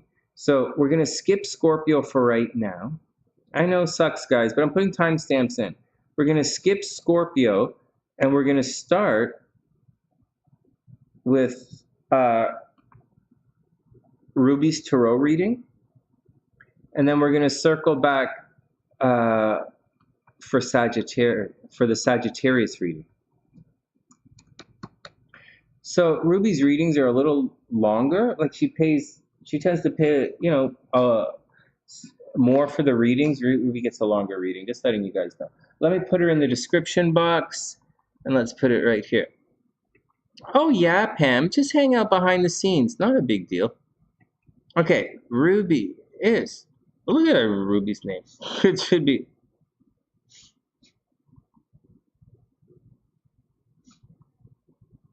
Okay, Ruby is 4/12/30. Timestamps in the description. Okay, so we're going to do Ruby and then Sagittarius, and then we're going to come back. Yeah, we'll come back for Scorpio. All right, Ruby's up. 4/12. Let's read Ruby's cards and see what's going on here. All right.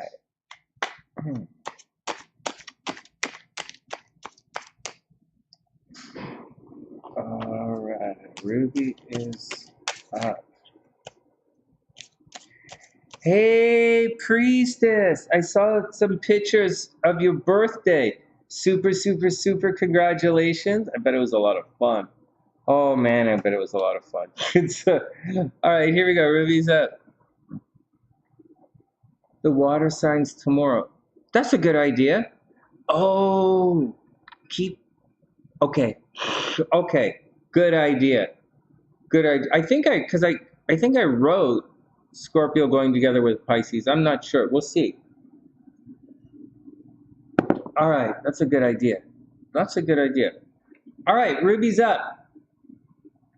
Friday. Yeah, I'll come back tomorrow early, like around. I'll come back tomorrow early. No reading. I don't have any readings tomorrow. So I'll come back tomorrow, finish the horoscopes, and Because it looks like I'm not going to get that video done. So here we go. Okay, Ruby's up. Let's see what's going on with Ruby. Oh my God, the Six of Cups. The Six of Cups.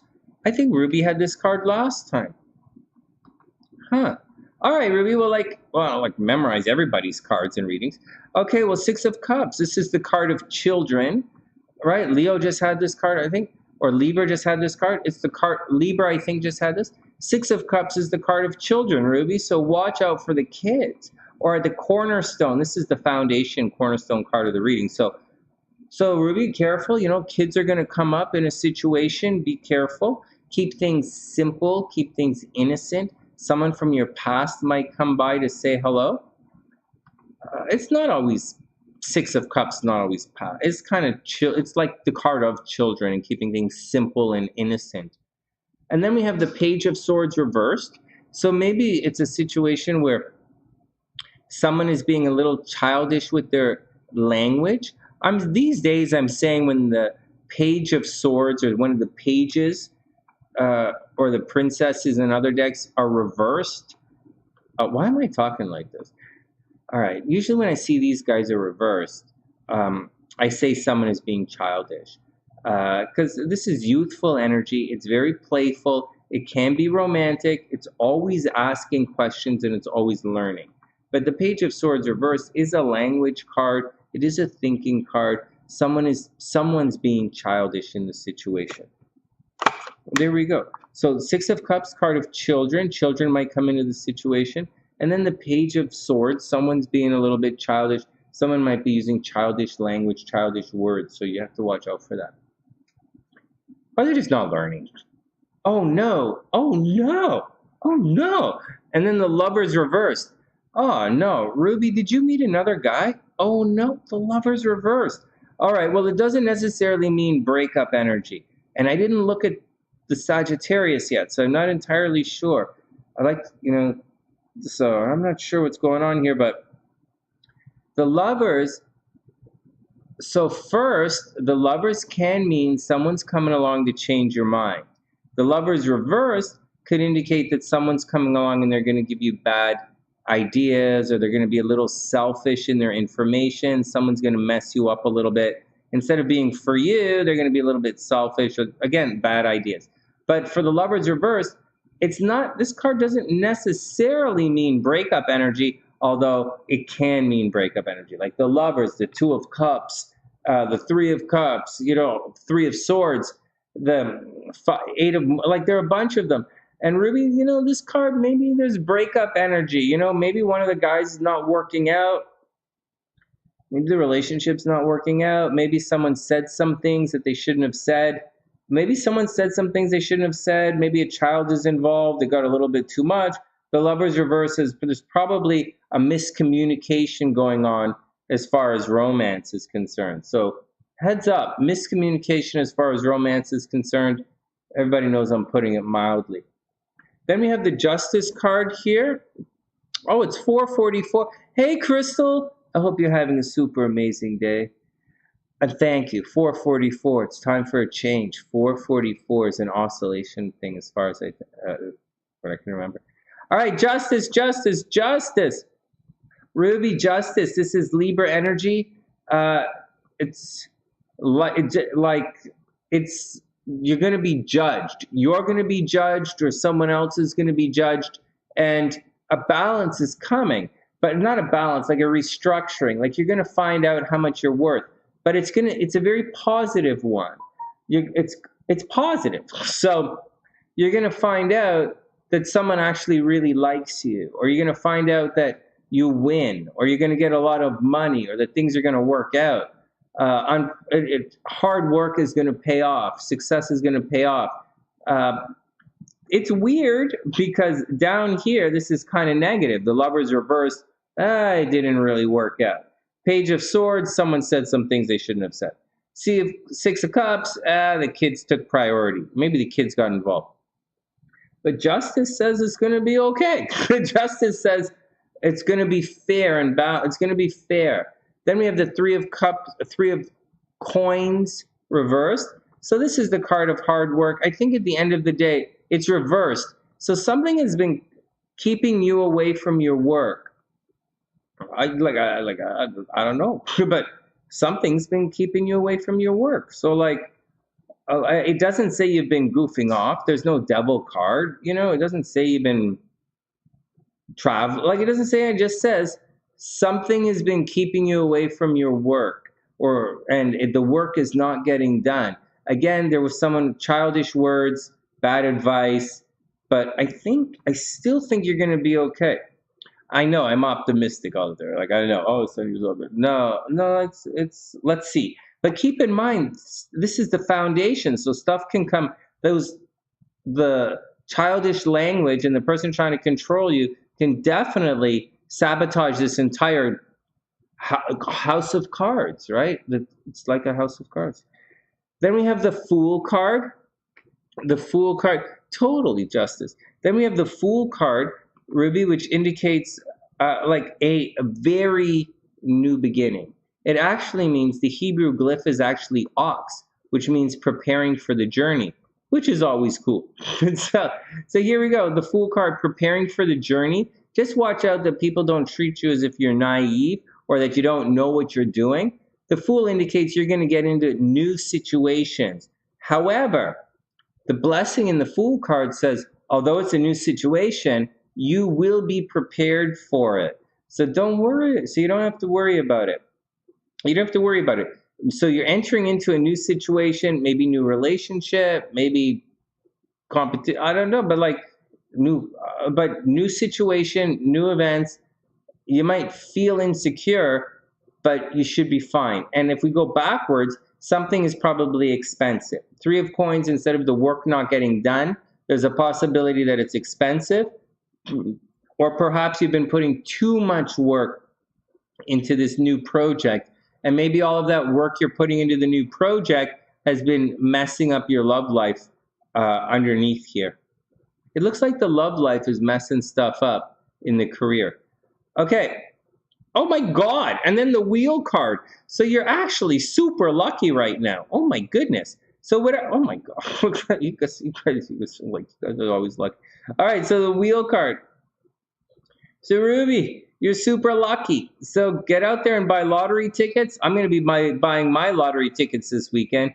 Anybody with degrees at 22 degrees, go buy lottery tickets. Neptune is at 22 degrees. It's not exactly sudden and unexpected, but it's also not exactly what we look towards for sudden and unexpected money. But go do it anyways. Okay. Anyways, Ruby, Wheel of Fortune, you're actually very lucky.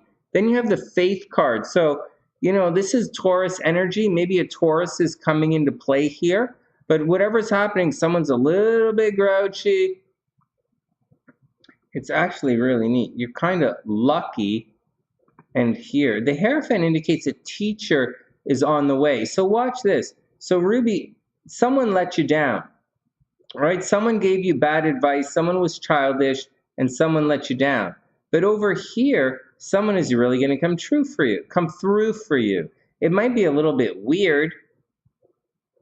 It might be a little bit weird because the Hierophant's a little bit grouchy and a little bit stubborn, and he's a little bit, this is the way to do it. But actually, the Wheel of Fortune, like you're the Wheel of Fortune and the other person's the Hierophant. So like, you're really lucky right now in this, you know, maybe listen to that really stubborn person. That other person who is being childish gave you bad advice. The Hierophant, the stubborn, tried and true way, stick to your guns, stick to your goals. I think that's good advice for you right now. And finally, the Page of Wands. You are going through a learning curve. Ruby, you're going through a learning curve, and you have a little bit of a new beginning coming up. So just rock the new beginning. Where is this card? Oh, there you go. So rock the new beginning. Take it easy, step by step, and it should be okay.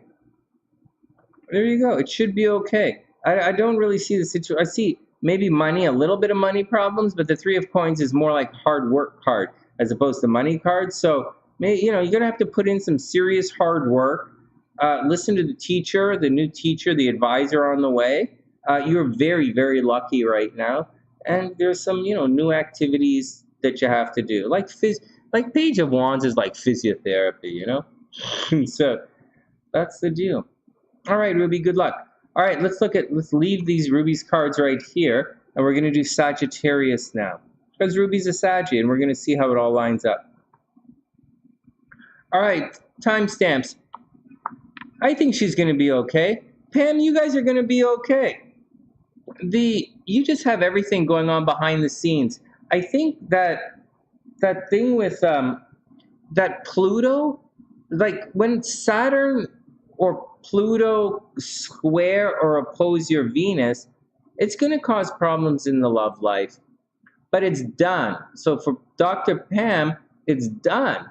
Except that in a couple of weeks, or like in 2 months, I think, it's going to retrograde and come back. So that guy or that problem or that harassment or that, whatever, lazy wang kind of thing, it's all coming back. And you're going to, but in the meantime, work through it on an emotional level with Mars and Venus behind us. Just work through it.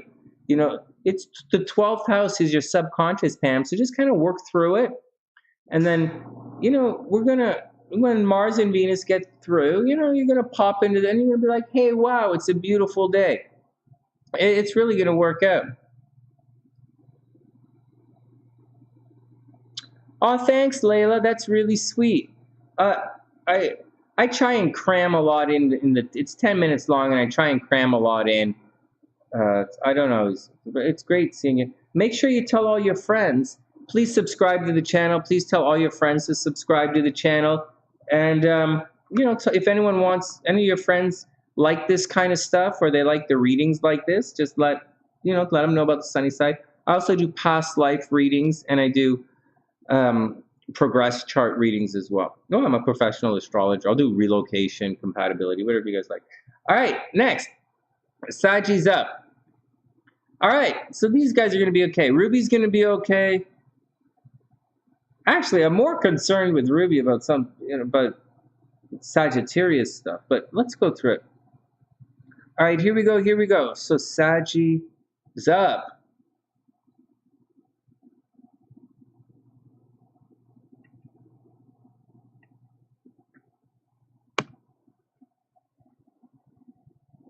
Where's my timestamps? 4. All right, guys, Sagittarius.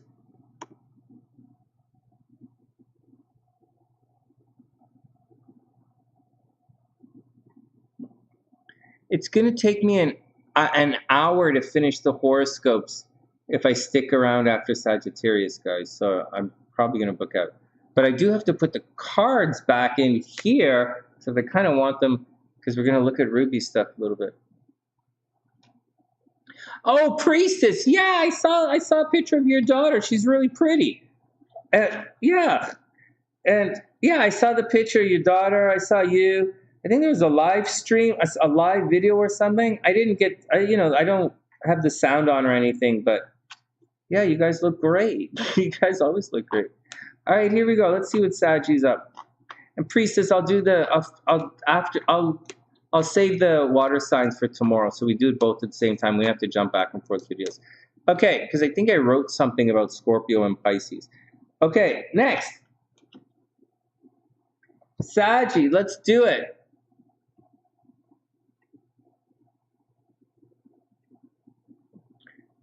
All right. Pardon me? There's a breeze coming. It's okay. I've got my heat stuff right here.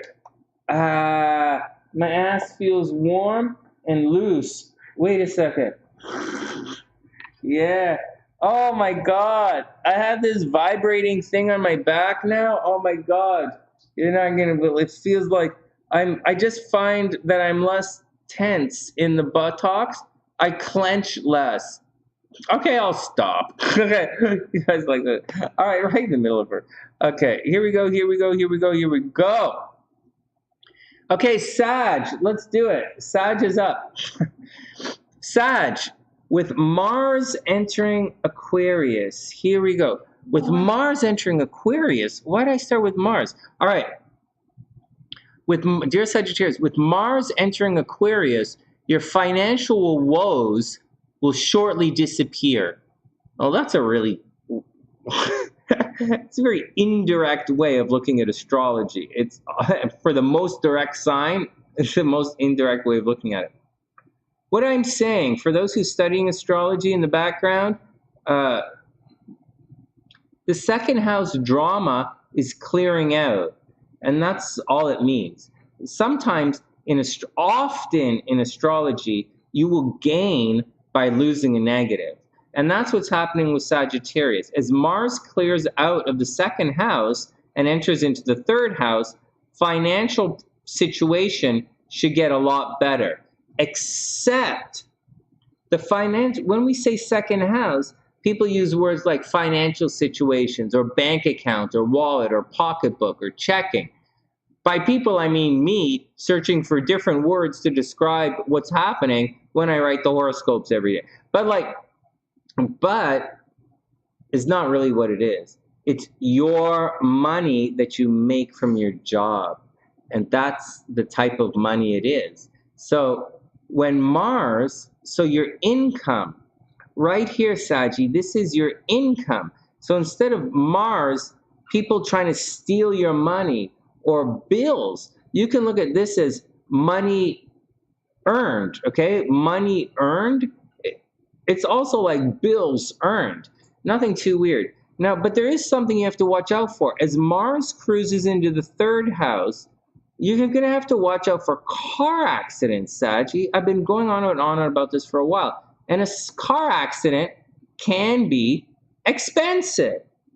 So, are you guys catching a drift on this? So, as Venus enters into the third house, let's say, it doesn't mean that you suddenly stop making money.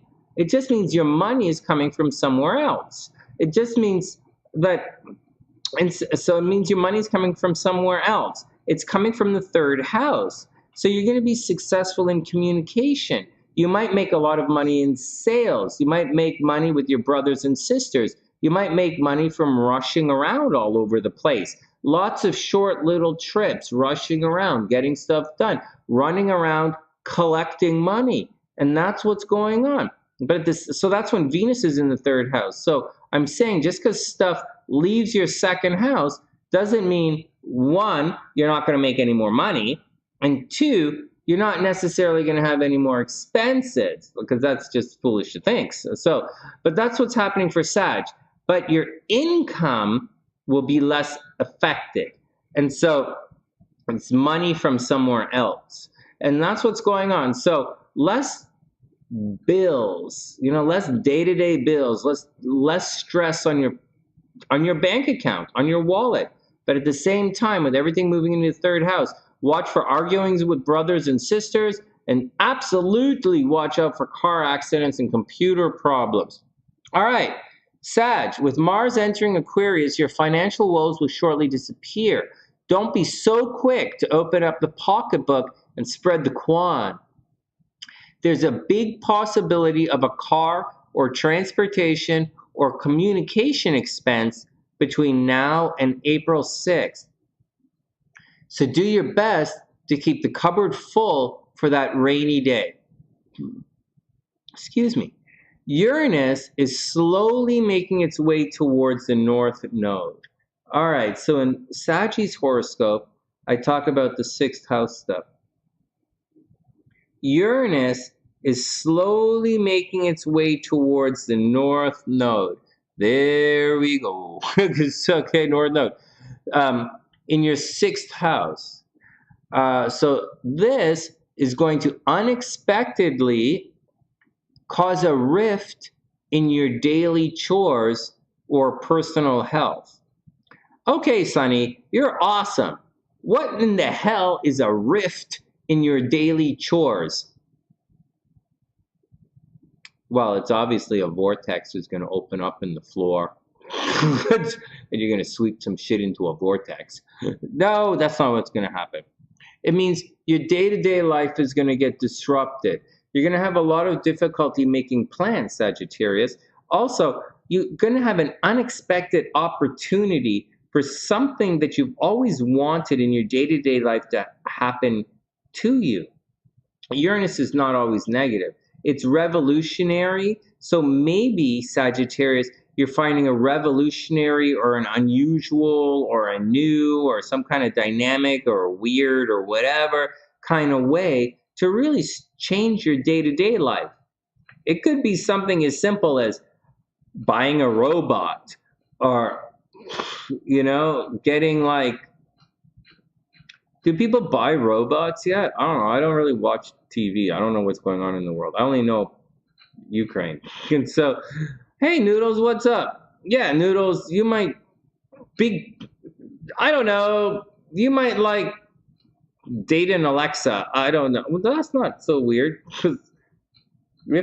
Or you might date like a Siri or something. But like, so that's what's going on. So revolutionary, unexpected stuff in your day-to-day life. Watch for accidents, you know, Saggy. Watch you don't hurt yourself. Watch your health. Big stuff. Watch your health. Watch your day-to-day life. Just be careful. Something unusual is going to happen in the next couple of weeks. Okay, next. Okay, and finally, Sagittarius, dear Saggy, it might look like someone doesn't need your help right now, but they actually do. So that's the deal, guys. Watch out, Sag. Anyway, so that's the deal. So Sag, someone needs your help. Reach out there and help them. A lot of stuff is happening at the home, right? Saggies might be buying a new house. Saggies might be buying a new house, like a second house, or expanding the house somehow, renovating that. Probably not maybe renovating, building onto the house. Maybe people are moving in, people are visiting. A lot of stuff happening at the house this year. But right now, it's all about communication, transportation. Watch, Saggy, that you don't argue with people. You might be arguing with people right now. And you might, you know, Saggies, watch out, you know, for jail. Watch out for jail time. The signs that have to watch out for jail time are, just letting you know, Sagittarius has to watch out for jail time. Pisces has to watch out for jail time. And Aquarius. Saggies, Pisces, and Aquarius are the three signs that really have to watch out for jail time. But we don't really do the... I don't usually sit around and predict who's going to jail on the sunny side. All right, so that's Ruby. That's Sagittarius. Let's look at the cards for Saggy. So Ruby's going to be okay. Ruby's going to be okay. Saggy's going to be okay. As long as Saggy doesn't go to jail, Saggy's going to be okay. Or get into a car accident. But it's okay. It's okay, one or the other. They're not the only sign going through these problems.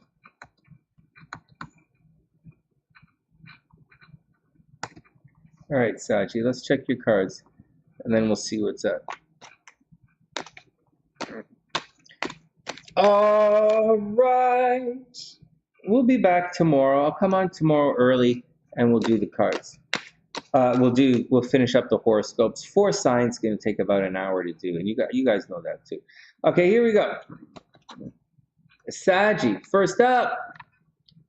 7 of Cups reversed. So Sag, you probably feel like you don't have any choice right now. Whatever's 7 of Cups, whatever's going on in your life, Sag, you're like, okay, F it, I gotta do it. And that's just it. You probably don't feel inspired, and you don't feel inspired, you don't feel creative. You know, again, guys, this 7 of Cups reversed for Sagittarius is very difficult. This could make Saggies feel trapped. And Saggies do not like being trapped. So everybody be cool, okay? So Saggy, be cool. But it really means you're not seeing any ideas or ways out of the situation. You're mentally trapped. All right, emotionally trapped. Can't make a decision. Saggies can't make a decision right now. It's an emotional decision. Saggies can't put their heart into the decision. They want to, they just can't choose. Then we have the 2 of Swords. This is extra appropriate. Saggies are having difficulty making decisions right now, which is it. You have 2 cards. Saggy, you have 2 cards of being indecisive right now. So I don't know. Like, you have questions you have to figure out or something. Maybe it doesn't say you have it says, doesn't say anybody's bugging you. It just says you're indecisive and you have to make a decision, and you probably don't have all of the answer. You probably don't have all of the information available. Sag is not a sign that sits on their ass, like not at all. So you probably don't have all the information. I'm just guessing that you don't have all the information. Finally, the Hanging Man reversed. There's an illusion. I think you're going to find out something, and I don't think you're going to burst your bubble per se. Let me ease up on the language. I don't know about burst your bubble or make you think something weird or anything. There is a bit of an illusion. Maybe someone is not being entirely honest with you, Saggy.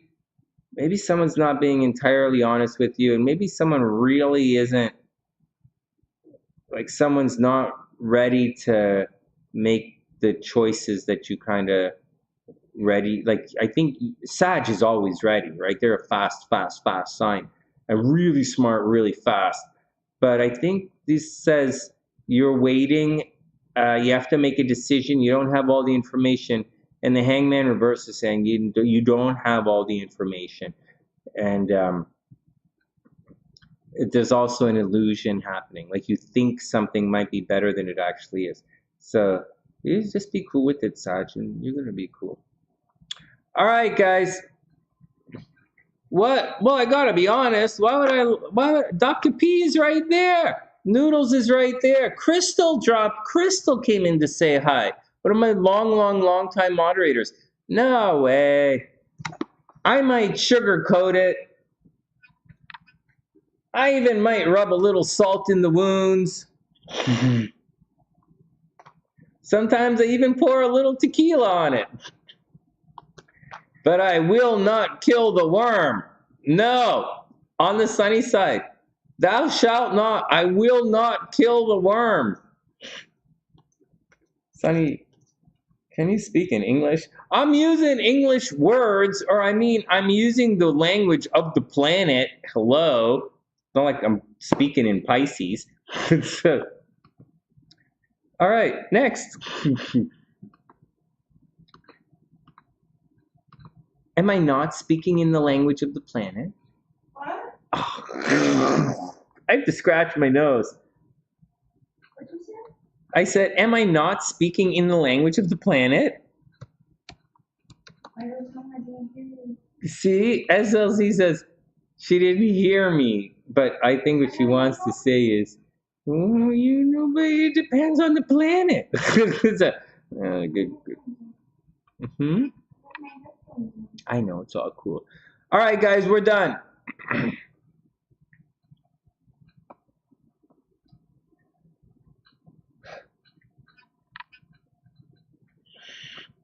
I hope everyone has a super amazing day. Layla, thanks for hanging out with us. Please tell all your friends to come here for readings, and I'll tell them exactly what happened in their lives yesterday. And I hope everybody's cool. I hope everyone had fun tonight. We didn't finish the horoscopes. It's almost 5 hours. And although I actually thought I'd be done in a little, but I think if it's going to take another hour and a half to do the horoscope. So we'll do them tomorrow. And that's the deal, guys. I hope everyone is having a super amazing day. I hope everyone had fun. I had fun. I like doing the horoscopes. I kind of fucked it up for this week because I don't see myself gluing 2 videos together on my webpage. Look, I might. It's what the fuck? We'll do it We'll do it. I'll do it. Maybe. I'll do it. All right, let's get out of here. Anyways, let's book out. I'll come back tomorrow and finish the horoscopes. Earlier tomorrow, right? Lunchtime? After lunch. And then we'll take it from there. Because I have to send out emails and stuff to set up readings. And that's it, guys. I hope everyone has a super amazing day. I hope everyone stays out of trouble. And that's the best. And that's the action, Wishing everyone the best. From the sunny side, let's get out of here. From TheSunnySide.net, I'm Sunny, wishing everyone the best. A beautiful night. You know, Priestess, drive safe. You probably home by now. Drive safe. Everybody drive safe. Everybody be cool. And I'll see you guys soon.